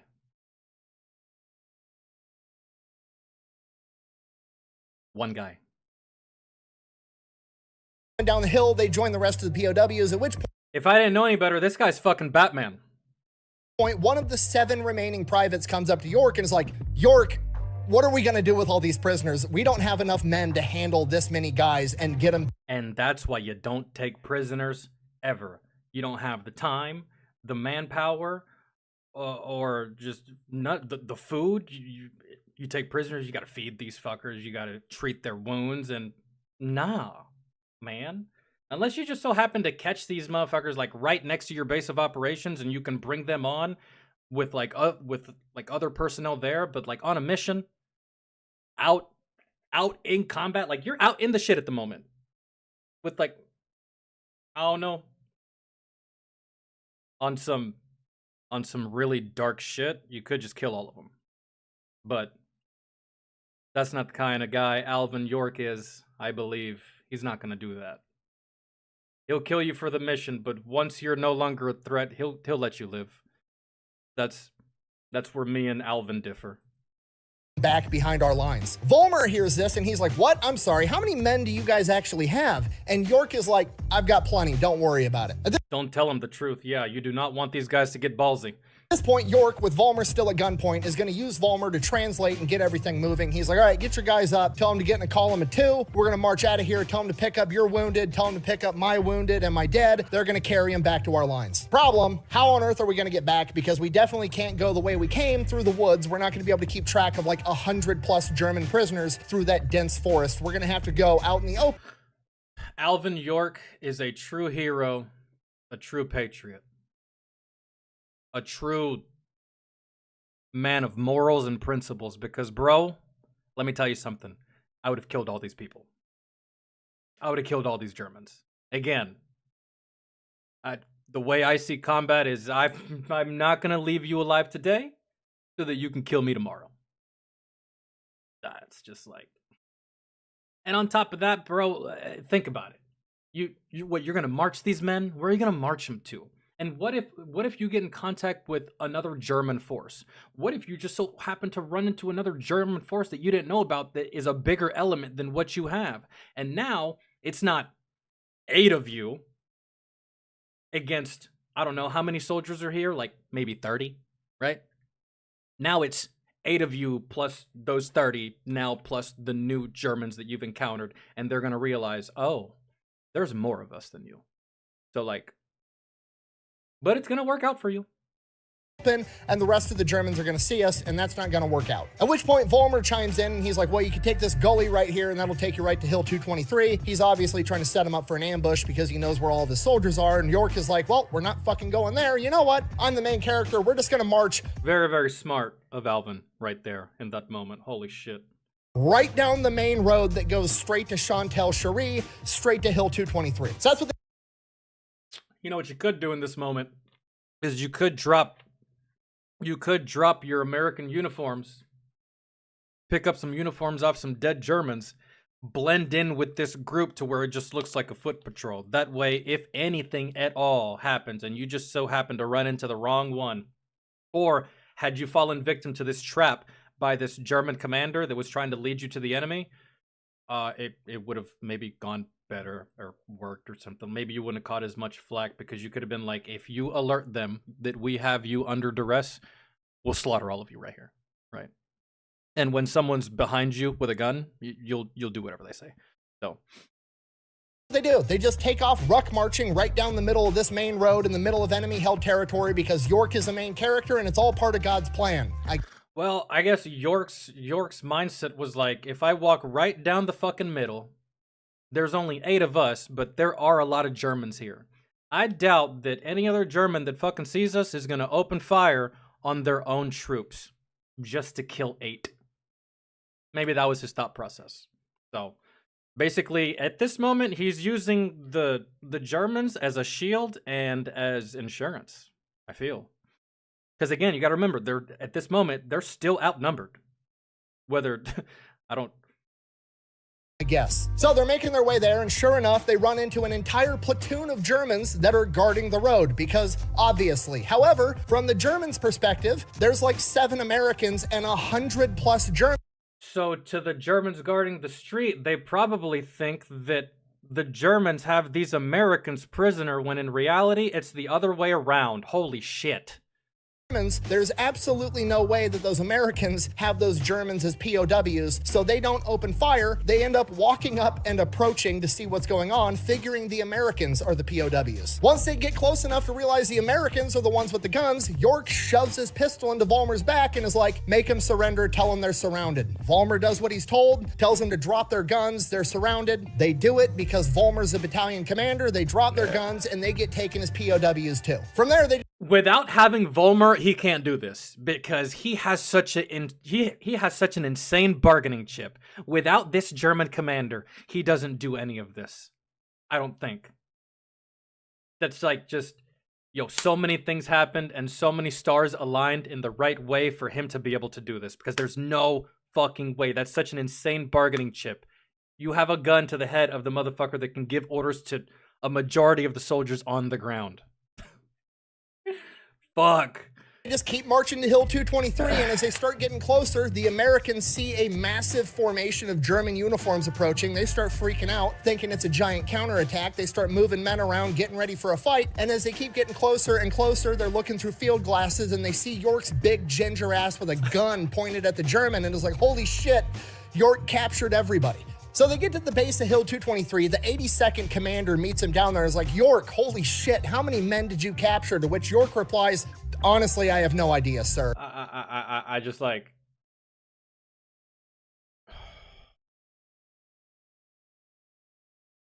What would you guys do in this situation if you were the Germans? This is what I'm doing. Well, Commander Volmir, what's his name? Volmir, sir. If I'm a German troop, sir, you fucking suck. Okay. And on top of that, you could have killed this man 9 fucking times, and you didn't at all. And now we're gonna have to pay the price because of you. How about we just kill you, and then we kill these other 8 Americans? There's so many of us. Fuck you, sir. We're just gonna kill you, save ourselves, kill these Americans, and then we're gonna go back to the rest of the German soldiers and officers and tell them that we're the only survivors and that our commander died in combat. We're not gonna tell anyone that we fucking killed you, but sir, fuck you. You gotta go. We're in this because of you, and because of you is the reason that this is gonna continue. That's how you win that. As a German, you gotta kill your commander. You gotta kill your commander if you want to survive that, but I don't know. And the commander's like, all right, well, you're promoted to sergeant, by the way. Great work.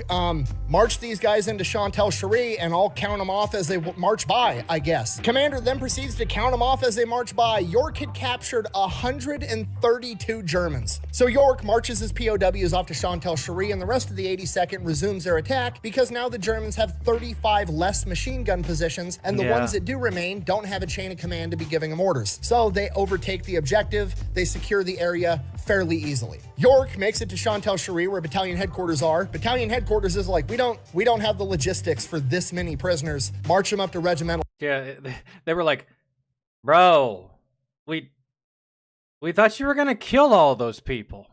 We thought you were just gonna kill people, bro. We didn't tell you to like bring us back a whole extra fucking company of people.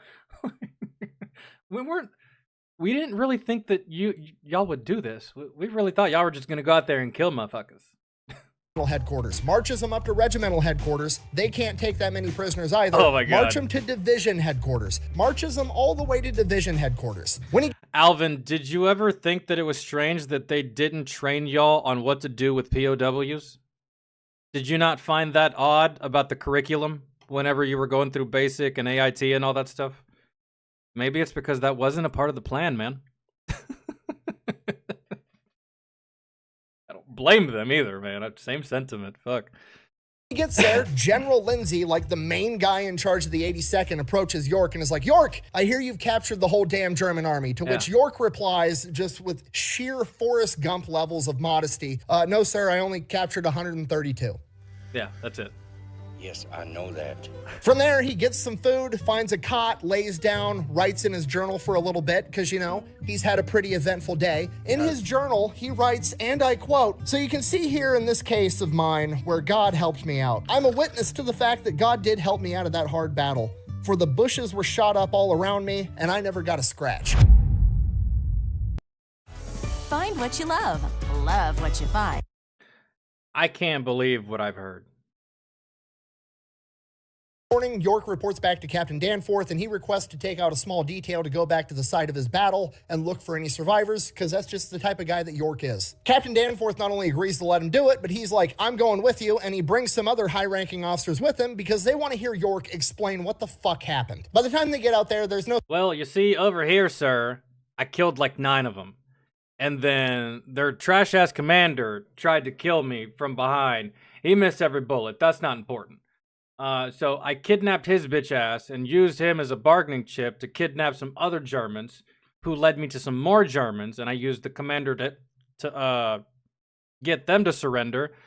And then, yeah, I ran out of Germans to find. So like that's all I could really get. But that was it. And the officers were just like, we thought he was lying. No, this guy is him. This guy's the guy. That's... No survivors. All the dead bodies has already been removed. There was never an official body count of how many Germans York killed, but pretty much everybody agrees it's somewhere between 20 and 30 that he had killed single-handedly. And what's funny is the number could actually read 152 Germans captured, because remember, Alvin was like, hey, you want to surrender? No? Okay. Hey, just asking again, in case you change your mind. You want to surrender still? No? Oh, okay. But let me know. and just kept fucking them up because they didn't want to. Yeah, so he could have captured more, but he ended up having to kill those, really. And that wouldn't that be funny if he said that? He's like, they were like, "Oh, you captured 132. That's amazing." He's like, "It could have been 152. But what happened to the other 20 or 30?" He's like, "I had to kill him." And the reporter's like, "I'm sorry, what?" "I had to kill him. They didn't want to play ball. I asked them if they wanted to surrender. They said no. So I had to do it. I don't know what to tell you." York then takes him to the patch of grass that was his firing position, and, you know, he was in the heat of battle. He wasn't really paying attention to what was going on. It was all part of God's plan. But looking at it in retrospect, everything around the patch of grass that he was on is absolutely shot to shit. Just hundreds of bullet holes all over it. None of them hit Alvin York. He dropped his canteen during that firefight. That canteen was still there, feet from his position, and that canteen had 18 bullet holes in it. Okay, literally the holy canteen. It's all part of God's plan. York finishes explaining everything that happened there. They head back to headquarters. This is like a big deal, right? I mean, you're gonna probably give this guy the Medal of Honor. They gotta really know what happened, and this sounds so incredibly unbelievable. Like, they need to make sure this actually happened before they write this up, right? So they interview York twice. Same exact story every time. He's incredibly modest about the entire thing, tries to give as much credit to the other 7 privates as he can. They interview the 7 privates. All 7 privates are like, Alvin York's a fucking superhero. They interview some of the Germans. The Germans are like, "He was a man possessed. Get him away." He's not here, is he? He's not in the room, is he? Oh, thank God. Okay, yeah, man possessed. That keep him the fuck away from me. Keep him away from all of us. Matter of fact, when we get back to Germany, we're gonna drop some paperwork. He's banned from the country. I don't care. The Germans telling horror stories about one man.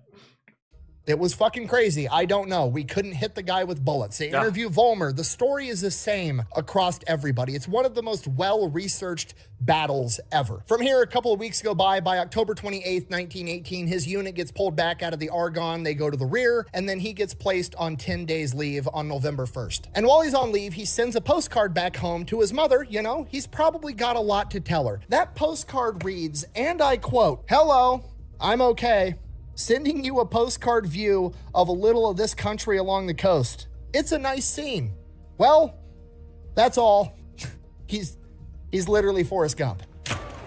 Not really. That's kind of like standard for what you would say to your mother if you were deployed or if you were away on a combat operation, because I can remember every single conversation I had with my mom during both deployments. You want to know I can remember every conversation? Because I only talked to her 5 times throughout both deployments. The only person I talked to was my dad. I gave him updates and then hung up the phone, didn't talk to anybody else. Talked to my mom a couple times, but that was the extent of the conversation. "Hi, son. How are you?" "Pretty good." "How is everything?" "Just bored and hot. That's it. Gotta go. Love ya. Bye." No sense in telling them anything. No sense in them knowing anything, even if what you did was spectacular. Really. It's just one thing, like, at least I wouldn't want to tell my mom. Really. And it doesn't matter how spectacular it is. What? Tell your mom, like, "Yeah, Mom, I fucking killed 30 people and then captured 132 more. That's not what your mother wants to hear from her son. You know what I'm saying? That's all I have to say about that. That's the right on, man. You said it all. Now, like I said, he goes on 10 days leave on November 1st, 1918. Guess what happens on November 11th, right as he's ending his leave? Germany surrenders. World War I is over. Coincidence? Almost unequivocally, yes, but it's funny to joke that Alvin York was coming off vacation, so the Germans just decided to call it a day and end World War I. We call him Baba Yaga. From here, Alvin York gets recommended for the Distinguished Service Cross. The only reason they weren't going to give him... Yo, we thought that after the Medal of Honor or something like that he would just, like, get out of the military like all the other ones. Nah. Medal of Honor was because, well, the story was too unbelievable and nobody was willing to agree that that actually happened. So they conducted an even more thorough investigation. Turns out it was all 100% legit. They upgraded it to the Medal of Honor. Good. He gets awarded the Medal of Honor. From here, they get sent out to some parade field. They're ordered to pick up all the cigarette butts out of this parade field because there's some fancy French general coming in to do some ceremony or something rather. So York and the rest of the guys are out in this parade field for like 2 days, picking up thousands and thousands of cigarette butts. Turns out the French guy that was coming was actually the French guy, Ferdinand Foch, the supreme Allied leader of World War I, and he was actually coming for Alvin York. Oh they have a my big God. ceremony, and Ferdinand Foch awards Alvin York the French Croix de Guerre, essentially the French version of the Medal of Honor. He pins it right next to York's Medal of Honor and says, and I quote, "What you did was the greatest thing ever accomplished by any soldier in any of the armies of Europe." It From really here, is. York gets yanked away. He goes on speaking tours all over France. He does that for a number of months. He's finally ready to go home, goes back to America. The Americans find out. They want to know more about York. He does speaking tours all over America. You know who I want to know about? I want to know about Commander Volmir, or whatever, however you pronounce his name. The German commander that was basically used as York's bargaining chip and leverage throughout this entire campaign. I want to know what happened to him. What happened to his future? What did he do in life? What happened to that guy? Probably would just hide my fucking head in shame, really, for the rest of my time. Especially if I fucking blow a point-blank kill, get myself captured, which leads to the subsequent capture of the rest of my goddamn unit. I wouldn't show up anywhere. At this point, he's still in the United States Army. He finally gets released from service, but the American public wants more. They want to know everything. He's getting $1,000 offers to go give speaking engagements, which back at this point in time, $1,000 is a ton of money. He's getting offered $10,000 for his life story in a book. He's getting offered $50,000 to do a film about his exploits. He rejects all of it. He doesn't want any of it. He doesn't want the fame. He doesn't want to be recognized or glorified for having to take a human life. He only feels like he did it because it was absolutely necessary, because he is the peacemaker. So that's it. He just flat out rejects everything, goes back into the mountains of Tennessee. He just wants to go there, live his life, read his Bible, marry his sweetheart Gracie, and that's exactly what he does. Time goes by and he still has people offering him money left and right for speaking engagements, movies, books, anything and everything you can imagine. He's getting offered money to endorse products, absolutely everything. And eventually he kind of figures, you know, this is a rare opportunity. He could probably do a lot of good in the world if he raised all this money and did something productive with it. And he remembers, you know, he wasn't really able to go to school as a kid. He has about a third grade education. He was only able to go to school on weekends. There just wasn't a school in that part of rural Tennessee when he was growing up, and there still isn't today. But if he could raise enough money, he could change that. He could affect the lives of all the kids around him, and that's cool. what he decides to do. So that's what he does. He leverages his fame to raise money to open up schools for kids in rural areas so they can get an education. He goes on speaking tours, raising money. He sells the rights to his book. He sells the rights to his war diary that he kept during World War I. It's so funny, and just like him, to use his same approach that he used for taking a life in the service, that he used for accepting the fame and everything that came with his actions. He didn't want anything to do with it until he thought to himself, I don't want to do this, but there's a whole bunch of people I could help by doing this. Keeping on with his sentiment that if you're in a position to do something, you should, because you're part of the problem if you don't, right? And you're turning your back on something you shouldn't turn your back on. So he used that same sentiment for doing this that he did for the service, which I think is pretty awesome for him to stay in character, for his character to stay the same like that, and for him to use the same logic that he used for his time in the service, but just for other facets of life after military. I think that speaks well to his character and the kind of dude that he is. He sells the rights to a movie, goes on, B's the technical advisor. He ends up raising hundreds of thousands of dollars, which at this point in time is millions. He ends up founding the York Institute in Jamestown, Tennessee, which is a privately funded school, but it's open to kids for free. And this wasn't just like overnight or over a year. This took years and years and years to do. And over the course of that time, he raised hundreds of thousands of dollars, and he paid himself almost nothing. Like, he didn't build a new fancy house. He didn't buy a bunch of nice stuff for himself or his family. He was still living exactly how he grew up the entire time. Out of the hundreds of thousands of dollars that he made, I believe he paid himself just over $6,000 over the course of like a decade. The man is truly selfless. He literally took just enough money. That's like fucking like 0.0 something percent. To keep food on the table for his family and gave everything else to this school. Yeah. But as we all know, no good deed goes unpunished. Alvin York, the man with a third grade education, was under the impression that because he was doing selfless stuff with the money, he was literally donating it to give kids an education, he thought that that was a charitable donation and that he didn't have to pay taxes on it. Well, apparently he was wrong because he wasn't a, 401c fucking charity or whatever the fuck with the IRS. So none of that counts, and Alvin York now owes a ton of money in back taxes, and the IRS is coming after him. It's never too early to learn that the government is a greedy piglet that suckles on a taxpayer's teat until they have sore, chapped nipples.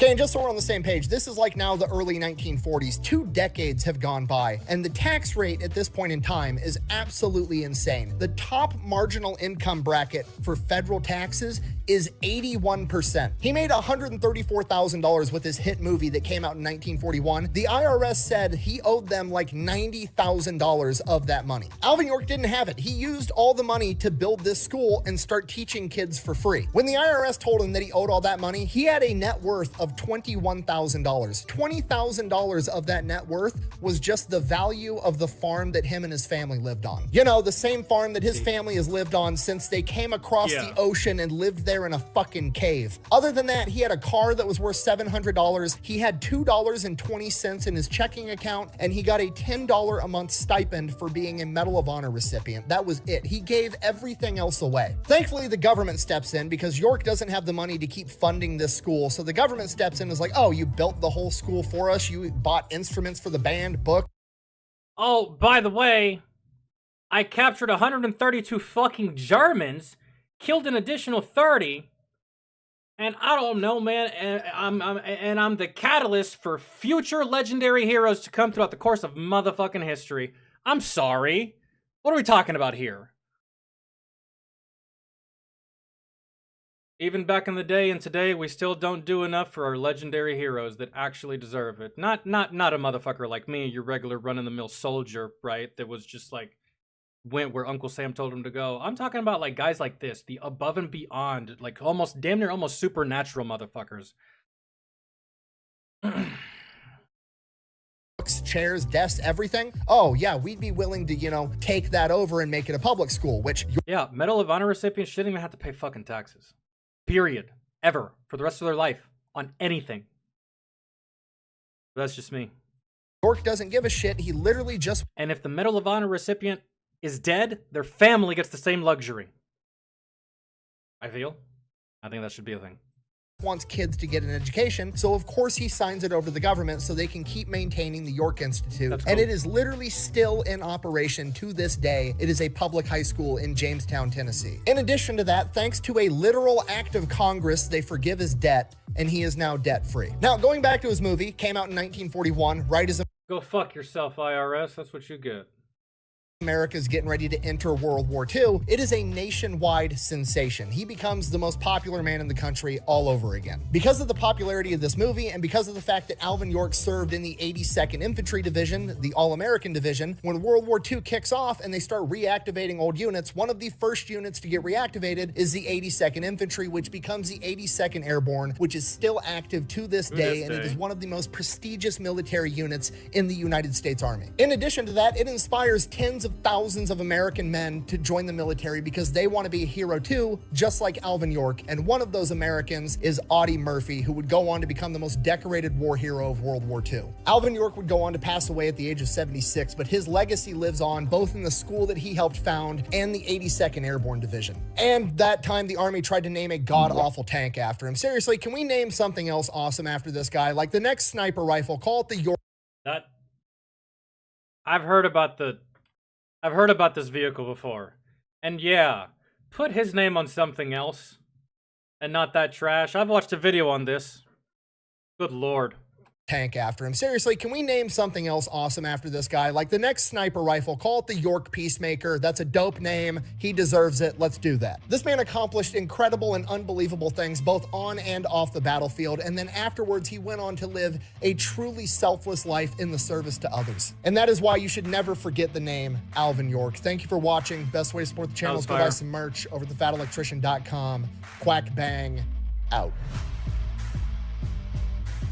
That was good. My favorite thing about the Sergeant York movie was he was the technical advisor. Like, he signed off on absolutely everything in the movie. He tried to have the other men represented. He tried to keep it as accurate as possible.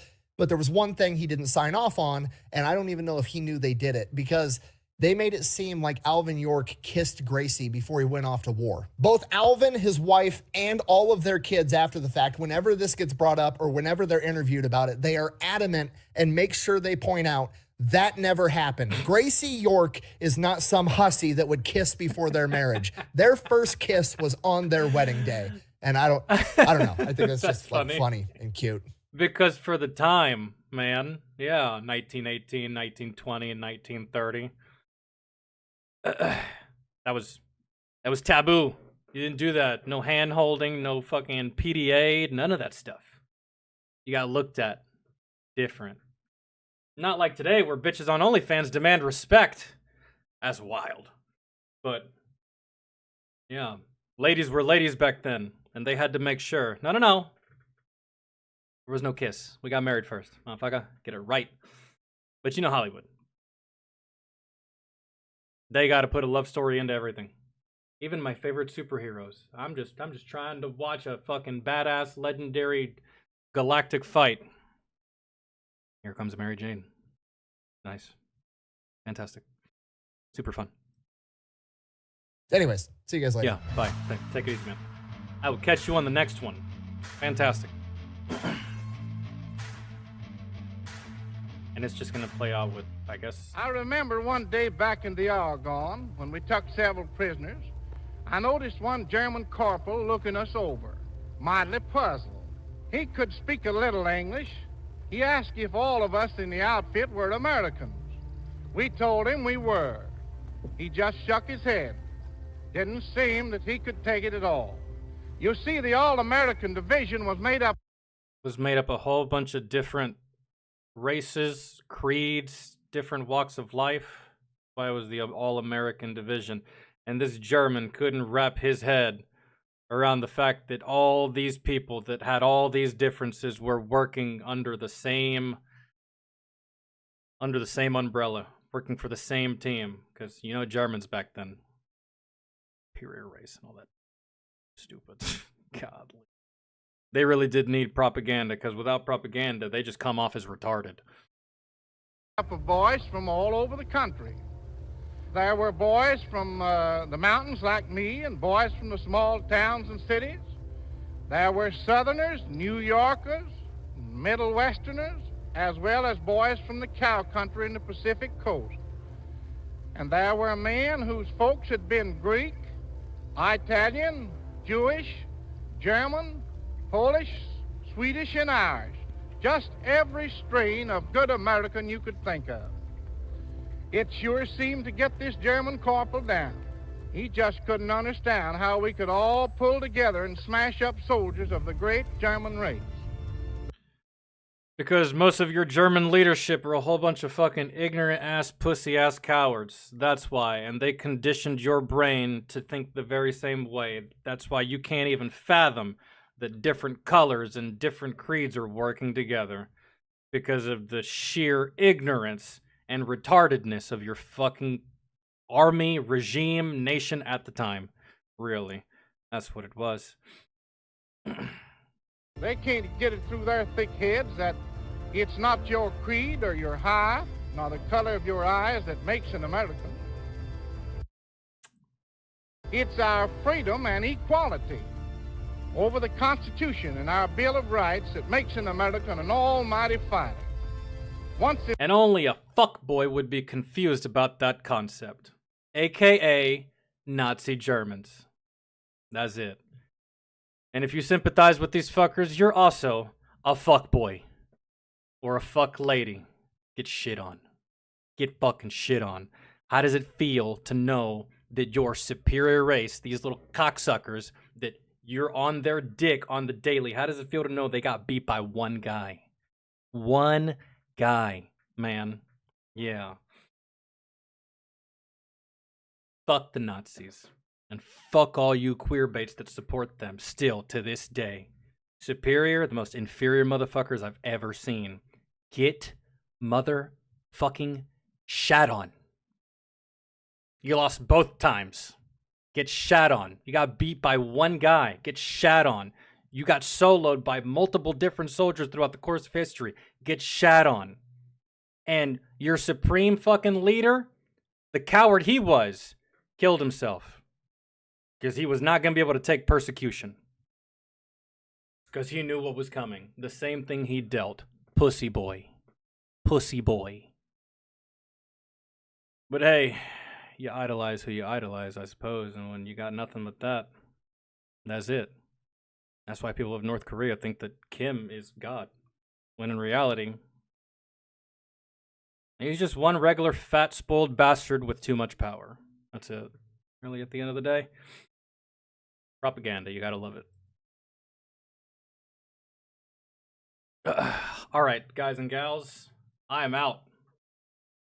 I am about to go to the gas station and about to go get me some more root beer and donuts. Like, I've literally been living off of root beer and donuts. Whatever videos we didn't cover today, whatever we didn't get a chance to cover today, we'll probably just cover it on Monday. We'll be live tomorrow on Twitch for music. I don't know if we'll go live on Sunday. I'll probably just use that day to edit and upload. I have a lot to edit and upload from this. I still got to upload my Twitch streams to Rumble, which I haven't. I got to do this before they expire. And yeah, that's about it, man. So if y'all need anything, y'all can hit me up on Discord or DM me. If not, I will see all of you tomorrow. If y'all have any music requests, be sure to put them in now, or you can just wait till I go live. It'll be on Twitch, and it'll be somewhere around the time of like 1-ish p.m., give or take an hour or two. So either 12 at the earliest, 2 p.m. at the latest is when I'll be live, that window. So yeah, love y'all. Thanks for hanging out. Thanks for chilling. I will see y'all tomorrow.